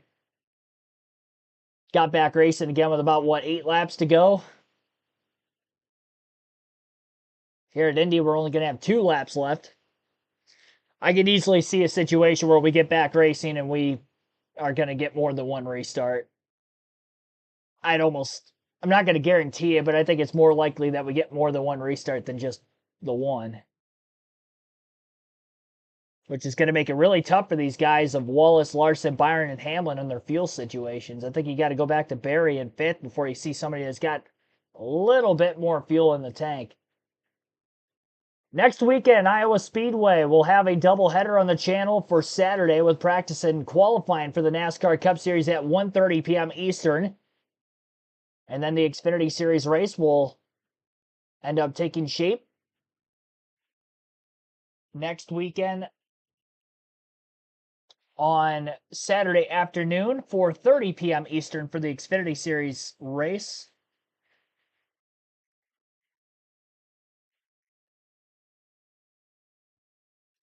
And next Sunday, we're looking at a 2:30 p.m. Eastern start time for our Iowa Speedway Short Track Racing Cup Series events.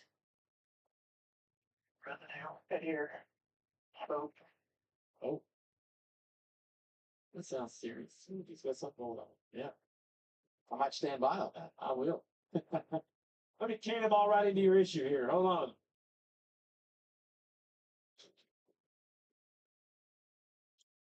Marty?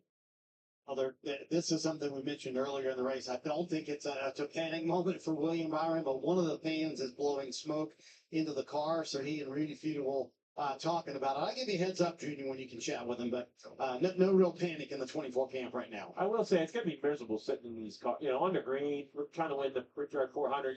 You're rolling, but sitting, it was hot down on pre-race when we sat on the stage. I thought Jamie Miller was going to melt there at the point, but now sitting in these cars, both Parker and Jamie talked about this is what would be the toughest for a driver sitting here in the heat. These cars have been heat soaked. Let's see if we can try them again. William Byron, it's the guys in the booth. You guys? Yeah, I got you. Man, here you have smoke in the car today. What's going on there?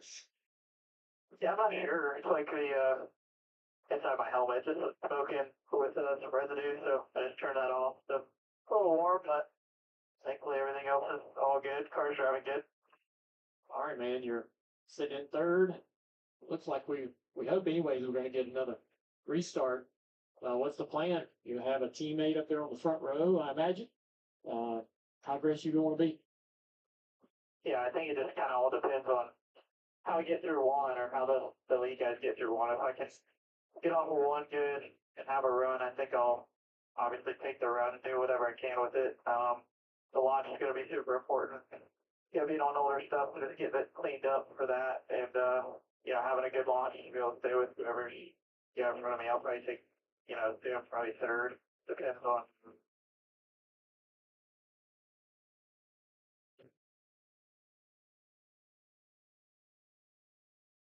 I think it just kind of all depends on how we get through one or how the lead guys get through one. If I can get off of one good and have a run, I think I'll obviously take the run.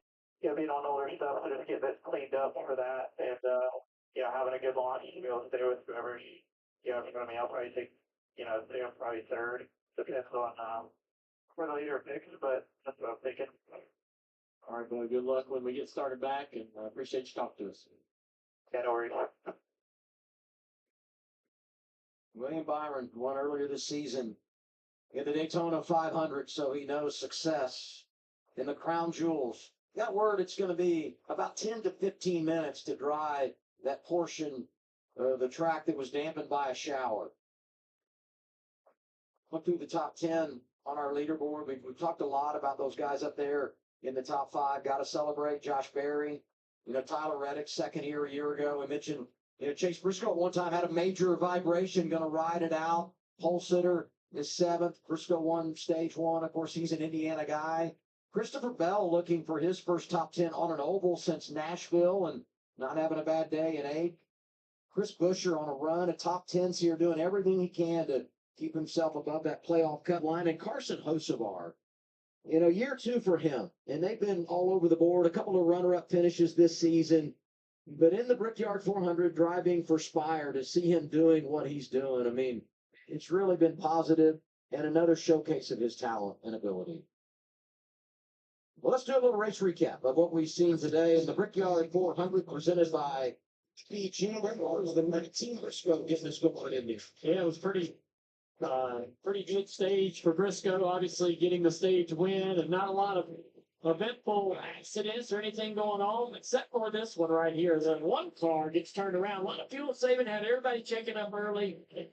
McDowell gets into the back of the one of Chastain getting down the corner. Surprised Chastain and surprised McDowell as well. Pretty hard hit in that outside wall in turn 3. Yeah, now that yellow kind of is what encouraged all these split decisions. Some stay out, but Penske cars namely stay on the racetrack, close to the field, comes to pit road, which means then the Penske cars have to come under green, which ended up working out. They ended up with some good track position out of these decisions. See them making their pit stops, and as everything cycled through, open the door for Chase Briscoe to be back on point. He collects the victory in stage 1, second stage win of the year. Cindric leading in stage 2, had a flat right rear tire down the front straightaway. And then the 53 had a right front wheel come off the car, sending him hard into the outside wall into turn 3. Eric Jones and Davis done it after having a lot of speed all weekend. But like I said, yeah, the 19 at Briscoe was trying to get the pit road. The yellow lights come on. He had to stay on the racetrack. So thinking he was going to hit the lottery ticket right there, trying to jump on before the yellow comes out. Not so fortunate. Ryan Blaney playing that strategy. And then you go to this restart as everyone's trying to get control. You knew Blaney would have to look at Larson driving through to jump in front of his teammate William Byron. William Byron would love to have that spot back. He can sit second right there in the middle. Blaney wins the stage, but they were out of fuel. Actually came down the pit lane before pit road opened. Yeah, Bubba Wallace finished 10th in that stage, but was setting himself up for later options for the 23. Giuliano took 2 tires on his pit stop. Yeah, short stop on the 22 side of him in the lead, the 23 as well. 2 tires. That jumps Larson and Byron and some of the cars that needed 4 tires and fuel. Larson said, I'll take 4 tires. And then the blend. And where is everybody in the running order? It's Logano out there. Here comes Bubba, and you watch Larson coming off the pit lane. Yeah, look how close it was. With Logano ended up having this issue. It's just a few car lengths between the 23 and 5. Reddick was in that mix as well at the time. Number 22 has a tire issue as well. Another Penske car with a right rear tire. And then Bubba's sitting in the best spot to be able to avoid this and take the lead and put himself in position to try to win the Brickyard 400.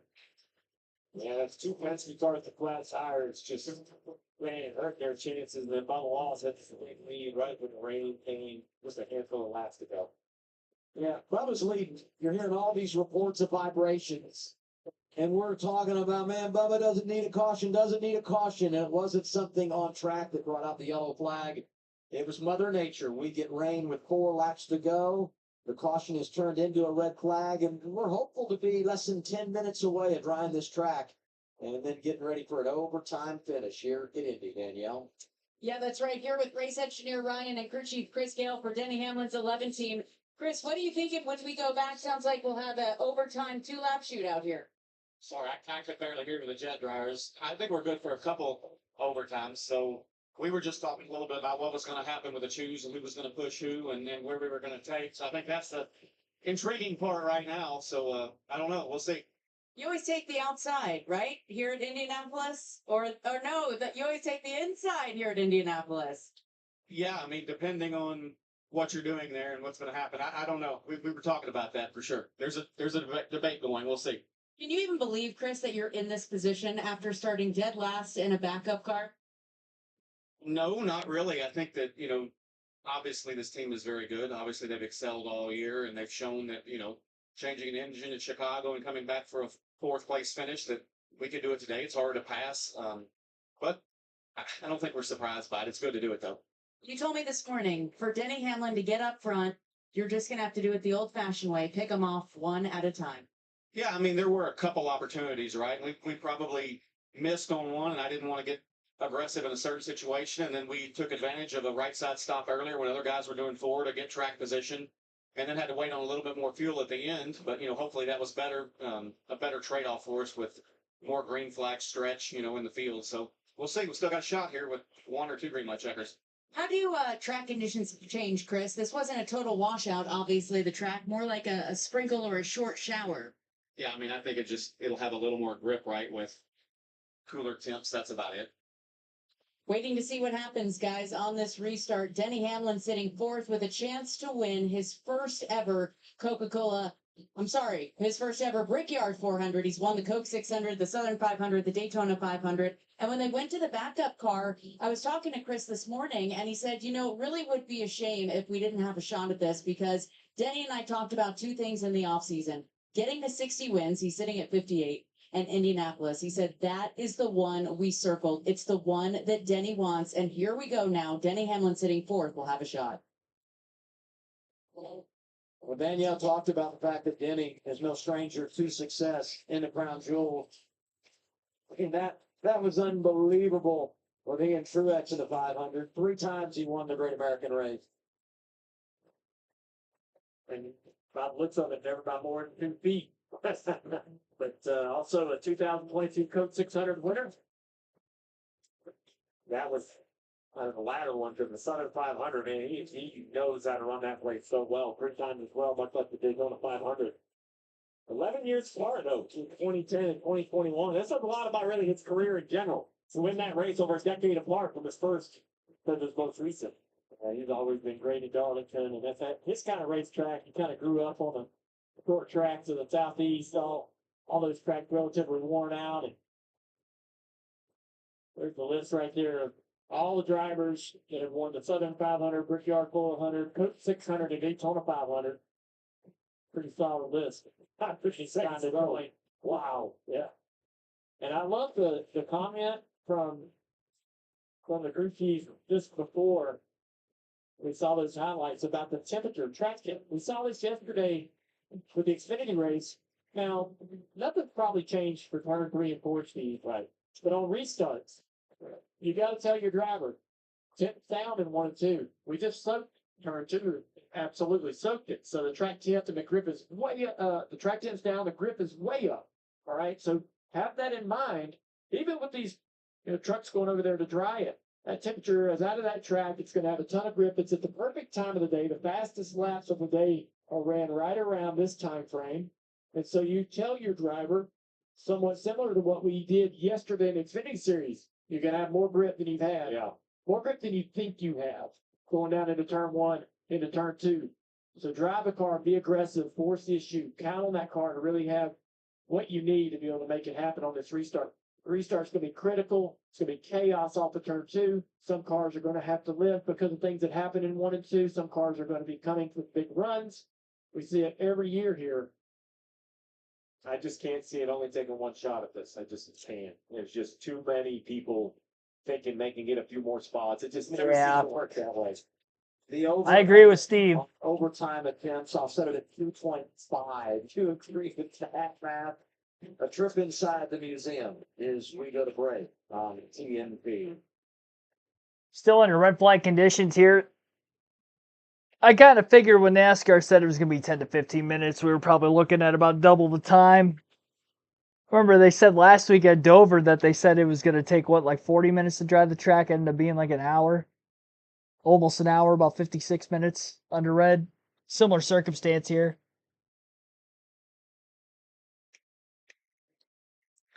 Will Bubba win? I'd like to think Larson is the favorite here. With him having 4 fresh tires. And he was by far the quickest car on the track. Not necessarily that he was only quicker than Bubba leading, but he was pulling away from everybody else behind him too. In the event that Wallace falls out of the lead, I would like to think he can still get a second or third as long as he doesn't get involved in an incident. But I do think that this race is more than likely going to be won on the restart. I will say if Wallace gets ahead of Larson on the restart, the race is not over yet with Larson having those 4 fresh tires. Maybe if anybody can make a pass, he could be the one. If it was the other way around, Larson gets to the lead. I don't care who's in second. I don't think anybody's getting around him. They're going to be at a tire deficit, and with the dirty air, it's just not going to happen. They would need another restart to line up on the front row and maybe get a better launch through the restart zone, a better push from behind, get out ahead of the 5 car that way, which could happen. You got 2.5 miles to get back to the white flag.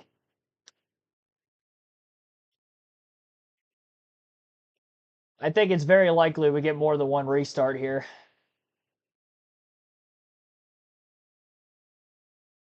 I don't know how many more we're going to get, but I think we get at least more than one. I'd be shocked if we don't. We haven't had any cautions on the first lap following a restart today, but there have been so many blocks the first lap or 2 or 3 after a restart, especially down that back straightaway. There's so many guys that just fan out of line, trying to desperately hold on to their position, and I feel like this instance, it's going to cause an incident.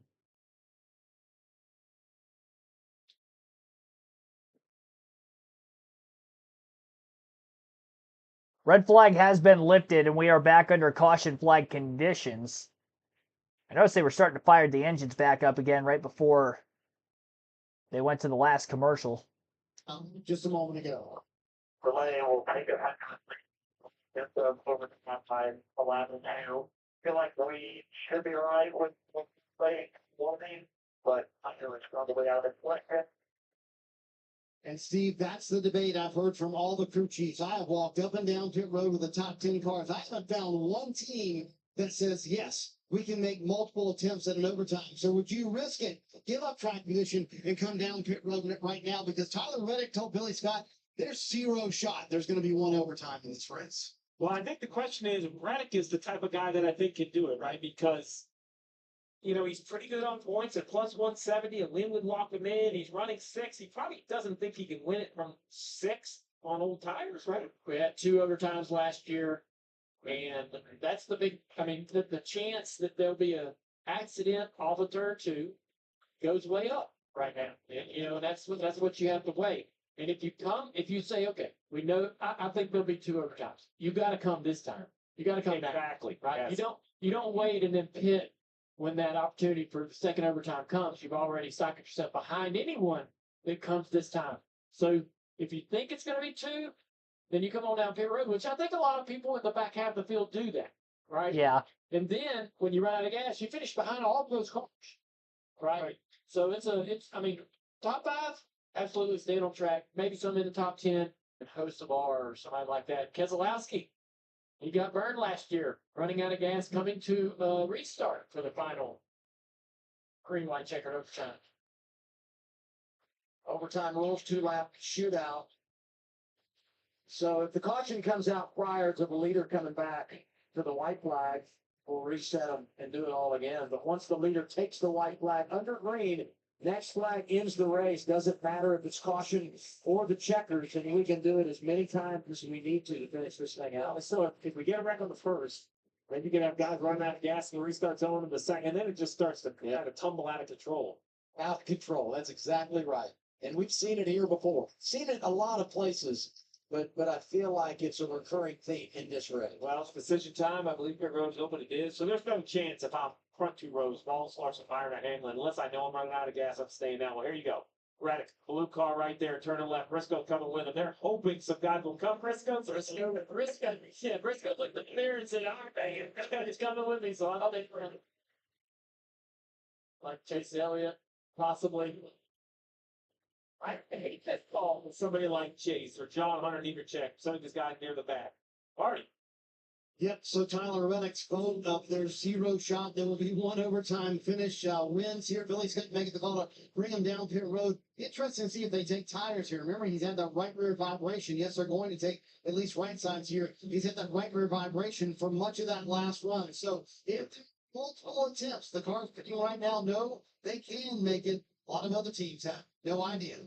You know, you reference the vibration for Tyler Reddick. Briscoe, we talked about it. He looked like he might come. He decides not to. He was another driver that mentioned the vibration on that final run. Ty Gibbs comes down, leading the way in the in-season challenge, trying to close the deal on that $1 million in the bracket. That's a situation that's tough for him. Now he's behind a large majority of the field. Now, it is an accident. You don't want to get into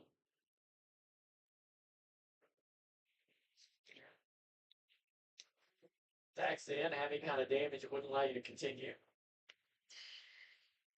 $1 million, I might just buy myself a safe little block back there. Yeah. I think I know what I would do. All bank accounts aren't measured equally. I was gonna say for $100, I'd say find myself a pretty safe little pocket and ride around back there. But 3 laps down is Dylan, so well, I'm not gonna say it because it'll happen at that point. Multiple green white checkers, bunch of laps being scored. Well, then let's talk about where they're going to choose. We know who's pitting. All right, Dale, you're Bubba Wallace. We saw Allgaier, and not to tear a Band-Aid off. We did win with Zillich, so I'm not going to make it too big. You know, he chose the top, which I think was going to work, but then Larson mistakenly got into him and caused a wreck. So if you're the 23, top or bottom? If you choose Bottom. If you choose the bottom, where does Byron go? That's the question. Byron is not going to push the 23 into a win past the 5. I would imagine that would be bad. That would be bad. So you'd hear about that on Monday or maybe sooner. So that's the 20. Denny Hamlin, can there be a place where Bubba and Denny are able to line up together? I think so. Yeah. I think either way, the second row is really the key. Who is behind who in the second row? Because the pusher and the launch is the critical part of this restart. I just love that you said, "What does Bubba do?" And Dale immediately went to the guy running third. And it's funny, but it's real because it's not just about where you are. Where is your partner? And who do you have coming from behind to give you the shove you need? In a perfect world, Denny would want to line up behind Bubba, and Byron would want to line up behind his teammate. Listen, Josh Berry, we haven't even really talked about him at fifth. I mean, they're not choosing this time, which is just another lap of fuel their guys are burning. Man. Let's get some reports from the pit lane before we get to choose, Marty. Just checking in with Bubba Wallace's team. Charles tonight told me, yes, we are good for one overtime. I said, what about overtime number 2? He said, that one I'm not so confident in. Think about, Alan, what's right in front of Bubba Wallace. The possibility of making the playoffs, the possibility of winning his first ever crown jewel race. It's all right here. Do they have the fuel to make it to the end? And is it just one overtime? I think Kyle Larson knows all about that. He was the chaser last year to get it done and to get that brick and get the Brickyard 400 trophy. They're planning for every scenario. That's what this 5 team is good at. And crew chief Cliff Daniels was just telling Kyle Larson, look, we have to hit that emergency switch. Go to the reserve tank. The best thing to do under green is start swerving on the straightaway to make sure the fuel is in that pickup. You can't be near the wall and get that fuel in the car. That's if we need it. So again, they're planning ahead for every scenario, but they think they're okay, Marty. This shoe's very interesting for William Byron. Yes, they're going to stick with their teammate Kyle Larson, but how good of a teammate will you be when a second crown jewel in 2025 is on the line for William Byron? He'll push Larson, but would he take the chance to make it 3 wide? We'll see, Danielle. Denny Hamlin go from last to first. He is lining up 4th on this restart. Just ahead of him, Hendrick teammates and Bubba Wallace, who drives for him at 2311 Racing. Denny Hamlin, if he wins his first ever Brickyard 400 today, would pull off the Grand Slam, having won the 3 other crown jewels in Cup Series racing and win number 59 of his Cup Series career. He just announced a 2-year contract extension this weekend to stay with Joe Gibbs Racing, who he's been racing for the past 2 decades. Can he pull it off, Double A? We're about to find out. Boy, a lot of drama going to unfold here. So I think, listening to that conversation, Bubba Wallace maybe picks the inside here.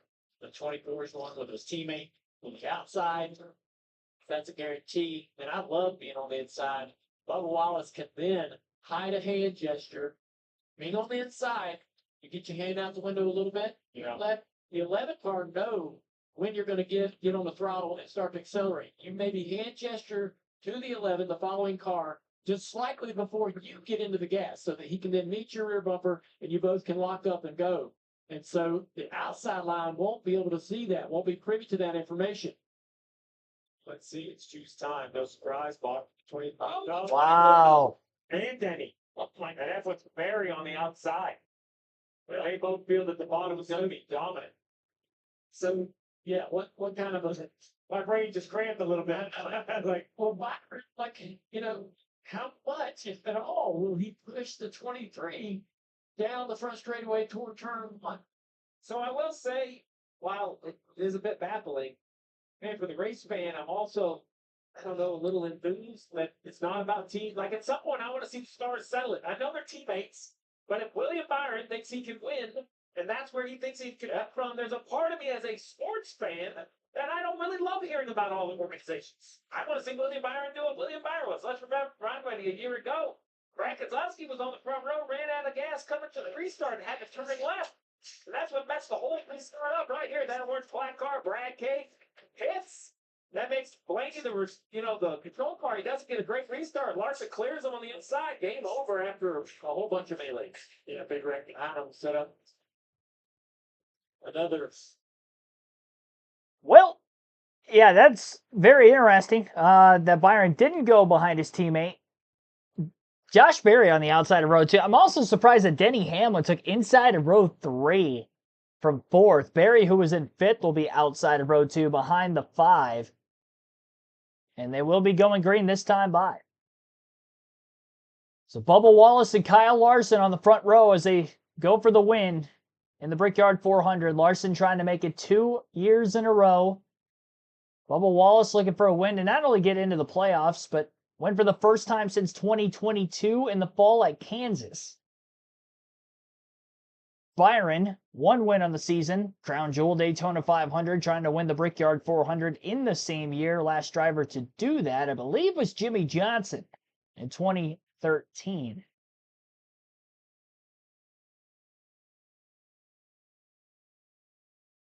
Pace car going to take the left-hand turn to pit road. Obviously, again, Wallace is on the inside of row 1. Larson on the outside.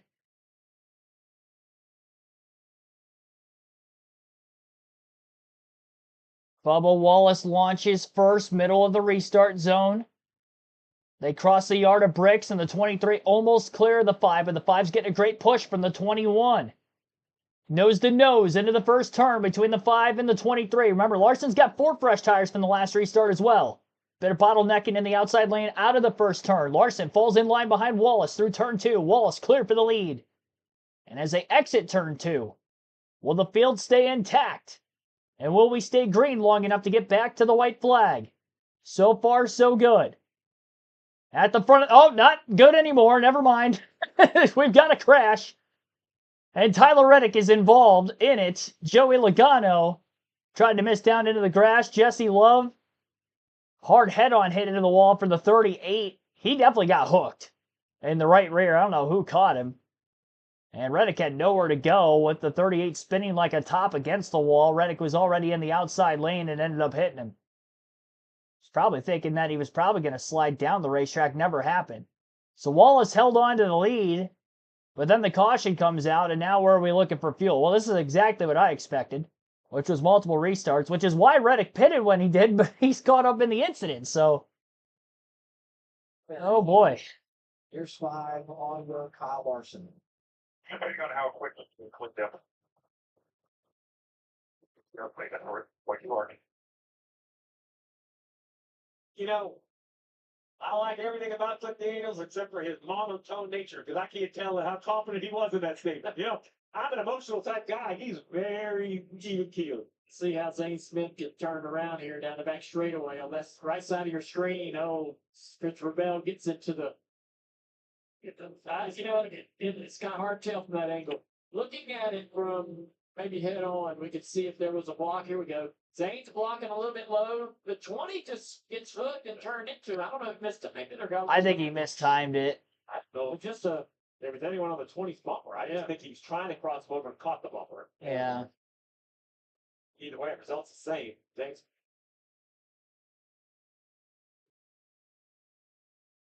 Unbelievable. That's not going to be how. Right front wheel.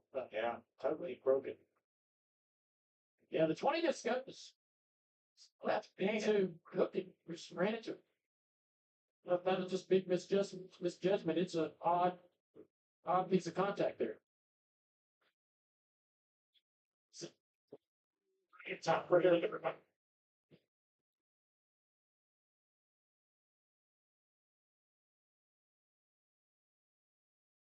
Reddick started on the pole last year, finished second. Crash late today takes him out of contention.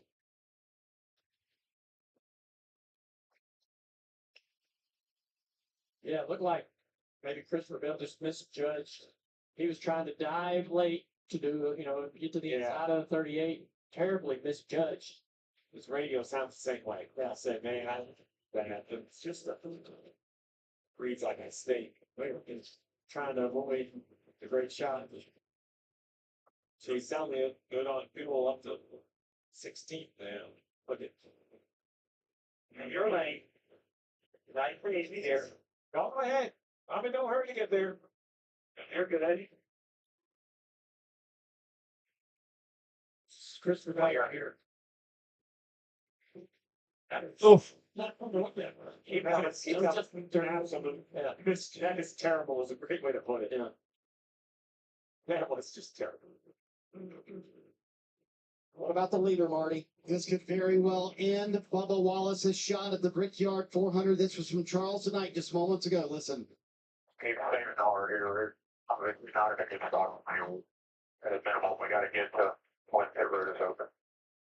At a minimum, Steve, he said we have to get to when pit road's open. And I think tonight's issue now is he's worried that Bubba Wallace may not be able to make it back around until pit road is open. They also told William Byron, very high chance we're going to have to pit as well. So that would be first and third that feel like they have to pit before the second overtime, if that comes to fruition.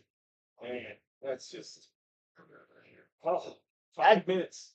Yeah, that's a heartbreaker. Rain games, the handful of laps, Bubba Wallace doing everything he did. But all of this disappointment, though, I just want to go back to the start of the day. Dale, you and I were down on the desk to talk about what it was like to race here. And then Jamie McMurray told us about what it was like to win here.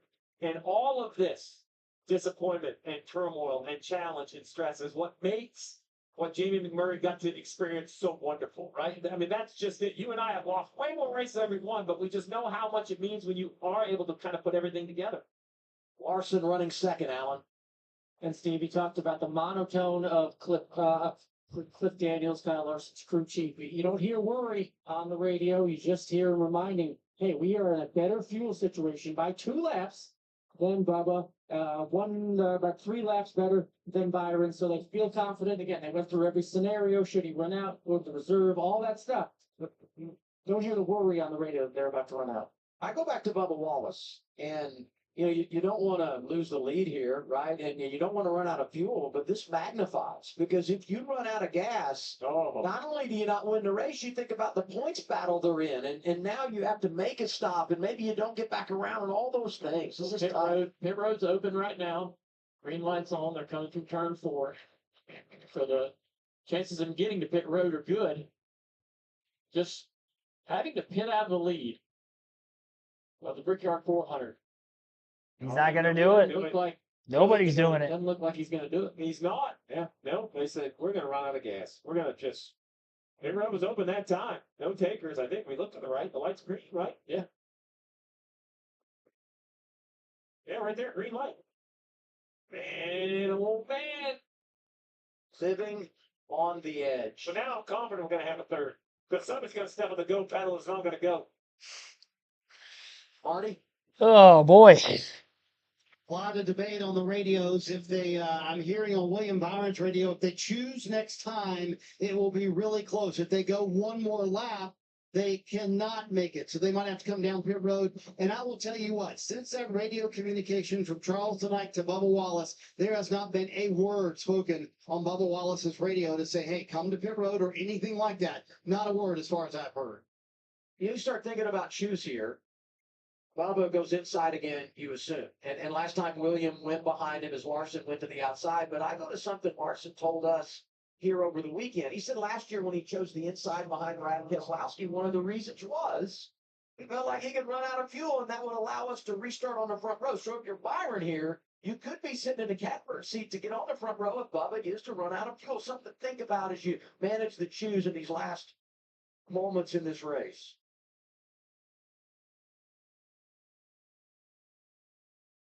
There's a lot to untangle. Oh. Marty?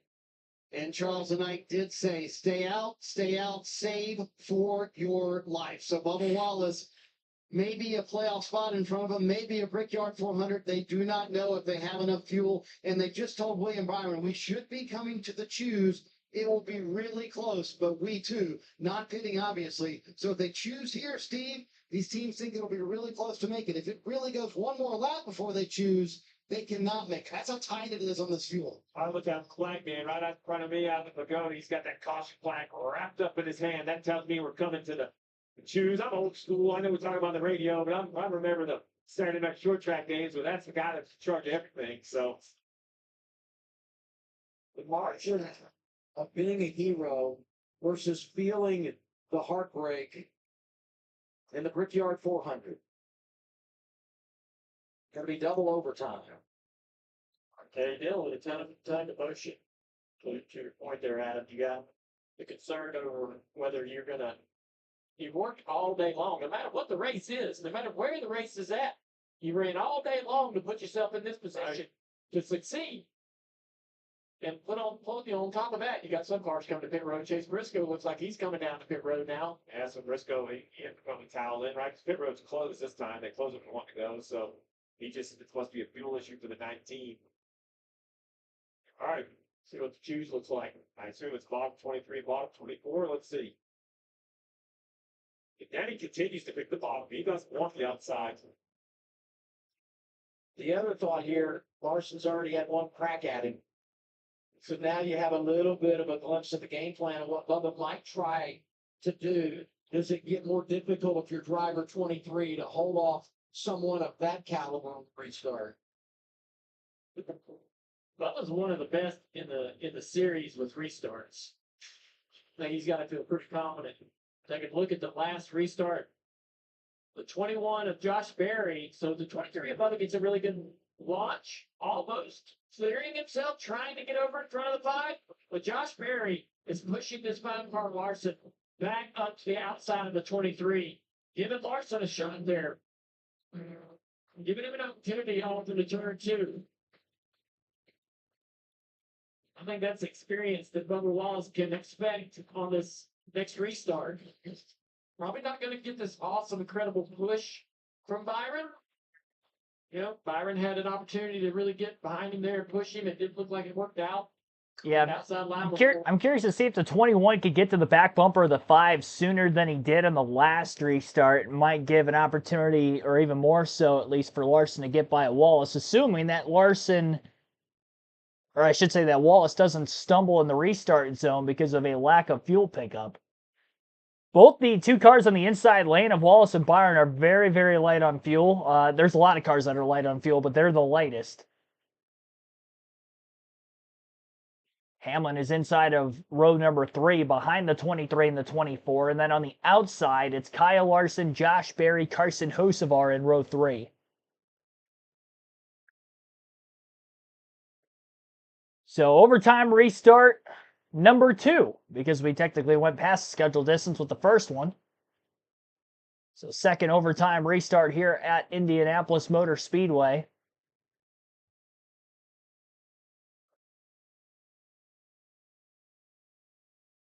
The pace truck does come onto pit road. Wiggle back and forth by pretty much everybody in the front couple of rows here, trying to make sure they've got enough fuel to get the pickup needed. Good news is Indianapolis front stretch is flat, so that should aid them. Green flag is back in the air. 24 pushing the 23. Doesn't seem like Bubba Wallace had as good of a launch as he did on the last restart. He's still nose to nose though with Larson, because Larson didn't get as good of a push from the 21. Larson wiggles a bit in that outside lane, and Wallace is clear in the chute between turns 1 and 2. Hamlin after Berry for 4th. Larson is about 2 to 3 car lengths off of the lead as they work their way down the back straightaway. Wallace is out in front. Can he stay out in front, and does he have enough fuel to make it all the way back around, and will we make it to the white flag before another caution? Into turn 3, Wallace still has about a 3 to 4 car length gap over Larson. Larson does have slightly fresher tires. Couple cars go wide in turn 3, but we stay green for now. I believe Carson Hocevar was one of the drivers that went wide. Couldn't tell who else it was that was with him. But we are green long enough to get to the white flag. 1 lap to go. 2.5 miles left for Bubba Wallace to win the Brickyard 400. Does he have enough gas to make it to the end? Larson closed a bit down the front straightaway. Still about 2 to 3 car lengths off the lead through 1 and 2. He's not closing much. He's probably going to need Wallace to run out of gas on the final lap.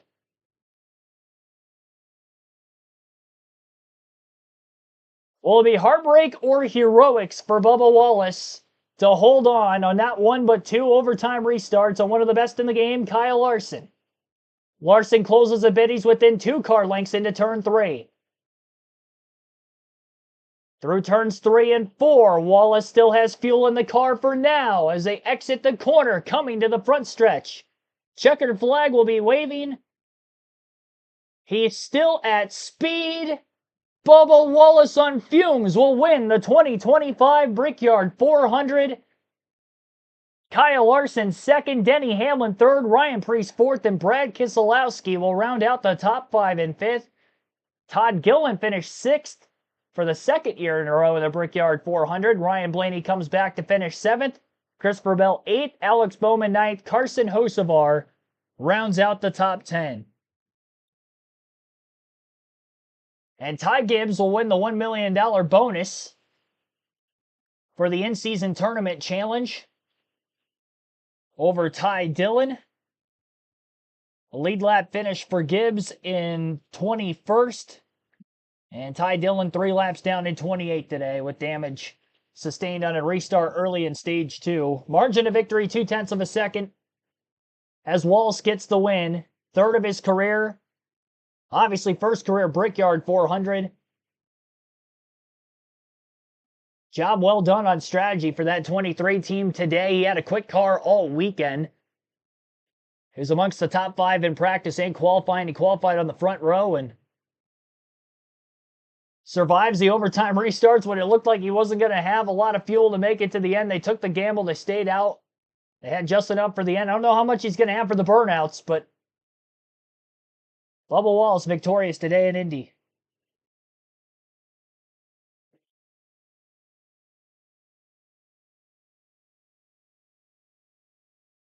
We'll go over the rest of the finishing results here quickly. It's going to be a minute before our post-race interview with the 23.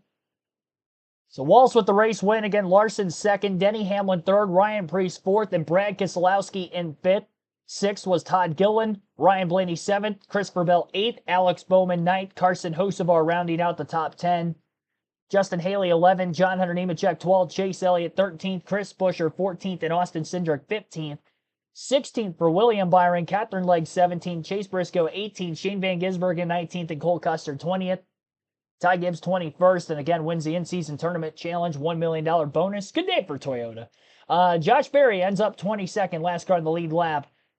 He restarted in 5th. I think he was one of those 2 cars that got up against the wall on the restart. I think him and Hocevar went wide battling into turn 3 for 5th place. Berry got against the wall. They stayed green, obviously, and then Hocevar fell back to 10th. AJ Allmendinger ended up 23rd, first car lap down. Jesse Love 24th. Kyle Busch 2 laps down in 25th. Riley Herbst 26th. 3 laps down for Daniel Suarez in 27th. Ty Dillon in 28th. Tyler Reddick got caught up in that last wreck. DNF finished 29th. Michael McDowell 30th. 6 laps down but finished the race. Zane Smith also caught up in that late first overtime incident. Finishes 31st. Joey Logano caught up in it as well. Finishes 32nd. Noah Gragson 33rd, Josh Bilicki 34th, Ricky Stenhouse Jr. 35th, Eric Jones 36th, Cody Ware 37th, Austin Dillon 38th, and Ross Chastain rounds out our 39 car field. 6 cautions, 15 lead changes, 28 laps spent under the yellow, 2 overtime restarts, 3 hours, 22 minutes, and 16 seconds total time on the race today. I'll tell you what, he had more fuel in it than everybody thought, including their own team, because he was having a lengthy burnout, as you would expect when you go to Victory Lane here at the Indianapolis Motor Speedway. The 2311 team will be kissing the bricks here shortly. Here's a word with our race winner, Bubba Wallace. Here's Marty Snyder. What a celebration in front of the 2311 race team. Fight to go on the regular season, and we'll get your first ever crown jewel win for Bubba Wallace.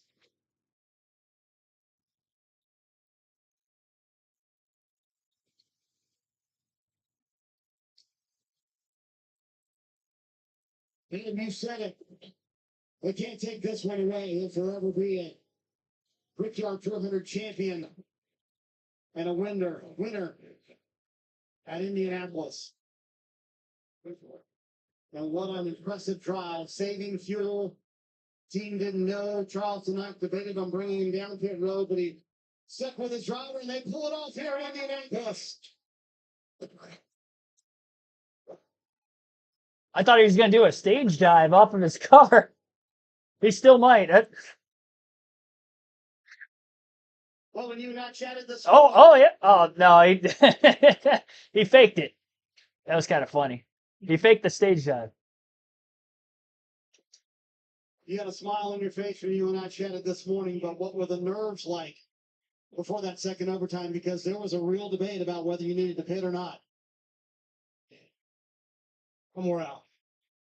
I thought about every which way to Sunday, besides driving a race car under that red flag, and oh my gosh, man, just so proud of this team. that adrenaline rush is crazy because I'm coming off that right now, and I'm wore out. But I just want to thank everybody behind you right here, all these guys, all these men and women at Airspeed for making this possible. And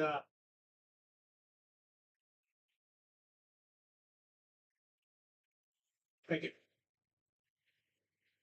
I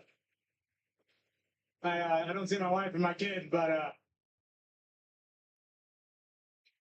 welcome to Victory Lane, Vex. That's pretty cool. Officially, Daytona was Daytona, but to overcome so much, thank you. And to put these people here in Victory Lane, that's what it's about. It's about these people that continue to push in me, believe in me, and man, just so proud. I appreciate all you guys. Thank you. Here comes Bex and Amanda. They're right here. They want to celebrate. The cheers for everybody. We'll give them a family moment.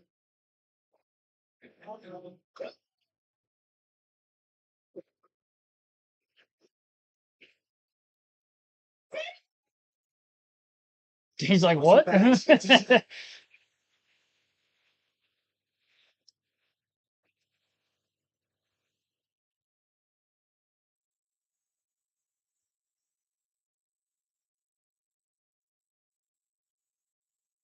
What does this moment mean as a, you can hand it back to Amanda, tears in her eyes.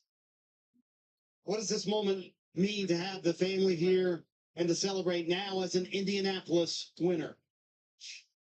Unbelievable. To win here at the Brickyard, knowing how big this race is, knowing all the noise that's going on in the background, to set that all aside is a testament to these people here on this 23 team.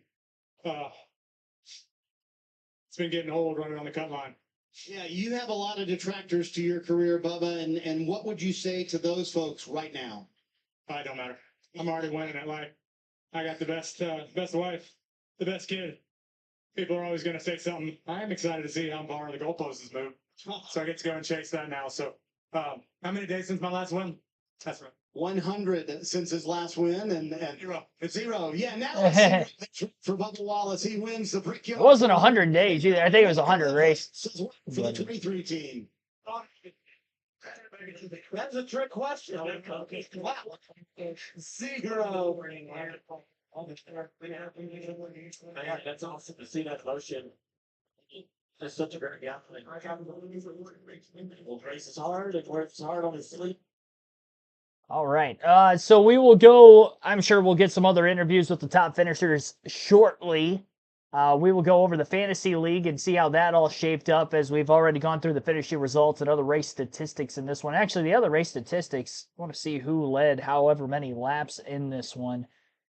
Wallace led 30 laps en route to the victory today. Larson led for 19. Denny Hamlin during green flag stops led 1 lap. Great day for him to go from last to third. 12 laps led for Ryan Preece, 14 for Blaney. Blaney won stage 2 as well. 2 laps led for Alex Bowman. Justin Haley led for 15 in stage 3 during the pit cycling sequence that they had and pit strategy with that. Jonathan Nemechek led 1 lap. Austin Cindric led the most laps today with 40, and he actually had a right rear tire go flat back in stage 2 while leading.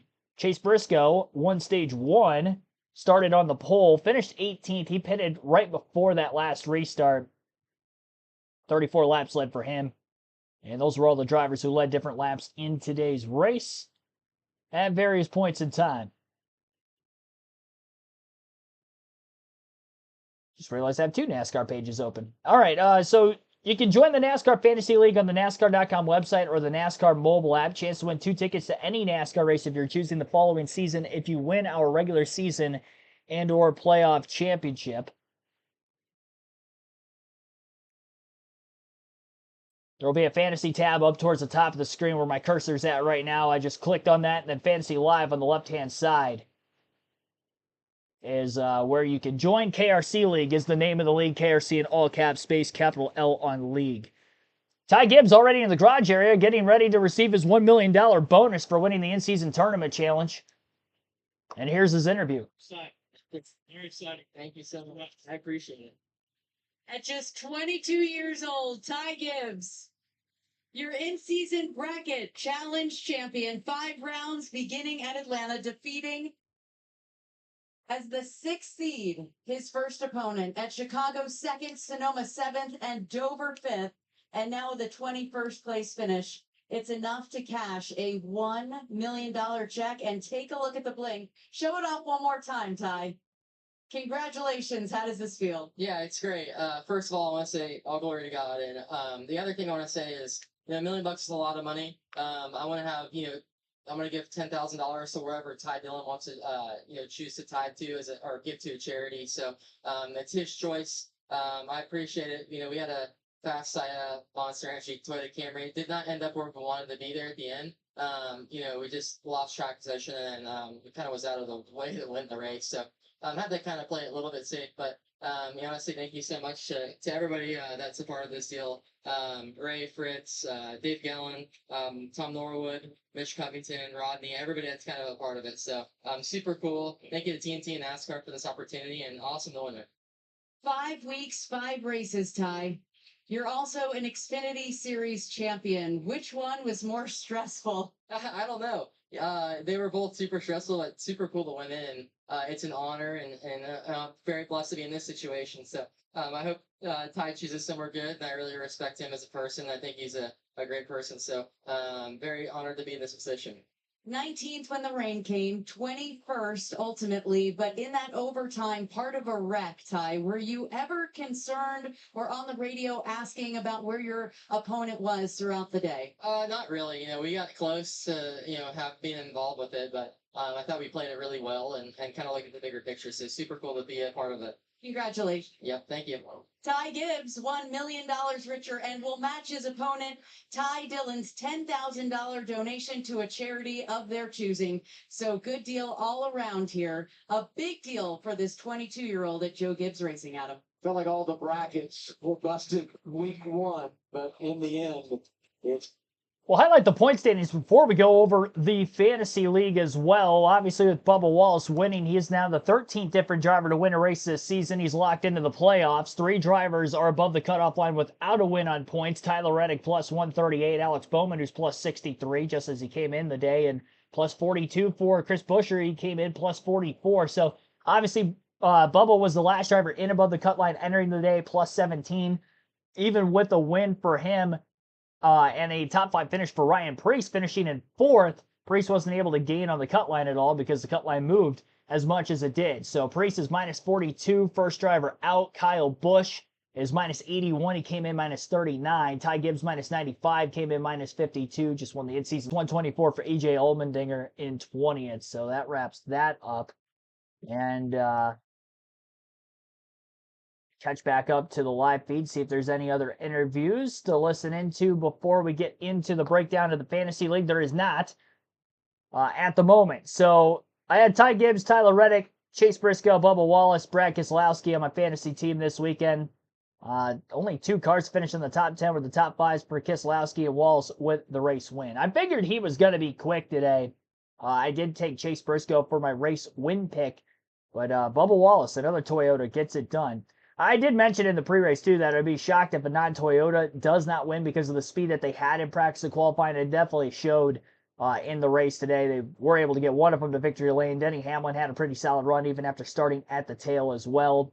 Reddick was up towards the front. I think he was in 6th when he chose to hit pit road before getting involved in that final incident. So all the way around, decent day for Toyota as a whole, but considering they got the win, I guess it'd be a great day. Head-to-head picks, I had Reddick over Bell. That was wrong. I had Bubba over Blaney. That was correct. I had Gibbs over Dillon, which was correct, and Larson over Hamlin. So 3 for 4. That saves me a little bit. Enough about me. Let's take a look at the league standings first coming into the week. Monster Jam X10 was our regular season points leader with 40-35. I was in second with 40-13. 39.75 for Evan, 48.48 third. Insider Annis 39.51 was in fourth. P-Shat Motorsports in fifth with 39.40. And as we go into the live standings for this week, Evan 48.48 with the most points, and he will be our Brickyard 400 KRC winner. 227 points for him en route to the victory. K-Harm 60 with 222 in second. Nathan Daniel Powers in third with 207. 206 for Dark Crypto in fourth. And War Given Buckeye Racing with 203 rounds out our top five. A Monster Jam X10 did outscore me by 23 points. So he will extend his points lead with just 4 races to go in the regular season. TNT on a full screen commercial break as of right now. So we'll just go over the start times for next weekend's stream, and then we will get on out of here for the day.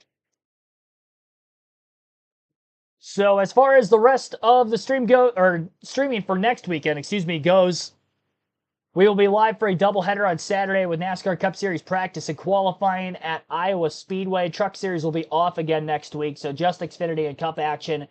Cup practice and qualifying will be at 1:30 p.m. Eastern on Saturday afternoon. Also, Saturday evening will be the NASCAR Xfinity Series race at 4:30 p.m. Eastern. Next weekend for the NASCAR Cup Series event, that will be live at 2:30 p.m. Eastern with our pre-race coverage, and obviously that will all be up in the community tab later in the week. I know there was an issue with YouTube not giving out the notifications to the start of the stream today, so we were missing quite a few people here until about halfway through the race, but I appreciate those of you that were able to tune back in and were able to watch for the entirety of this 400-mile full-length coverage of KRC's productions of the Brickyard 400 in 2025. We'll be back at it again next weekend for those 3 live commentary streams. We'll also have some NASCAR gaming content during the week as well. Our next live stream will be set for Tuesday on the NASCAR 08 stream, so be on the lookout for that. I'll have the finishing driver polls or who you want me to race as for the next seasons of NASCAR 08 up in the chat at some point here before the end of the night. So thank you all for watching. Congratulations again to Bubba Wallace for winning the Brickyard 400. And I will see you guys back at Better Than Ever again next time. Thanks for watching, everybody. Be sure to hit the like button if you haven't done so yet. Let's see, what are we at for likes? We're at 75, 76 likes now. So be sure to hit the like button if you haven't yet. Subscribe for more NASCAR content like this every NASCAR race weekend as we're on the road to 7,000 subs. See you guys next time, everybody. Have a good rest of your Sunday evening.